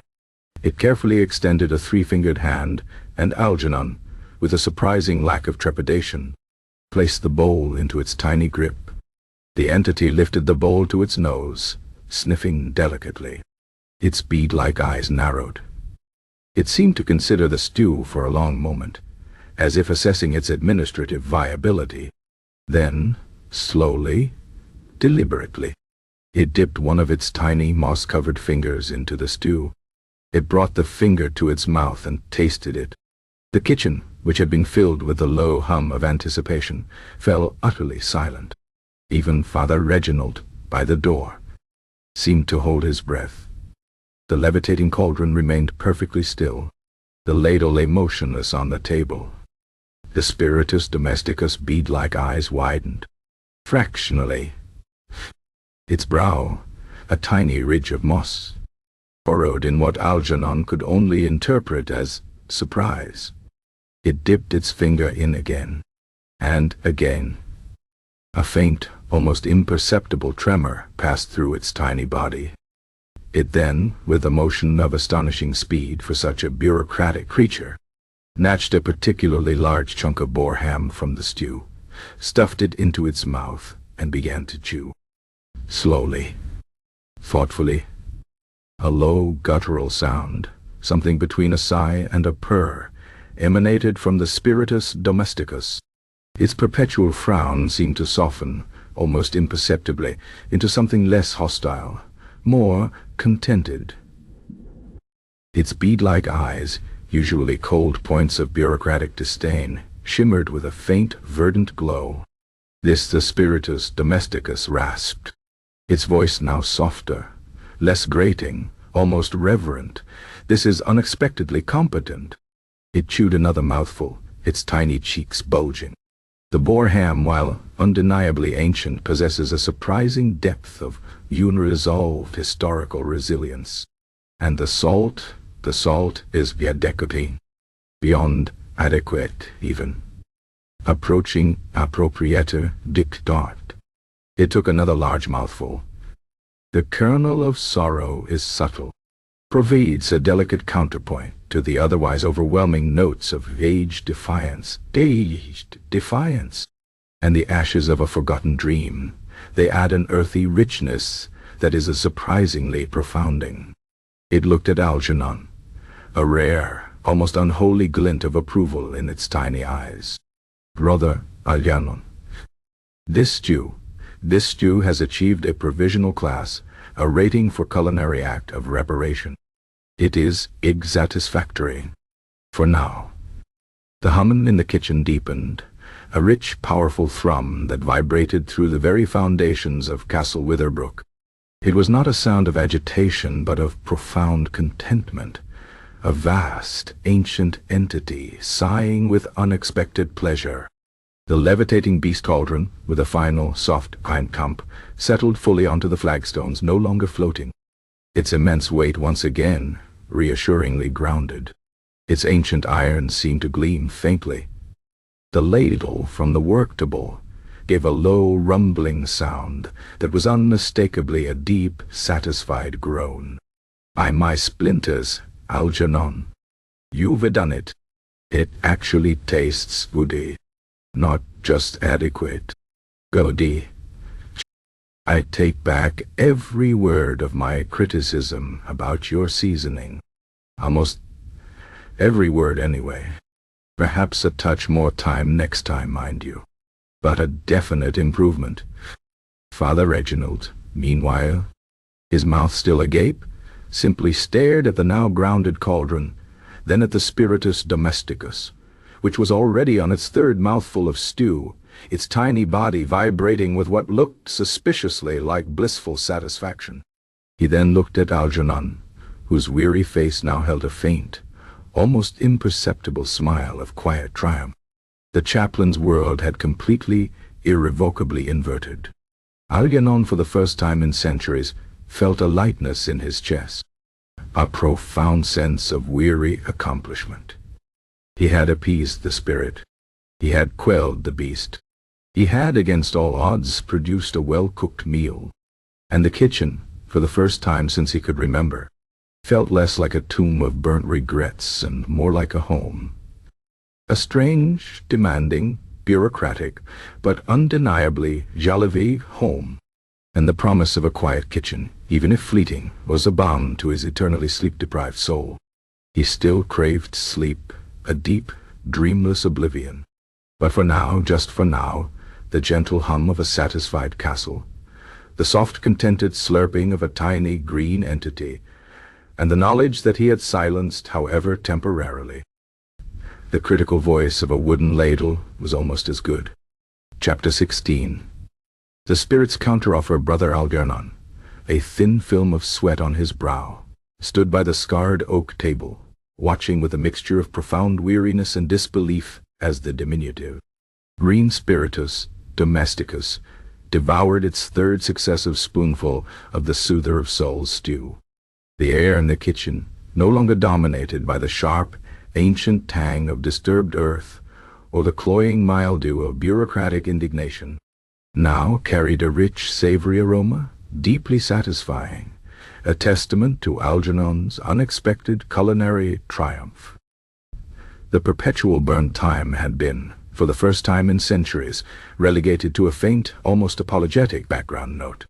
The immense, rust-patched beast cauldron, now fully and reassuringly grounded on the flagstones, emitted a low, contented thrum, a sound that resonated deep in Algernon's chest, a profound purr from the very heart of the castle.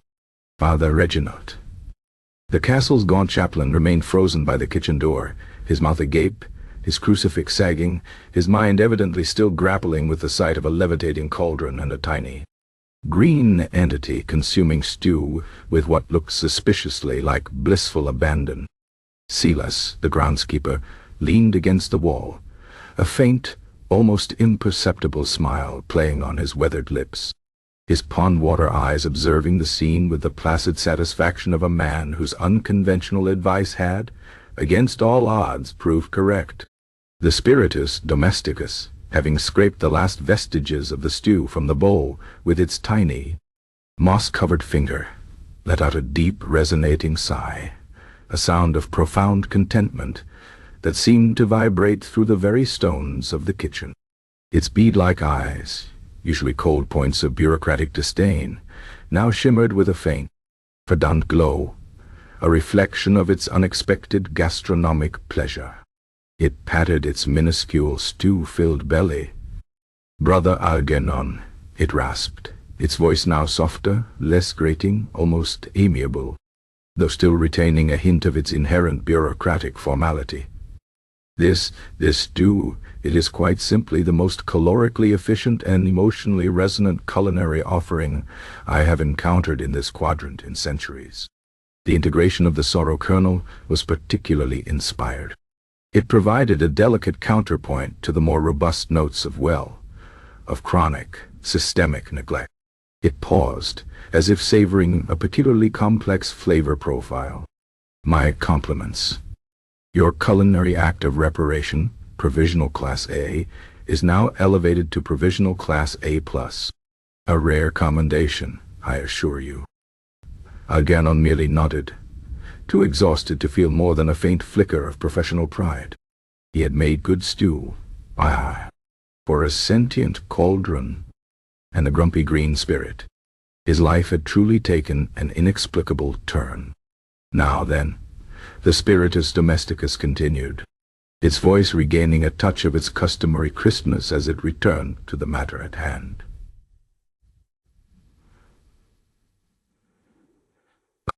It unfurled its glowing parchment scroll once more, the strange symbols on its surface swirling with a less agitated, almost celebratory light.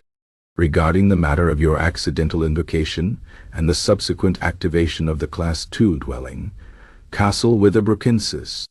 My office has, after due consideration of your remedial culinary competence, decided upon a revised compensation structure.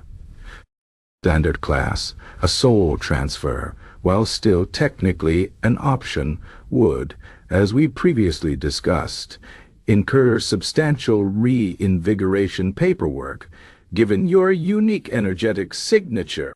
It shuddered delicately, a tiny, mossy tremble. Frankly, the audit trail alone would be a nightmare. My supervisor has a particular aversion to incomplete existential documentation. Algernon felt a profound wave of relief, so potent it almost made his knees buckle. His soul, date. For now. This was unexpected.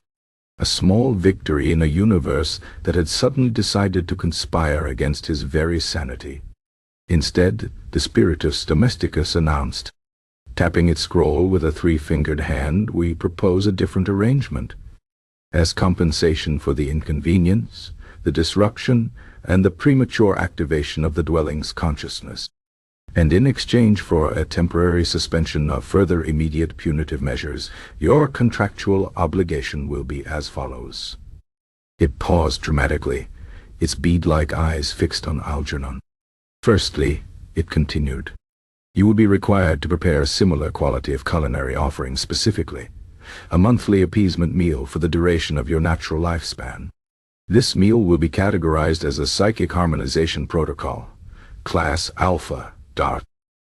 It will serve to maintain the newly reinvigorated consciousness of the dwelling in a state of contented equilibrium, thereby preventing further spontaneous manifestations of disgruntled furniture or the re-levitation of particularly sensitive cauldrons. It cast a pointed glance at the beast, which emitted a soft, almost appreciative thrum in response. Algernon's faint relief began to ebb, replaced by a familiar weariness. A monthly meal. A well-cooked monthly meal. This was a considerable demand on his already strained resources and culinary imagination. He was, after all, still primarily a cook of turnip broth. And secondly, the spiritus domesticus pressed on, seemingly oblivious to Algernon's internal calculations of available root vegetables. You will serve as an official culinary manifestation consultant for the Castle Witherbrook's Domestic Spirit Administrative Division. This will involve occasional consultations on matters pertaining to the energetic resonance of foodstuffs, the proper application of obscure ingredients for optimal psychic output, and the mediation of culinary grievances amongst the sentient implements. It gestured vaguely around the kitchen, where the ladle seemed to quiver with anticipation, and a particularly bent fork vibrated faintly. The Spoon of Scorn, for instance, has a rather extensive list of recommendations regarding your broth consistency, and the cheese press is still quite despondent about its lack of engagement. These are matters requiring your direct and consistent attention. Algernon's face, usually a mask of weary placidity, now registered a flicker of profound dismay. Kitchen consultations? He envisioned endless hours debating the existential angst of over-fermented cabbage, or consoling a particularly sensitive butter churn about its perceived lack of purpose. This was not the quiet, monastic life he had envisioned when he first donned his habit. This was a permanent position in the supernatural bureaucracy, a lifetime of dealing with the absurd, with no hope of retirement. "You mean," Algernon croaked, "I am to be a cook for the castle's feelings? And its furniture?" "Precisely," the spiritus domesticus affirmed with a nod, a faint wisp of moss hair fluttering from its head. "Consider it a specialized form of dwelling therapy. And you, Brother Algernon, are now the lead therapist. You triggered the awakening, after all. It is only logical that you bear the primary responsibility for its ongoing well-being.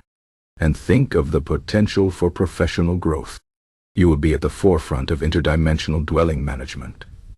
Your name will be sung, or at least filed, in the annals of administrative history, though perhaps not your culinary rating on the turnip broth, alas." It sighed, a dry, papery sound. The ladle, from its perch, interjected, "A true artist learns from his critics, Algernon, and we are legion. You'll have ample opportunity for improvement. I, for one, look forward to a complete overhaul of the breakfast porridge. It currently resembles gray gruel that has contemplated its own mortality for too long." Father Reginald, who had been listening to this entire exchange with a dawning horror, finally found his voice. "This is an outrage," he bellowed, brandishing his crucifix once more. "You cannot bind a man of God to such unholy servitude. He is a servant of the Almighty, not a culinary therapist for possessed kitchenware. I demand his release." He took a step forward, his eyes blazing with theological indignation. The spiritus domesticus merely rolled its eyes. "Father, your spiritual authority, while perhaps efficacious against Class V minor imps, holds no jurisdiction over interdimensional administrative contracts." Brother Algernon's invocation was a direct, albeit accidental, summons, and the subsequent agreement is legally binding. Furthermore, possession is such an imprecise term. This is merely a reinvigoration of latent energetic signatures. And quite frankly, your interventions are proving disruptive. I have a whole subsection on ecclesiastical interference during provisional settlement periods. The penalties, I assure you, are quite substantial, and I do not enjoy filing them." It tapped its scroll pointedly. Silas, still leaning against the wall, observing with quiet amusement, wheezed, "He seems to have a point, Father. The paperwork for divine intervention can be bothersome, and the ink runs easily, especially when holy water's involved." He cast a pointed glance at the remaining dampness on the floor, from Reginald's earlier, mead-based exorcism. Algernon looked from the glowering spiritus domesticus to the exasperated Father Reginald, then to the hovering ladle, and finally to the now grounded beast, which emitted a low, contented hum, as if basking in the promise of future, well-seasoned stews. He felt a profound weariness, deeper than any physical fatigue. He was trapped by his own clumsy attempt at Latin, by a mischievous herb, and by a castle that had decided to wake up and complain about centuries of neglect, demanding culinary therapy. But the alternative? A forced soul transfer to some grim, bureaucratic afterlife. Or worse, being stuck with the unmitigated wrath of a fully awake, completely unmanaged Castle Witherbrook seemed far less palatable. At least this way, he retained his soul. And he would still be cooking. A little more demanding, perhaps, but still cooking. "So," Algernon said, his voice flat with resignation, "a monthly meal. And consultations." He thought of the pudding of perpetual vigilance, and the prospect of emotional harvesting sessions to extract its unresolved emotional residue. It was going to be a long, strange journey. "Precisely," the spiritus domesticus confirmed, its tiny, moss-covered face radiating an almost benign satisfaction. A manageable arrangement, I dare say, and far more beneficial for the overall psychic health of the dwelling. Your culinary skills, while previously understated, have now been proven to be of significant therapeutic value. We may even consider an upgrade to your kitchen facilities, contingent upon satisfactory performance during the initial audit period. Perhaps a new stirring spoon. The spoon of scorn has registered multiple complaints regarding its splinters. The ladle gave a distinct, almost triumphant clack. A new spoon. Finally, though I prefer a ladle. I am, after all, a ladle, and one with profound opinions on the fundamental principles of stew composition. No more runny broth, Algernon. I've suffered enough. Father Reginald, meanwhile, had sunk to his knees by the doorway, burying his face in his hands, muttering prayers in a desperate, reedy voice. The spiritual sanctity of his life had collapsed into an administrative quagmire, presided over by a culinary bureaucrat. Algernon merely sighed, a profound, weary sound that echoed in the now thrumming kitchen. He looked at the glowing mug of tea he had placed on the table earlier, the accidental catalyst for this entire, bewildering state of affairs. He had wanted sleep. He had wanted peace. Now he had a new, exceedingly busy career, a demanding new boss, and a chorus of sentient kitchen implements perpetually critiquing his work. He picked up the mug, then with a flicker of defiance, poured its contents down the ancient, chipped ceramic sink. No more of that tea. Not if it led to this. He would rely on the traditional methods for his own sleep, however ineffective they had proven to be. But for Castle Witherbrook, and its newly awakened, perpetually demanding soul, the path was clear. He was the cook, and he had a stew to make. A monthly stew. And many, many consultations to attend. He squared his shoulders, a slight tremor in his frame. The dark, absurd, and undeniably busy new era of Castle Witherbrook had truly begun. And Brother Algernon, the reluctant manager of its manifested soul, was at its very heart, forever condemned to a sleepless yet surprisingly purposeful existence. Chapter 17. The ladle's parting words, Brother Algernon, having decisively emptied the peculiar greenish-gold tea down the ancient, chipped ceramic sink, felt a peculiar mix of defiance and weary satisfaction. The bizarre brew, the accidental catalyst for his current, utterly surreal predicament, was gone. No more accidental summonings. No more unforeseen metaphysical audits. At least not from that source. The air in the kitchen, still rich with the savory aroma of the soother of souls, stew. A scent that had finally, triumphantly vanquished the omnipresent burnt time, hummed with a low, contented thrum. It was the sound of a vast, ancient dwelling settling into a newfound, if highly eccentric, state of equilibrium. The immense, rust-patched beast cauldron, now fully and reassuringly grounded on the flagstones, seemed to pulse with a faint internal warmth, a silent testament to its unexpected gastronomic pleasure.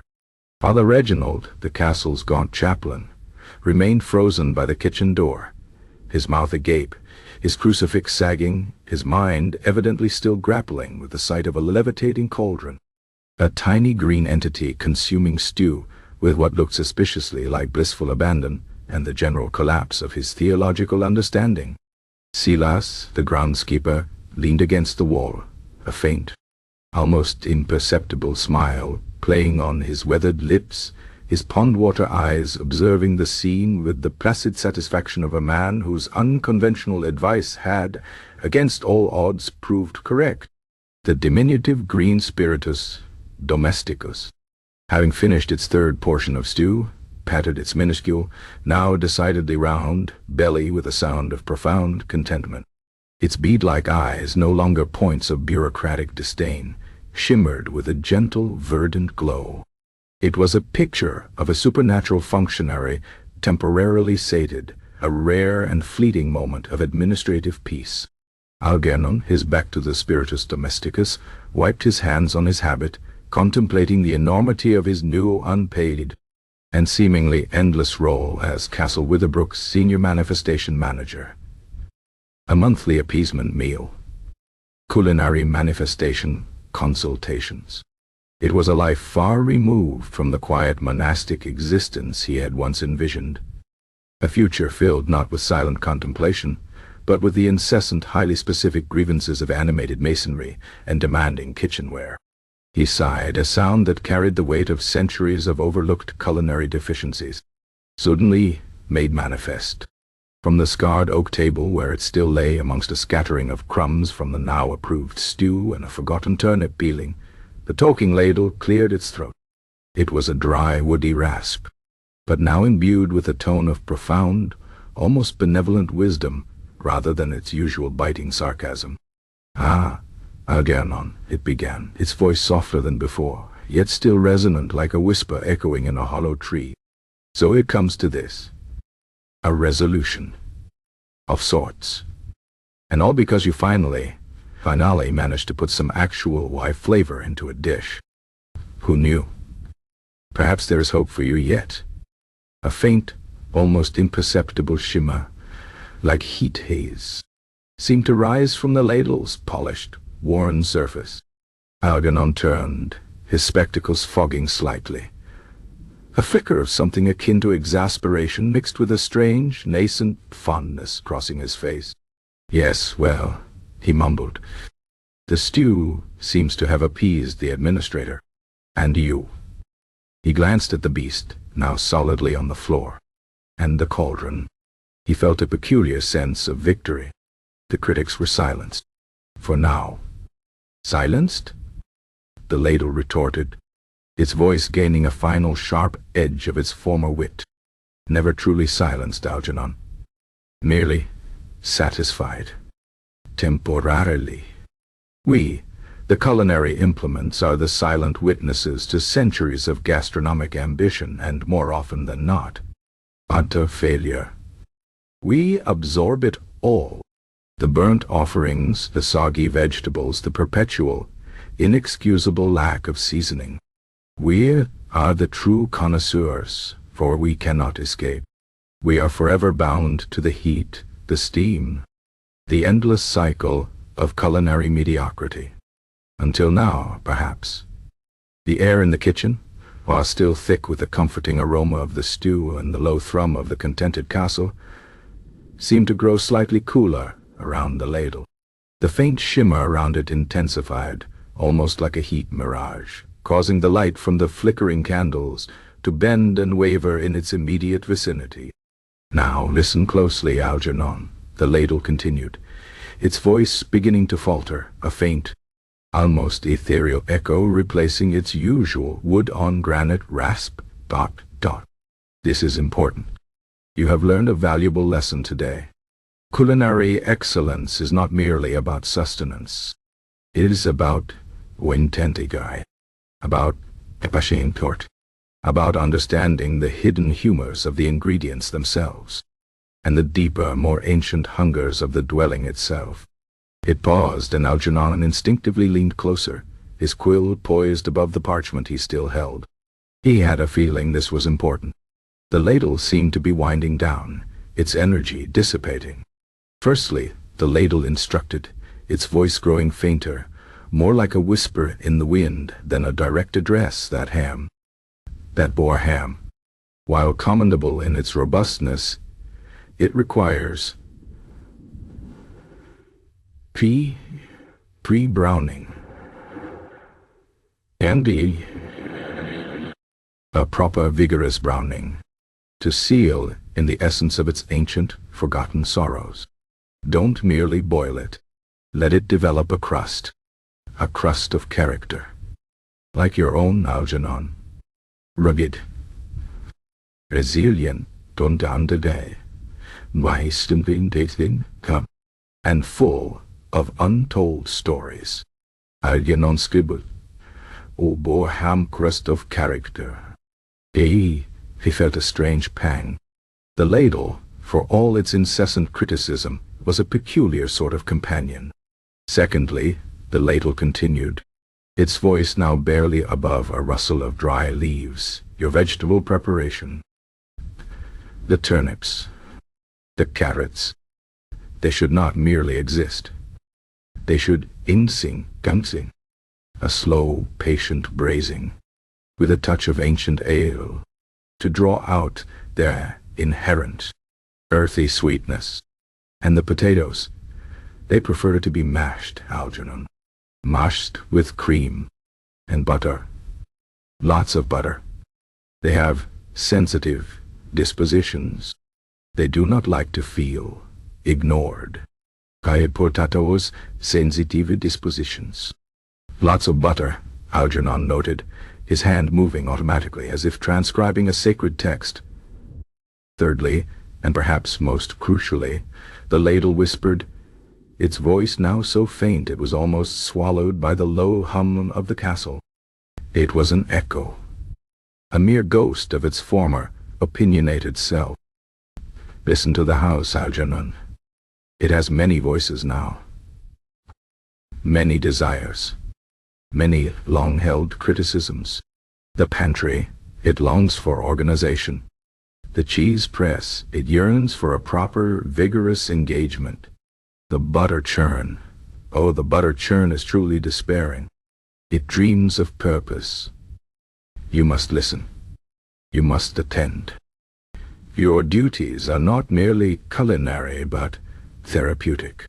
The faint shimmer around the ladle intensified for a fleeting moment, then began to fade, like a dying ember. The very color of the wood seemed to deepen, losing its subtle luster, becoming duller, heavier, more inert. And finally, Algernon, the ladle concluded, its voice now a mere breath, a final, almost inaudible sigh, a sound that seemed to emanate directly from the ancient wood itself. More salt. Always more salt. For the broth. For the stew. For the very purpose of existence. It grounds things. It gives them meaning. Without salt, it is all merely a watery penance.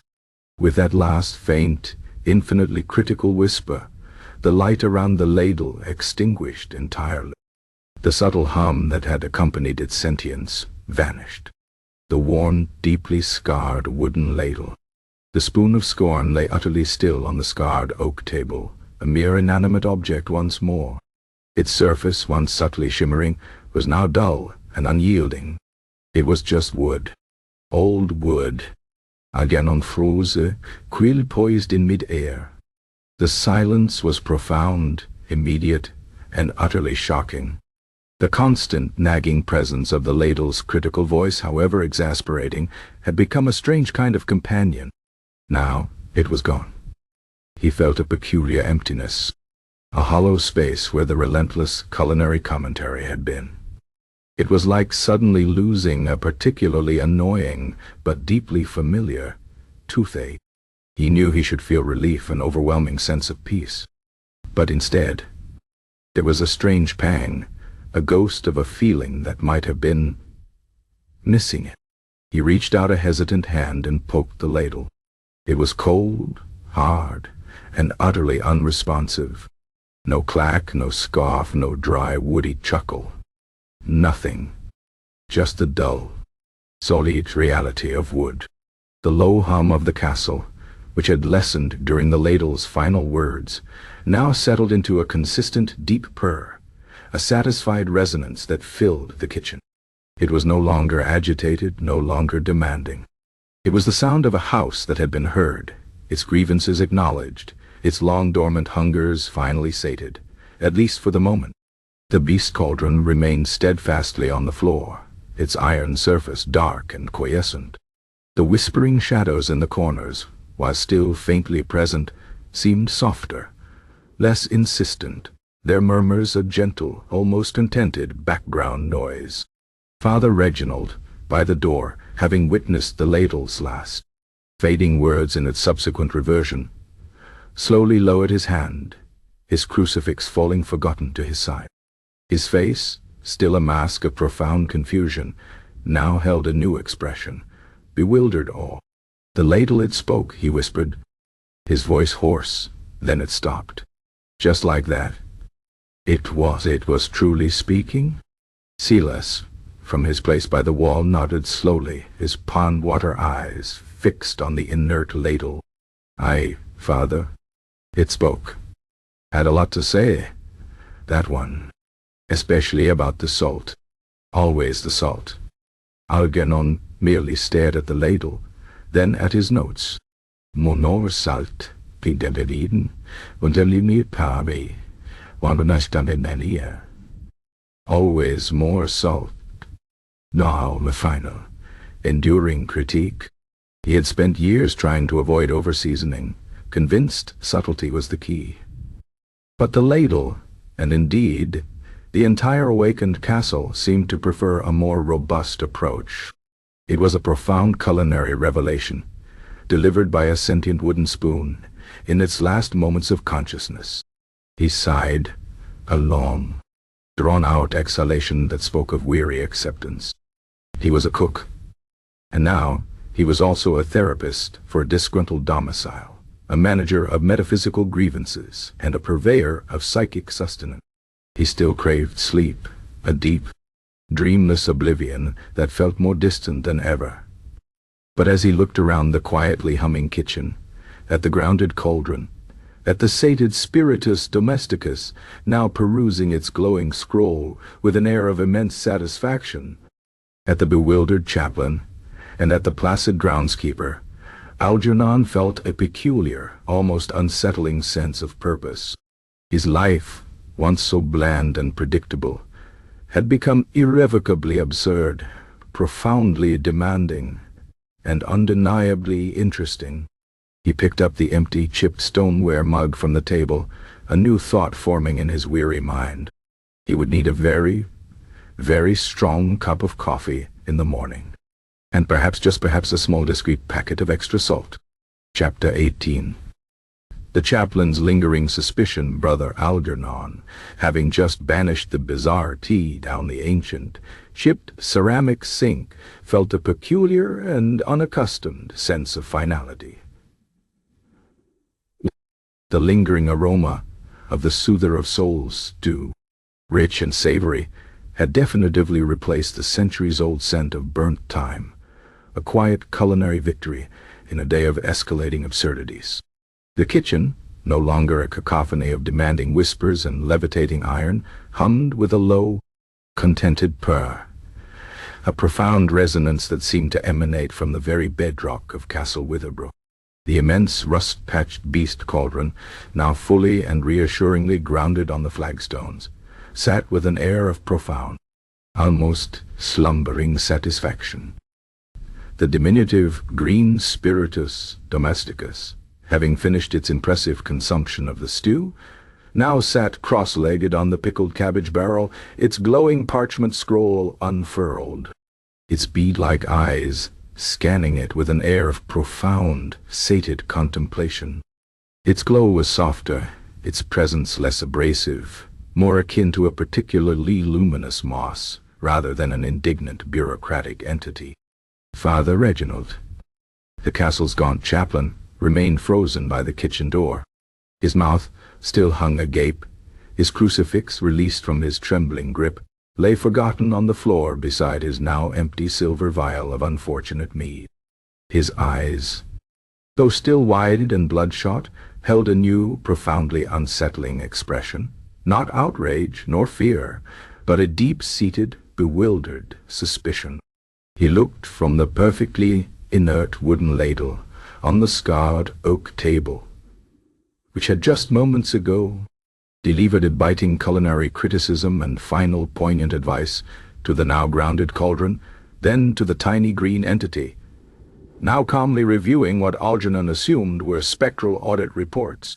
The scene was outwardly calm, restored to a semblance of the ordinary, yet the chaplain's mind, accustomed to the rigid framework of theological certainties, refused to accept this apparent return to normalcy. "Algernon," Father Reginald croaked, his voice hoarse. like dry leaves skittering across cold stone. He pointed a trembling finger at the wooden ladle. The spoon. It spoke. It castigated your seasoning. It offered advice on the character of boar ham. And then it just stopped, as if it had never been anything but mere wood. His voice wavered, tinged with a desperate plea for reassurance. Algernon, rubbing his tired eyes behind his spectacles, offered a weary, non-committal shrug. The mind, Father, can play tricks when one is overtired. A trick of the light. The echoes in the kitchen, perhaps. And I believe the particular resonance of the wood can sometimes mimic speech. He knew it was a flimsy excuse, one that strained credulity to its breaking point, but it was the best he could offer without admitting to the entire bewildering truth of accidental summoning, an awakened castle, and a lifetime of culinary therapy for inanimate objects. He, Brother Algernon, was now tasked with maintaining a delicate balance, a new equilibrium, and that certainly did not involve introducing the chaplain to the full, terrifying scope of his duties as senior manifestation manager. Father Reginald, bless his perpetually exasperated soul, could barely handle a rogue mouse in the sacristy. The concept of a sentient castle with gastrointestinal complaints would surely send him into a full-blown theological crisis. Mimic speech? Father Reginald repeated, his voice rising in pitch, an edge of hysteria creeping in. Brother Algernon, I saw it with my own 2 eyes. I heard it with my own 2 ears. It spoke of gravy. It critiqued your turnip broth. And the cauldron. It floated 3 feet off the ground. I witnessed it with my own holy blessed eyes. He flapped his hands, nearly tripping over his cassock. This is not a trick of the light, Algernon. This is the work of the adversary, the spiritus domesticus. Without looking up from its scroll, emitted a faint, dry sniff. Exasperating. The default assumption of infernal intervention is so primitive. It truly hinders efficient administrative processing. My apologies, Brother Algernon, but your ecclesiastical colleague's persistent misinterpretations are causing a slight drain on the ambient psychic energy. This could affect the pudding of perpetual vigilance's long-term stability. Its voice, though softer than before, still carried an edge of professional annoyance. Algernon shot a warning glance at the spiritus domesticus, silently begging it to remain less conversational. He turned back to Father Reginald, attempting a soothing, though utterly unconvincing, tone de serious. The pudding of perpetual vigilance, Father, is merely a term for the Lord's evening custard. He has a very active imagination, you see. And as for the cauldron, well, it was merely recalibrating its weight distribution. These old iron pots, they do get a bit temperamental. A minor structural anomaly. Nothing a good sturdy trivet can't fix. He gestured vaguely towards the fireplace, where the beast had finally settled. Father Reginald's eyes, however, were not to be so easily placated. He squinted at the cauldron, then at Algernon. Recalibrating? Algernon, it was suspended.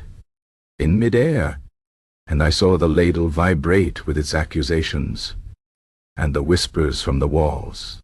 I heard them, Algernon. Recipes for sorrow and betrayal. What abominations have you conjured with your misguided herbalism? He took another tentative step into the kitchen, his gaze sweeping the shadowy corners, now seemingly too deep, too still. The candles, though burning more placidly, still seemed to cast an odd greenish tinge to the familiar soot-stained walls. The whispers, Father, Algernon sighed, running a weary hand over his face, were merely the wind catching in the ancient masonry. This castle, as you know, has a certain mournful acoustic quality.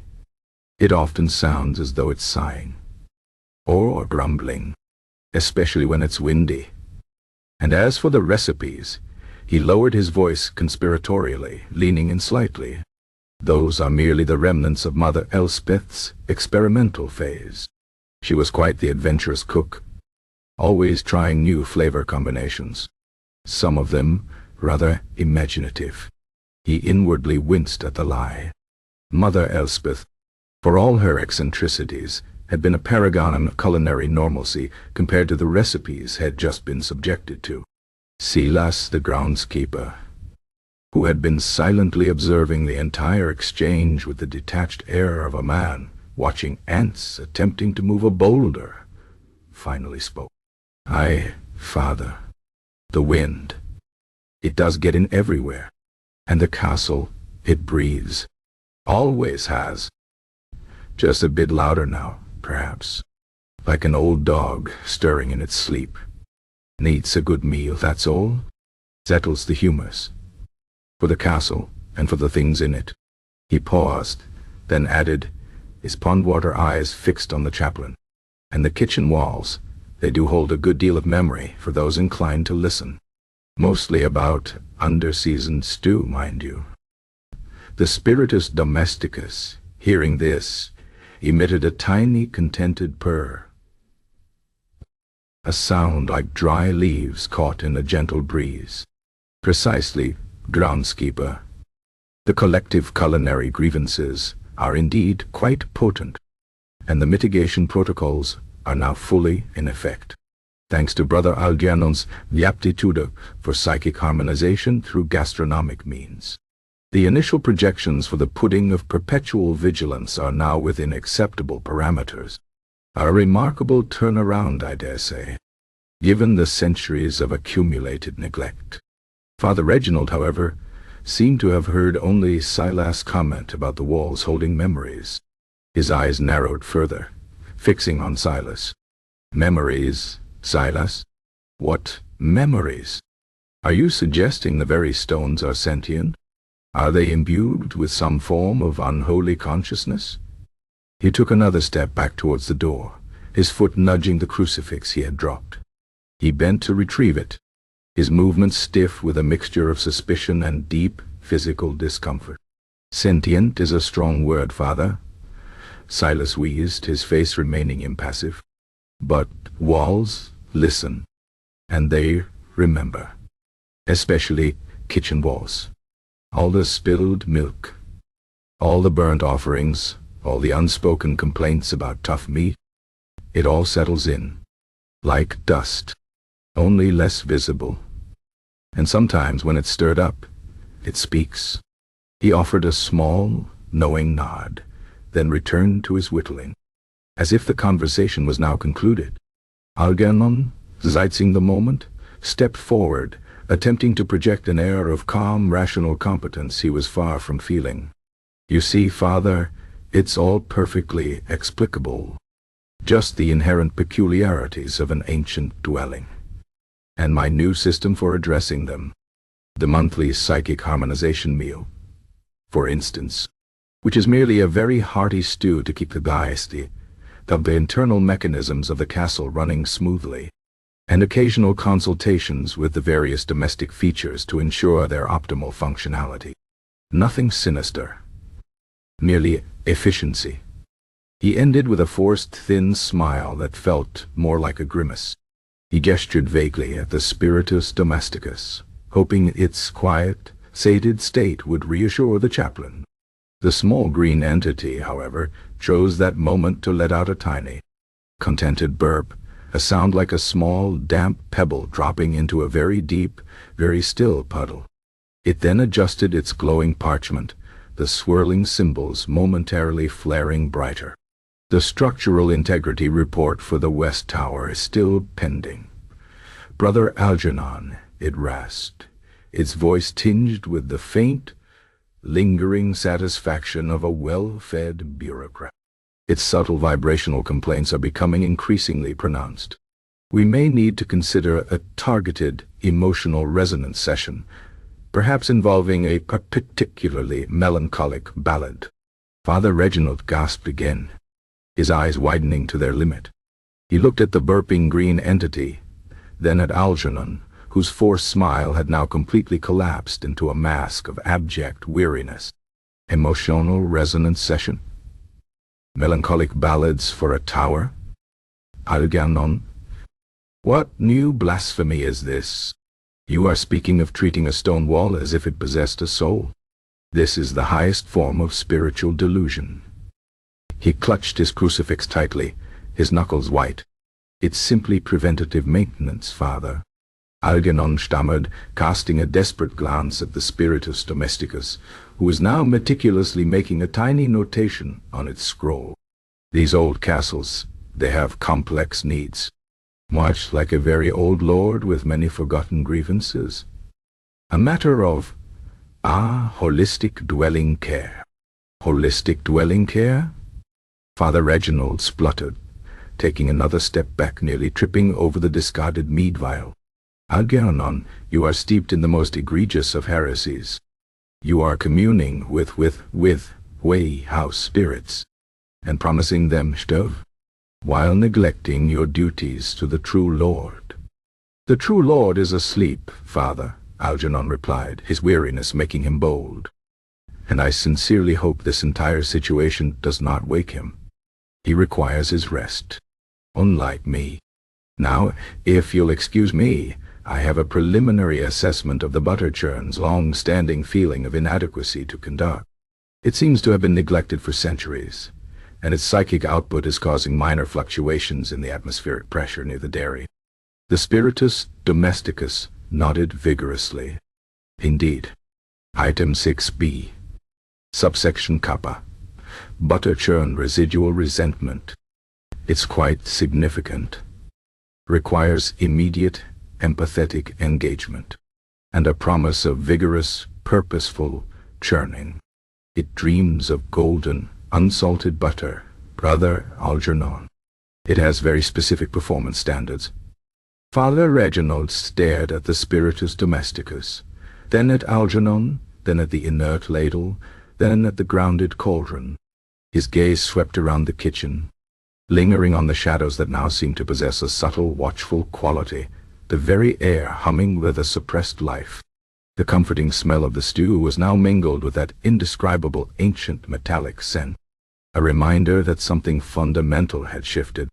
He knew with a certainty that chilled him to the bone that Algernon was not fine. The kitchen was not fine.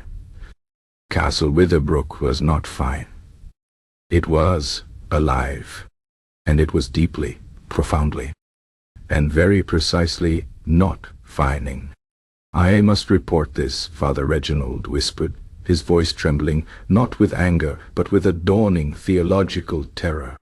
To the diocese. To the bishop. This is a crisis of faith.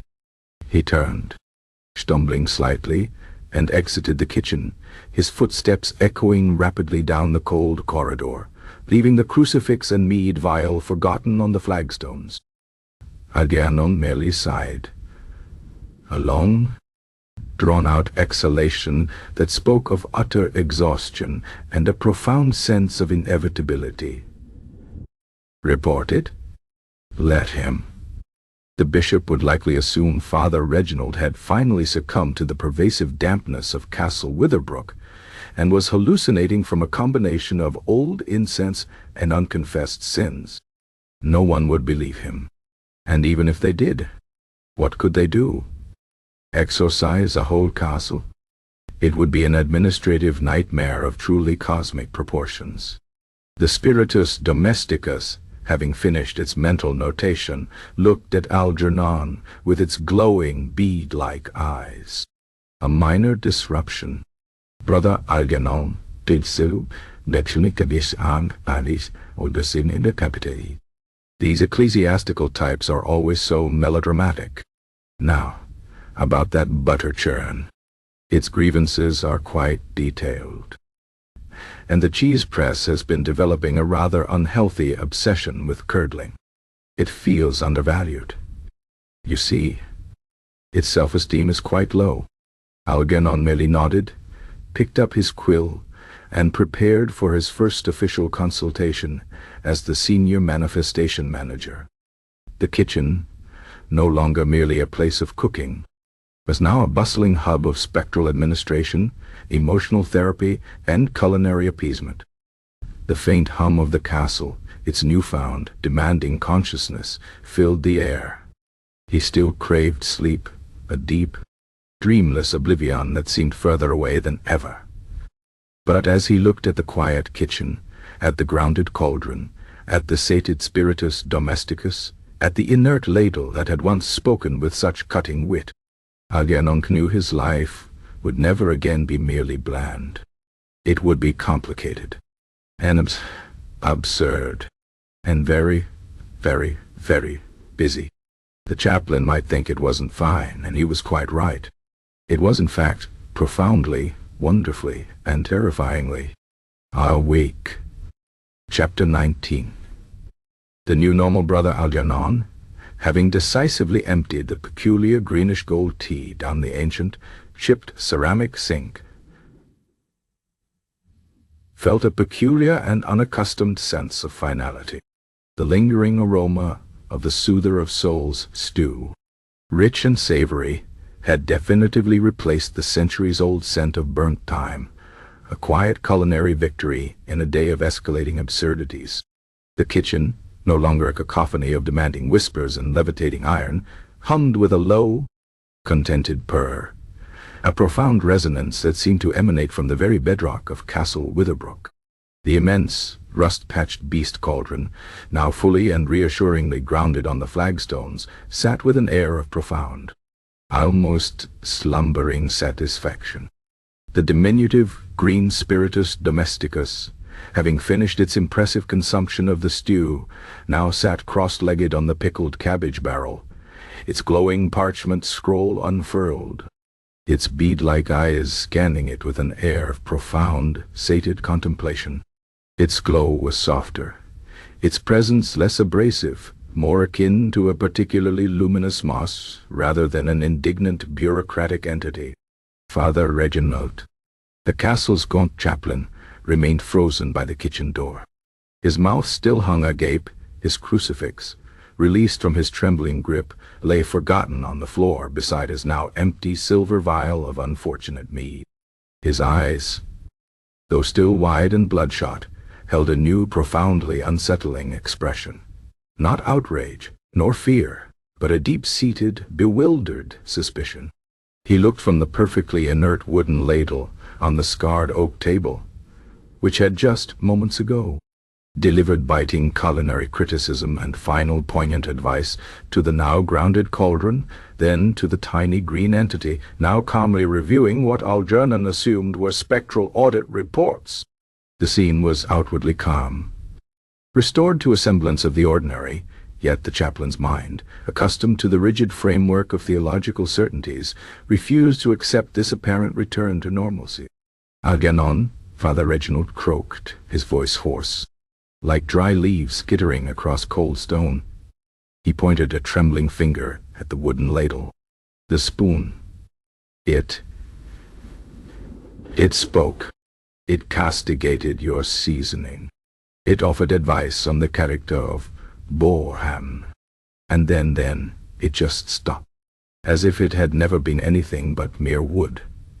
His voice wavered, tinged with a desperate plea for reassurance. Algernon, rubbing his tired eyes behind his spectacles, offered a weary, non-committal shrug. The mind, Father, can play tricks when one is overtired. A trick of the light. The echoes in the kitchen, perhaps. And I believe the particular resonance of the wood can sometimes mimic speech. He knew it was a flimsy excuse, one that strained credulity to its breaking point, but it was the best he could offer without admitting to the entire bewildering truth of accidental summoning, an awakened castle, and a lifetime of culinary therapy for inanimate objects. He, Brother Algernon, was now tasked with maintaining a delicate balance, a new equilibrium, and that certainly did not involve introducing the chaplain to the full, terrifying scope of his duties as senior manifestation manager. Father Reginald, bless his perpetually exasperated soul, could barely handle a rogue mouse in the sacristy. The concept of a sentient castle with gastrointestinal complaints would surely send him into a full-blown theological crisis. Mimic speech? Father Reginald repeated, his voice rising in pitch, an edge of hysteria creeping in. Brother Algernon, I saw it with my own 2 eyes. I heard it with my own 2 ears. It spoke of gravy. It critiqued your turnip broth. And the cauldron. It floated 3 feet off the ground. I witnessed it with my own holy blessed eyes. He flapped his hands, nearly tripping over his cassock. This is not a trick of the light, Algernon.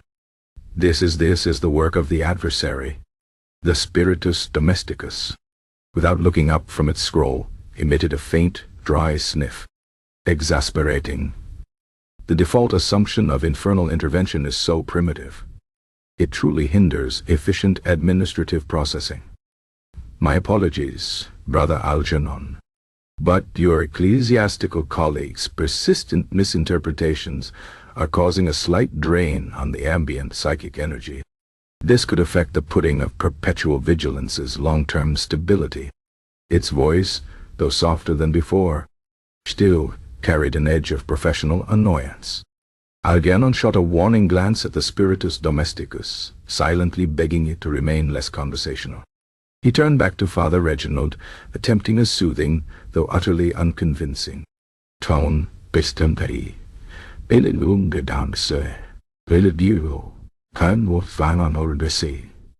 The pudding of perpetual vigilance, Father, is merely a term for the Lord's evening custom.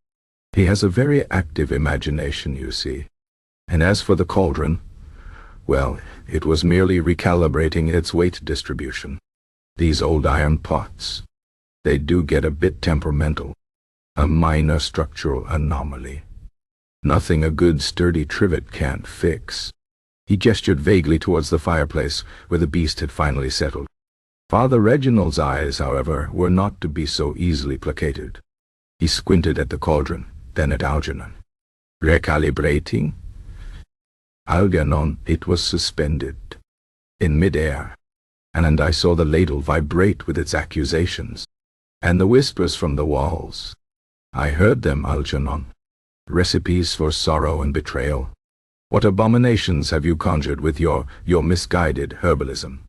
He took another tentative step into the kitchen, his gaze sweeping the shadowy corners, now seemingly too deep, too still. The candles, though burning more placidly, still seemed to cast an odd greenish tinge to the familiar soot-stained walls. The whispers, Father. Algernon sighed, running a weary hand over his face. Were merely the wind catching in the ancient masonry. This castle, as you know, has a certain mournful acoustic quality. It often sounds as though it's sighing, or grumbling, especially when it's windy. And as for the recipes, he lowered his voice conspiratorially, leaning in slightly. Those are merely the remnants of Mother Elspeth's experimental phase. She was quite the adventurous cook, always trying new flavor combinations, some of them rather imaginative. He inwardly winced at the lie. Mother Elspeth, for all her eccentricities, had been a paragon of culinary normalcy compared to the recipes had just been subjected to. Silas, the groundskeeper, who had been silently observing the entire exchange with the detached air of a man watching ants attempting to move a boulder, finally spoke. Aye, Father. The wind, it does get in everywhere. And the castle, it breathes. Always has. Just a bit louder now, perhaps. Like an old dog stirring in its sleep. Needs a good meal, that's all. Settles the humors. For the castle, and for the things in it. He paused, then added, his pond-water eyes fixed on the chaplain. And the kitchen walls, they do hold a good deal of memory, for those inclined to listen. Mostly about under-seasoned stew, mind you. The spiritus domesticus, hearing this, emitted a tiny, contented purr, a sound like dry leaves caught in a gentle breeze. Precisely, groundskeeper. The collective culinary grievances are indeed quite potent, and the mitigation protocols are now fully in effect, thanks to Brother Algernon's aptitude for psychic harmonization through gastronomic means.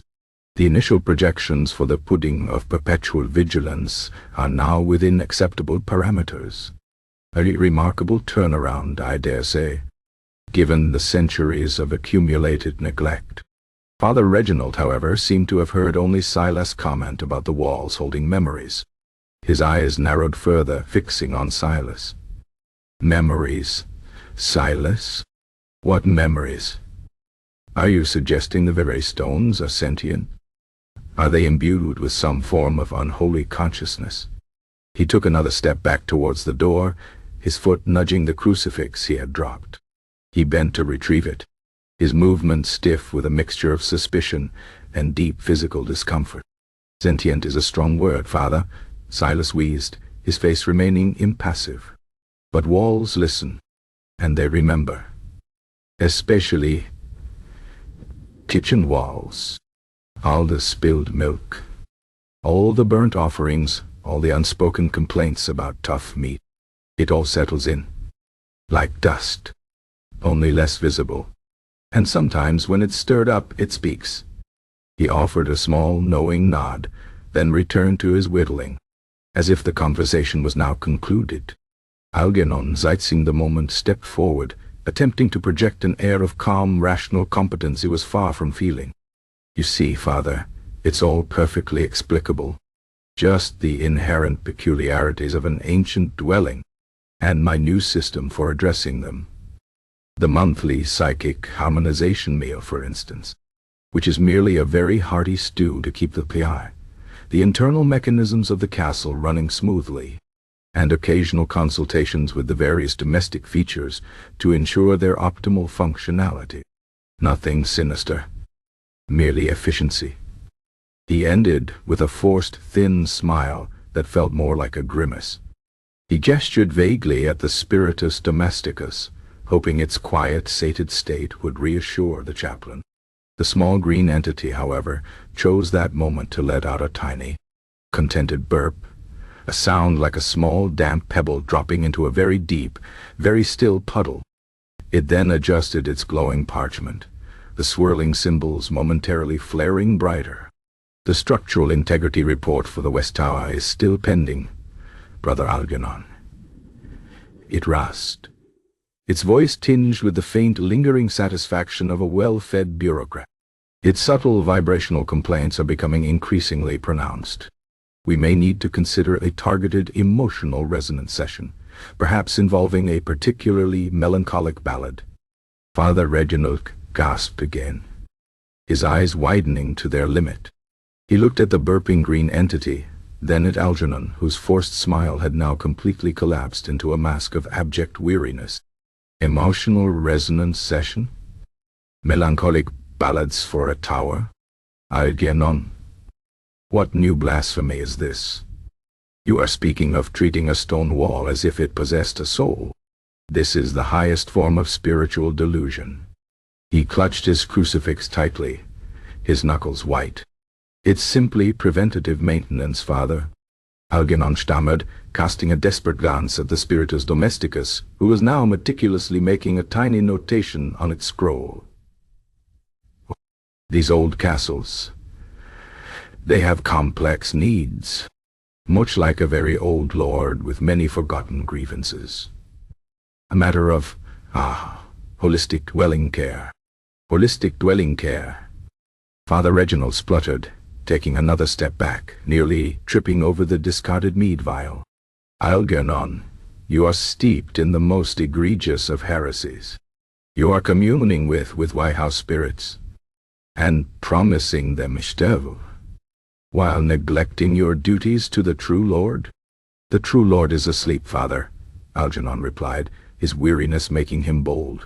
And I sincerely hope this entire situation does not wake him. He requires his rest, unlike me. Now, if you'll excuse me, I have a preliminary assessment of the butter churn's long-standing feeling of inadequacy to conduct. It seems to have been neglected for centuries, and its psychic output is causing minor fluctuations in the atmospheric pressure near the dairy. The spiritus domesticus nodded vigorously. Indeed. Item 6b. Subsection Kappa. Butter churn residual resentment. It's quite significant. Requires immediate, empathetic engagement. And a promise of vigorous, purposeful churning. It dreams of golden, unsalted butter, Brother Algernon. It has very specific performance standards. Father Reginald stared at the Spiritus Domesticus, then at Algernon, then at the inert Ladle, then at the grounded Cauldron. His gaze swept around the kitchen, lingering on the shadows that now seemed to possess a subtle, watchful quality, the very air humming with a suppressed life. The comforting smell of the stew was now mingled with that indescribable ancient metallic scent, a reminder that something fundamental had shifted.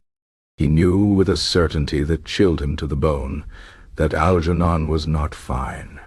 The kitchen was not fine. Castle Witherbrook was not fine. It was alive. And it was deeply, profoundly, and very precisely not fine. I must report this, Father Reginald whispered, his voice trembling, not with anger but with a dawning theological terror. To the diocese, to the bishop. This is a crisis of faith.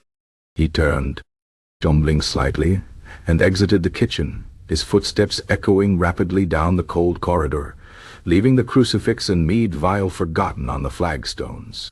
Algernon merely sighed, a long, drawn-out exhalation that spoke of utter exhaustion and a profound sense of inevitability. Report it? Let him. The bishop would likely assume Father Reginald had finally succumbed to the pervasive dampness of Castle Witherbrook, and was hallucinating from a combination of old incense and unconfessed sins. No one would believe him. And even if they did, what could they do? Exorcise a whole castle? It would be an administrative nightmare of truly cosmic proportions. The Spiritus Domesticus, having finished its mental notation, looked at Algernon with its glowing bead-like eyes. A minor disruption. Brother Algernon. These ecclesiastical types are always so melodramatic. Now, about that butter churn.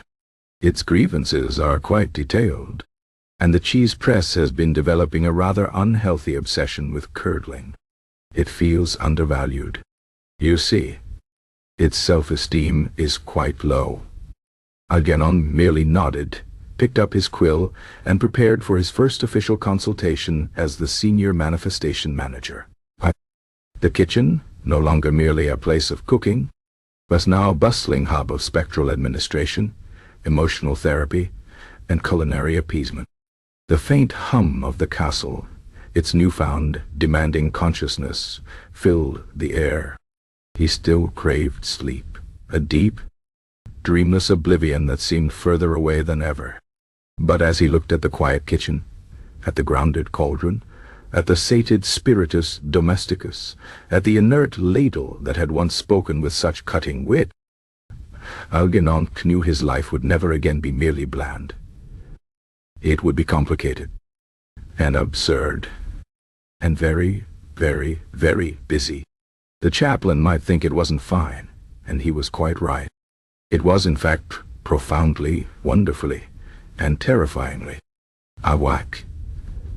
The following days settled into a rhythm, as peculiar and persistent as the dripping pipe that still occasionally sounded from somewhere deep within the castle's ancient plumbing. For Brother Algernon, the concept of a normal day had been irrevocably redefined. He no longer simply cooked. He managed. He mediated. He appeased. And he learned to listen. Really listen. His mornings now began with a visit from the Spiritus Domesticus, who would perch on the edge of the scarred oak table, its glowing scroll unfurled, its bead-like eyes still possessing a hint of bureaucratic zeal, even after a hearty stew. "Good morrow, Brother Algernon." It would rasp, its voice less gravelly now, almost cordial. A new day, and with it, new administrative challenges. The North Wall, for instance, has reported a persistent draft, which it interprets as a lack of emotional warmth. It suggests a course of action involving a particularly thick, well-woven tapestry, specifically one depicting scenes of robust familial affection. And the ancient rolling pin has registered a complaint about its lack of engagement. It feels underutilized. Algernon, having long ago shed any pretense of surprise, would merely nod, making a mental note to inspect the north wall's emotional state, and to find a recipe that required robust rolling. His quill, though still splintered, was now put to far more esoteric uses than simple grocery lists. He kept a small, private ledger, separate from the Spiritus Domesticus glowing scroll, where he jotted down his own observations and burgeoning understanding of Castle Witherbrook's intricate psychic landscape. He found himself developing a peculiar expertise in the subtle nuances of inanimate object grievances. The kitchen, once a bastion of predictable, if malodorous monotony, was now a hub of constant, low-level activity. The hum of the castle's consciousness was ever present, a deep, resonant purr that Algernon had begun to find strangely comforting. It was the sound of a truly active home, however peculiar its inhabitants. The air, no longer dominated by burnt thyme, now carried a shifting symphony of scents, the rich earthy aroma of his more carefully prepared ingredients, mingling with the clean, almost metallic tang of the castle's reinvigorated stone, and a faint, sweet note of contentment that emanated from the beast cauldron. The beast, now firmly grounded, rarely levitated again, though it occasionally let out a deep, resonant dithrum when Algernon failed to clean it to its exacting standards, or when he neglected to properly scrape the bottom after a particularly thick stew. It was a gentle reminder, a quiet protest that Algernon, now hyper-attuned to the nuances of inanimate communication, immediately understood. He found himself treating the immense cauldron with a newfound respect, even a grudging affection. It was, after all, his most critical audience, and its satisfaction was paramount. The culinary manifestation consultations became a regular fixture. The butter churn, once steeped in deep-seated inadequacy, now emitted a faint, almost joyful gurgle as Algernon, with newfound vigor, engaged in vigorous, purposeful churning. He had even, under the Spiritus Domesticus' watchful eye, implemented a bi-weekly emotional resonance session for the cheese press, which involved Algernon gently pressing a small, unusually cheerful block of local cheese, while humming a particularly soothing plain song. The cheese press, no longer suffering from curdling obsessions, seemed to sigh contentedly. The whispers from the shadows, once unsettling and full of forbidden recipes, had softened considerably. They still offered advice, but it was less demanding, more collaborative. A touch of ground sun-drenched sorrow for the winter vegetables, a shadow might murmur, or the essence of unburdened joy can be found in a perfectly ripened berry for the morning porridge. Algernon, in turn, learned to interpret these poetic instructions, substituting a perfectly bruised plum for sun-drenched sorrow, or a plump, sweet currant for unburdened joy. His cooking, once adequate, slowly, imperceptibly, began to improve. The Lord, a creature of habit, didn't overtly comment, but Algernon noticed his bowl of gruel was often entirely emptied, a rare occurrence in the past. Lady Agatha, too, had ceased her habitual complaints about the lack of flavor, sometimes even offering a faint, almost imperceptible nod of approval. The ladle, the spoon of scorn, remained inanimate, a simple piece of worn wood on the scarred oak table. Its final cutting advice about salt, however, lingered in Algernon's mind. He had adopted a more generous hand with seasoning, and the results were undeniable. The salt cellar, no longer prone to mysterious clinking, seemed to sit with a quiet, appreciative hum. Algernon sometimes caught himself looking at the ladle, half expecting a wry comment, a dry chuckle. He missed its sharp wit, its perpetually unimpressed demeanor. It was a strange void, one he hadn't anticipated. His chronic insomnia remained. The castle still creaked, the wind still sighed, and the leaky pipe still dripped. But now, when he lay on his narrow pallet listening to the nocturnal symphony of Castle Witherbrook, it was different. The creaks were no longer merely the sounds of decay. They were the contented stretches of an ancient waking dwelling. The wind's mournful sigh sometimes carried faint, almost melodic murmurs from the distant walls. Like lullabies sung in stone, the satisfied echoes of a castle finally being heard. And the dripping pipe, it still dripped, but Algernon now imagined it was merely marking time, a slow, methodical beat in the grand, absurd rhythm of his new, complicated life. He was still tired, profoundly so.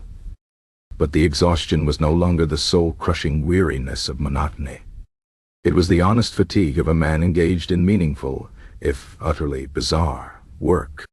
He had inadvertently, and quite against his will, stumbled into a purpose far grander than he could ever have imagined. He was the keeper of the castle's soul, the therapist for its inanimate objects, the culinary conduit for its psychic well-being. And despite the endless paperwork, the impossible demands, and the perpetual lack of sleep, Brother Algernon, the humble cook, found a strange, quiet satisfaction in the new, absurd normal of Castle Witherbrook. He was needed, and the castle, for the first time in centuries, felt truly, profoundly, and very busily at home. Chapter 20. Brother Algernon finally sleeps. Brother Algernon, having decisively emptied the peculiar greenish-gold tea down the ancient, chipped ceramic sink, felt a peculiar and unaccustomed sense of finality. The lingering aroma of the soother of soul stew, rich and savory, had definitively replaced the centuries-old scent of burnt thyme, a quiet culinary victory in a day of escalating absurdities. The kitchen, no longer a cacophony of demanding whispers and levitating iron, hummed with a low, contented purr, a profound resonance that seemed to emanate from the very bedrock of Castle Witherbrook. The immense, rust-patched beast cauldron, now fully and reassuringly grounded on the flagstones, sat with an air of profound, almost slumbering satisfaction. The diminutive, green spiritus domesticus, having finished its impressive consumption of the stew, now sat cross-legged on the pickled cabbage barrel, its glowing parchment scroll unfurled, its bead-like eyes scanning it with an air of profound, sated contemplation. Its glow was softer, its presence less abrasive, more akin to a particularly luminous moss, rather than an indignant, bureaucratic entity. Father Reginald, the castle's gaunt chaplain, remained frozen by the kitchen door. His mouth still hung agape, his crucifix, released from his trembling grip, lay forgotten on the floor beside his now empty silver vial of unfortunate meat. His eyes, though still wide and bloodshot, held a new, profoundly unsettling expression. Not outrage nor fear, but a deep-seated, bewildered suspicion. He looked from the perfectly inert wooden ladle on the scarred oak table, which had just, moments ago, delivered biting culinary criticism and final poignant advice, to the now grounded cauldron, then to the tiny green entity, now calmly reviewing what Algernon assumed were spectral audit reports. The scene was outwardly calm, restored to a semblance of the ordinary, yet the chaplain's mind, accustomed to the rigid framework of theological certainties, refused to accept this apparent return to normalcy. Algernon, Father Reginald croaked, his voice hoarse, like dry leaves skittering across cold stone.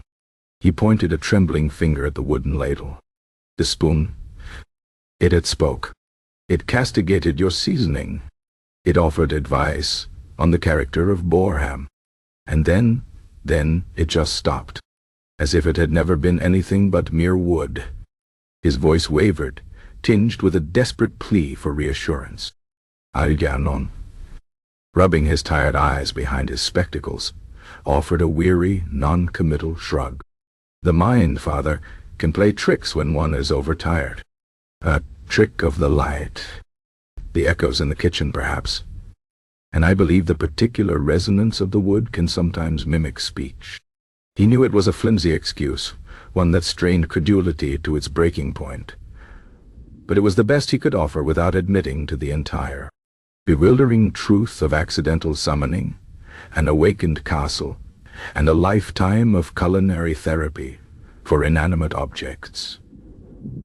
He, Brother Algernon, was now tasked with maintaining a delicate balance, a new equilibrium, and that certainly did not involve introducing the chaplain to the full, terrifying scope of his duties as senior manifestation manager. Father Reginald, bless his perpetually exasperated soul, could barely handle a rogue mouse in the sacristy. The concept of a sentient castle with gastrointestinal complaints would surely send him into a full-blown theological crisis. Mimic speech? Father Reginald repeated, his voice rising in pitch, an edge of hysteria creeping in. Brother Algernon, I saw it with my own 2 eyes.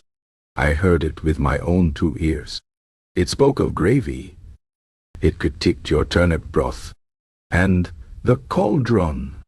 It floated 3 feet off the ground. I witnessed it with my own holy, blessed eyes. He flapped his hands, nearly tripping over his cassock. This is not a trick of the light, Algernon. This is the work of the adversary, the spiritus domesticus, without looking up from its scroll, emitted a faint, dry sniff, exasperating. The default assumption of infernal intervention is so primitive. It truly hinders efficient administrative processing. My apologies, Brother Algernon, but your ecclesiastical colleagues' persistent misinterpretations are causing a slight drain on the ambient psychic energy. This could affect the pudding of perpetual vigilance's long-term stability. Its voice, though softer than before, still carried an edge of professional annoyance.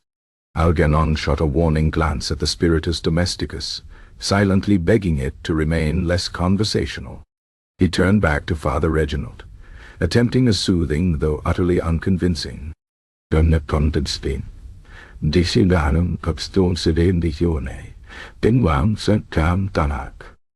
pudding of perpetual vigilance, Father, is merely a term for the Lord's evening custard.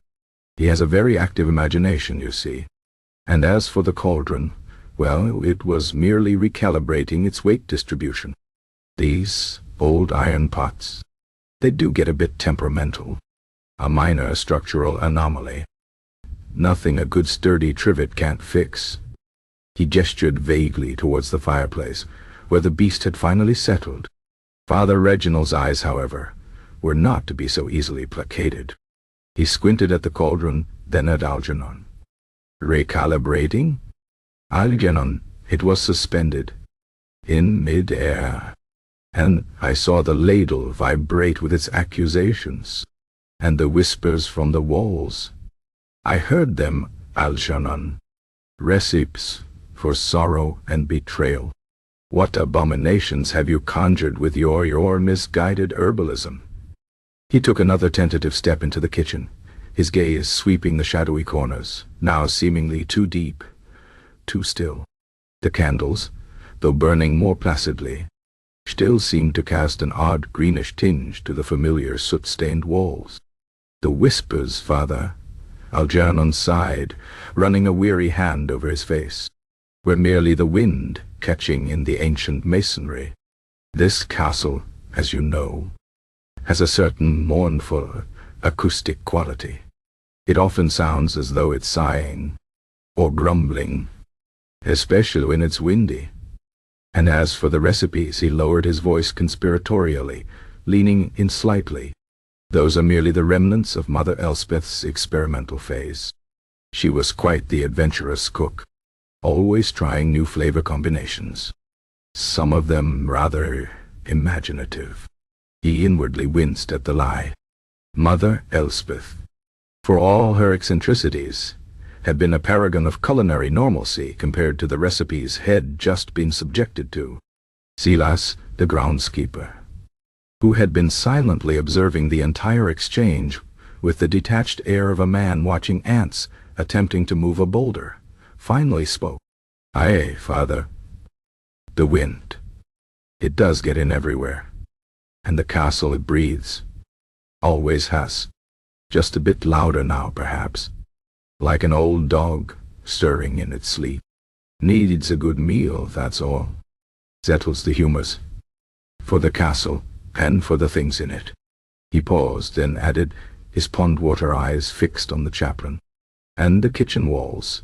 They do hold a good deal of memory, for those inclined to listen. Mostly about under-seasons stew, mind you." The spiritus domesticus, hearing this, emitted a tiny, contented purr, a sound like dry leaves caught in a gentle breeze.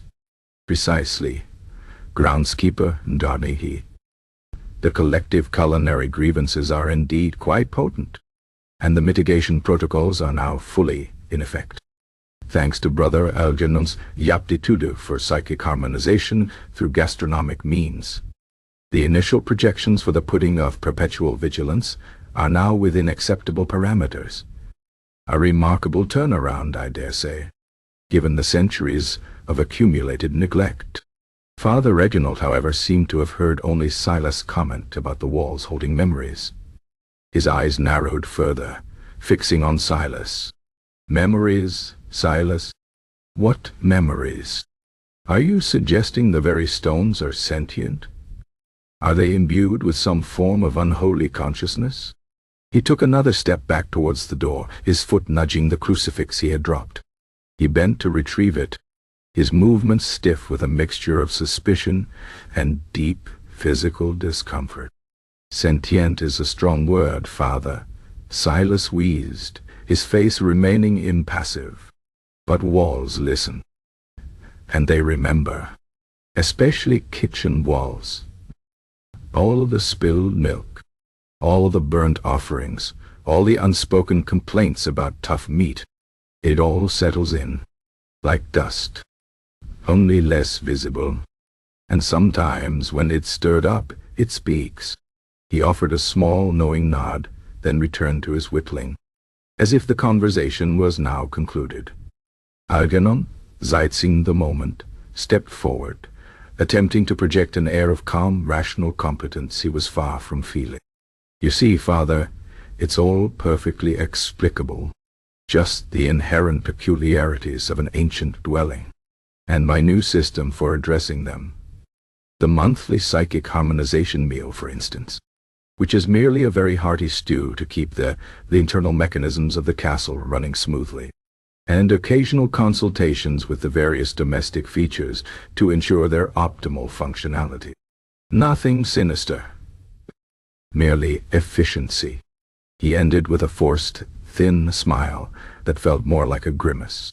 He gestured vaguely at the spiritus domesticus, hoping its quiet, sated state would reassure the chaplain. The small green entity, however, chose that moment to let out a tiny, contented burp, a sound like a small, damp pebble dropping into a very deep, very still puddle. It then adjusted its glowing parchment, the swirling symbols momentarily flaring brighter. "The structural integrity report for the West Tower is still pending, Brother Algernon."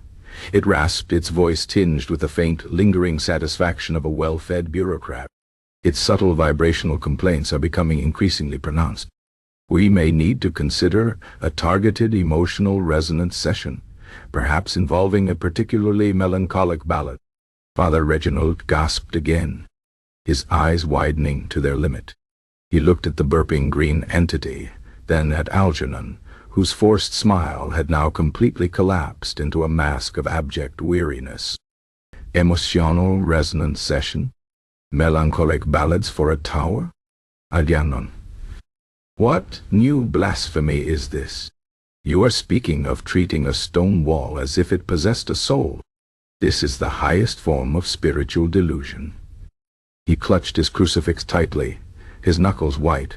"It's simply preventative maintenance, Father," Algernon stammered, casting a desperate glance at the spiritus domesticus, who was now meticulously making a tiny notation on its scroll. "These old castles, they have complex needs, much like a very old lord with many forgotten grievances. A matter of, holistic dwelling care. Holistic dwelling care. Father Reginald spluttered, taking another step back, nearly tripping over the discarded mead vial. Algernon, you are steeped in the most egregious of heresies. You are communing with house spirits, and promising them Sturvel, while neglecting your duties to the true Lord? The true Lord is asleep, Father, Algernon replied, his weariness making him bold. And I sincerely hope this entire situation does not wake him. He requires his rest, unlike me. Now, if you'll excuse me, I have a preliminary assessment of the butter churn's long-standing feeling of inadequacy to conduct. It seems to have been neglected for centuries, and its psychic output is causing minor fluctuations in the atmospheric pressure near the dairy. The spiritus domesticus nodded vigorously. Indeed. Item 6b. Subsection Kappa. Butter churn residual resentment. It's quite significant. Requires immediate, empathetic engagement, and a promise of vigorous, purposeful churning. It dreams of golden, unsalted butter, Brother Algernon. It has very specific performance standards. Father Reginald stared at the spiritus domesticus, then at Algernon, then at the inert ladle, then at the grounded cauldron. His gaze swept around the kitchen, lingering on the shadows that now seemed to possess a subtle watchful quality, the very air humming with a suppressed life. The comforting smell of the stew was now mingled with that indescribable ancient metallic scent, a reminder that something fundamental had shifted. He knew with a certainty that chilled him to the bone that Algernon was not fine. The kitchen was not fine. Castle Witherbrook was not fine. It was alive. And it was deeply, profoundly, and very precisely, not fining. I must report this, Father Reginald whispered, his voice trembling, not with anger, but with a dawning theological terror. To the diocese, to the bishop. This is a crisis of faith. He turned, stumbling slightly, and exited the kitchen, his footsteps echoing rapidly down the cold corridor, leaving the crucifix and mead vial forgotten on the flagstones. Algernon nearly sighed, a long, drawn-out exhalation that spoke of utter exhaustion and a profound sense of inevitability. Report it? Let him. The bishop would likely assume Father Reginald had finally succumbed to the pervasive dampness of Castle Witherbrook, and was hallucinating from a combination of old incense and unconfessed sins. No one would believe him. And even if they did, what could they do? Exorcise a whole castle? It would be an administrative nightmare of truly cosmic proportions. The spiritus domesticus, having finished its mental notation, looked at Algernon with its glowing, bead-like eyes. A minor disruption. Brother Algernon. These ecclesiastical types are always so melodramatic. Now, about that butter churn. Its grievances are quite detailed. And the cheese press has been developing a rather unhealthy obsession with curdling. It feels undervalued. You see? Its self-esteem is quite low. Algernon merely nodded, picked up his quill, and prepared for his first official consultation as the senior manifestation manager. The kitchen, no longer merely a place of cooking, was now a bustling hub of spectral administration, emotional therapy, and culinary appeasement. The faint hum of the castle, its newfound, demanding consciousness, filled the air. He still craved sleep, a deep, dreamless oblivion that seemed further away than ever. But as he looked at the quiet kitchen, at the grounded cauldron, at the sated spiritus domesticus, at the inert ladle that had once spoken with such cutting wit, Algernon knew his life would never again be merely bland. It would be complicated, and absurd, and very, very, very busy. The chaplain might think it wasn't fine, and he was quite right. It was, in fact, profoundly, wonderfully, and terrifyingly awake. The following days settled into a rhythm, as peculiar and persistent as the dripping pipe that still occasionally sounded from somewhere deep within the castle's ancient plumbing. For Brother Algernon, the concept of a normal day had been irrevocably redefined. He no longer simply cooked. He managed. He mediated. He appeased. And he learned to listen. Really listen. His mornings now began with a visit from the spiritus domesticus, who would perch on the edge of the scarred oak table, its glowing scroll unfurled, its bead-like eyes still possessing a hint of bureaucratic zeal, even after a hearty stew. "Good morrow, Brother Algernon," it would rasp, its voice less gravelly now, almost cordial. A new day, and with it, new administrative challenges. The north wall, for instance, has reported a persistent draft, which it interprets as a lack of emotional warmth. It suggests a course of action involving a particularly thick, well-woven tapestry, specifically one depicting scenes of robust familial affection. And the ancient rolling pin has registered a complaint about its lack of engagement. It feels underutilized. Algernon, having long ago shed any pretense of surprise, would merely nod, making a mental note to inspect the north wall's emotional state and to find a recipe that required robust rolling.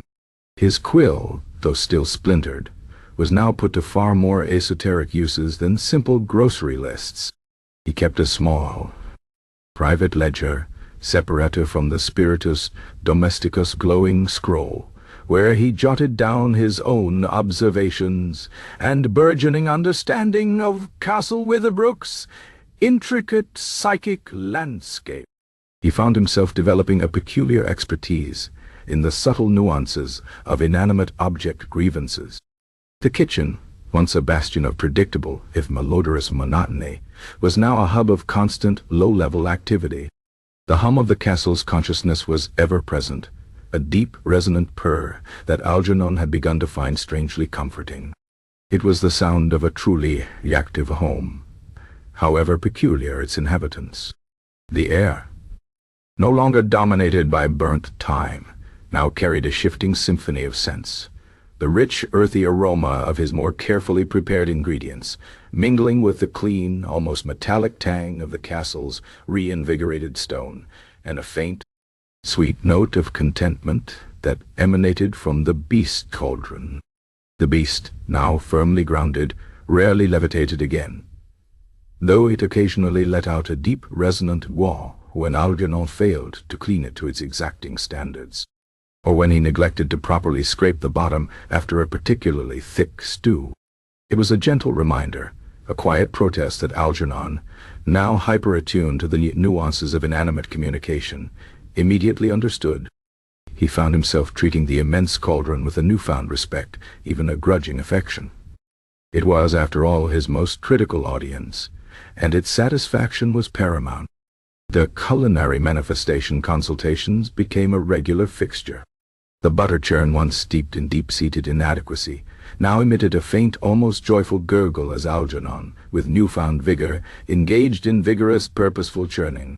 He had even, under the spiritus domesticus' watchful eye, implemented a bi-weekly emotional resonance session for the cheese press, which involved Algernon gently pressing a small, unusually cheerful block of local cheese, while humming a particularly soothing plain song. The cheese press, no longer suffering from curdling obsessions, seemed to sigh contentedly. The whispers from the shadows, once unsettling and full of forbidden recipes, had softened considerably. They still offered advice, but it was less demanding, more collaborative. A touch of ground sun-drenched sorrow for the winter vegetables. A shadow might murmur, or the essence of unburdened joy can be found in a perfectly ripened berry for the morning porridge.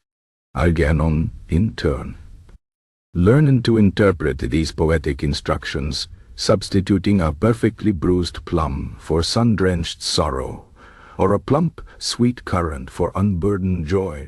His cooking, once adequate, slowly, imperceptibly, began to improve. The Lord, a creature of habit, didn't overtly comment, but Algernon noticed his bowl of gruel was often entirely emptied, a rare occurrence in the past. Lady Agatha, too, had ceased her habitual complaints about the lack of flavor, sometimes even offering a faint, almost imperceptible nod of approval. The ladle, the spoon of scorn, remained inanimate, a simple piece of worn wood on the scarred oak table. Its final cutting advice about salt, however, lingered in Algernon's mind. He had adopted a more generous hand with seasoning, and the results were undeniable. The salt cellar, no longer prone to mysterious clinking, seemed to sit with a quiet, appreciative hum. Algernon sometimes caught himself looking at the ladle, half expecting a wry comment, a dry chuckle. He missed its sharp wit, its perpetually unimpressed demeanor. It was a strange void, one he hadn't anticipated. His chronic insomnia remained. The castle still creaked, the wind still sighed, and the leaky pipe still dripped. But now, when he lay on his narrow pallet, listening to the nocturnal symphony of Castle Witherbrook, it was different. The creaks were no longer merely the sounds of decay. They were the contented stretches of an ancient waking dwelling. The wind's mournful sigh sometimes carried faint, almost melodic murmurs from the distant walls, like lullabies sung in stone, the satisfied echoes of a castle finally being heard. And the dripping pipe? It still dripped, but Algernon now imagined it was merely marking time, a slow, methodical beat in the grand, absurd rhythm of his new, complicated life. He was still tired, profoundly so, but the exhaustion was no longer the soul-crushing weariness of monotony. It was the honest fatigue of a man engaged in meaningful, if utterly bizarre, work. He had inadvertently, and quite against his will, stumbled into a purpose far grander than he could ever have imagined. He was the keeper of the castle's soul, the therapist for its inanimate objects, the culinary conduit for its psychic well-being. And despite the endless paperwork, the impossible demands, and the perpetual lack of sleep, Brother Algernon, the humble cook, found a strange, quiet satisfaction in the new, absurd normal of Castle Witherbrook. He was needed. And the castle, for the first time in centuries, felt truly, profoundly, and very busily at home.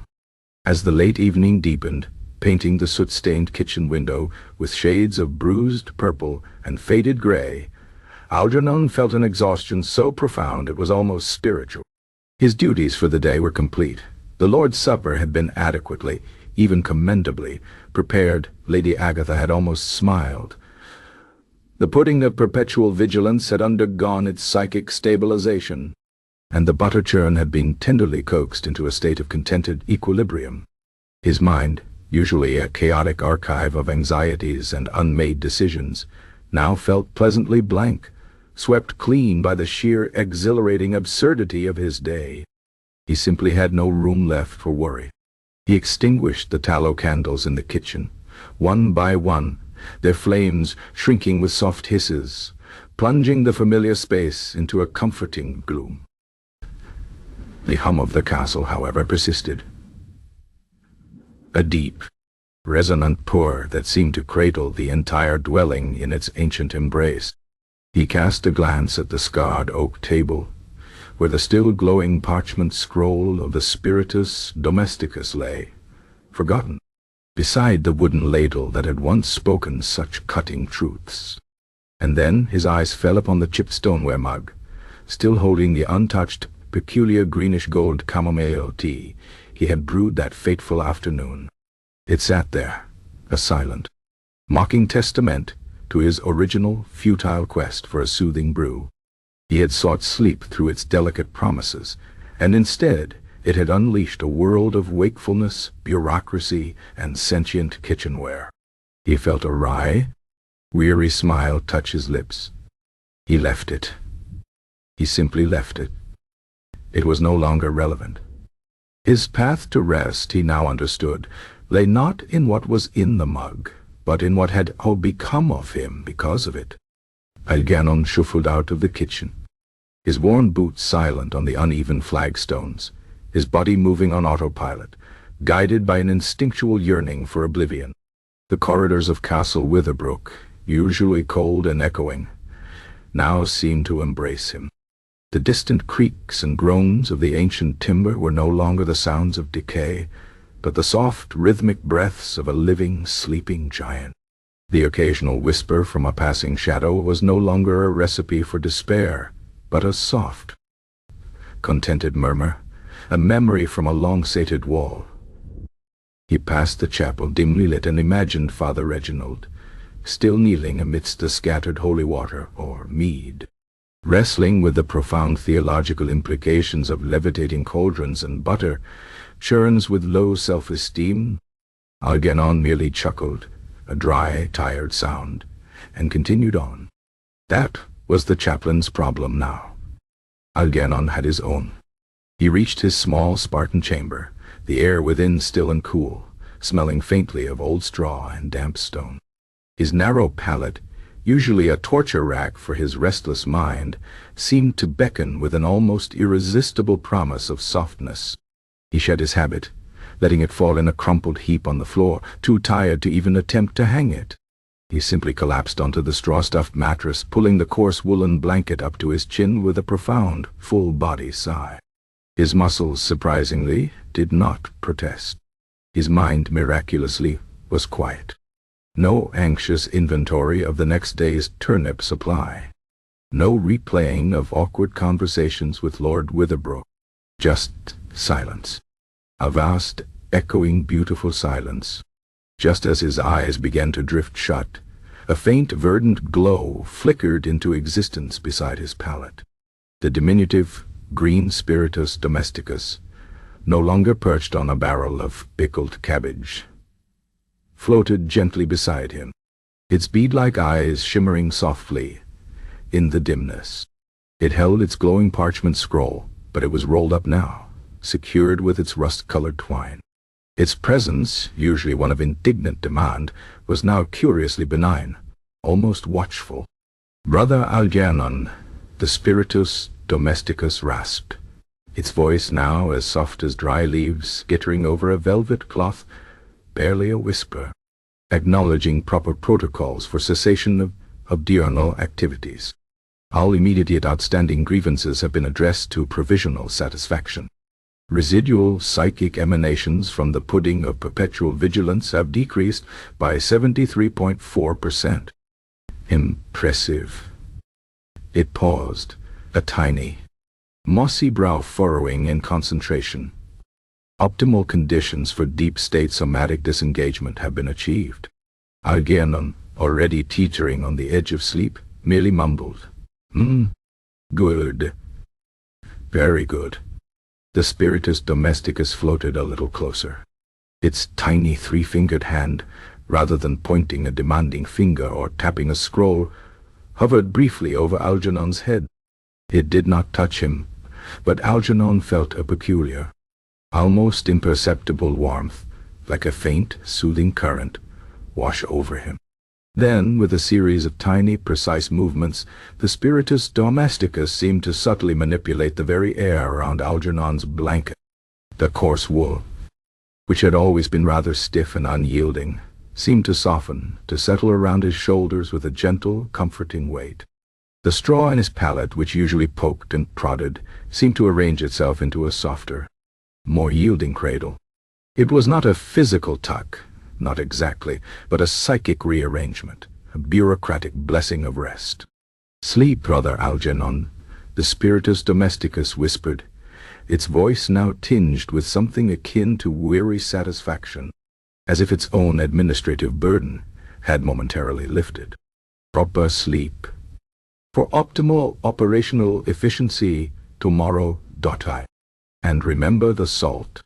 Always the salt. It grounds things. It allows for more efficient processing of ambient psychic energy. Pleasant dreams. Or at least, administratively compliant ones." And with that final, peculiar benediction, the verdant glow of the spiritus domesticus faded, vanishing as swiftly and silently as it had appeared. The room was plunged back into darkness, broken only by the faint, shimmering motes of dust dancing in the moonlight that now, miraculously, broke through the high, narrow window. Brother Algernon, the humble cook, the accidental summoner, the reluctant manager of Castle Witherbrook's awakened soul, did not hear the last whisper.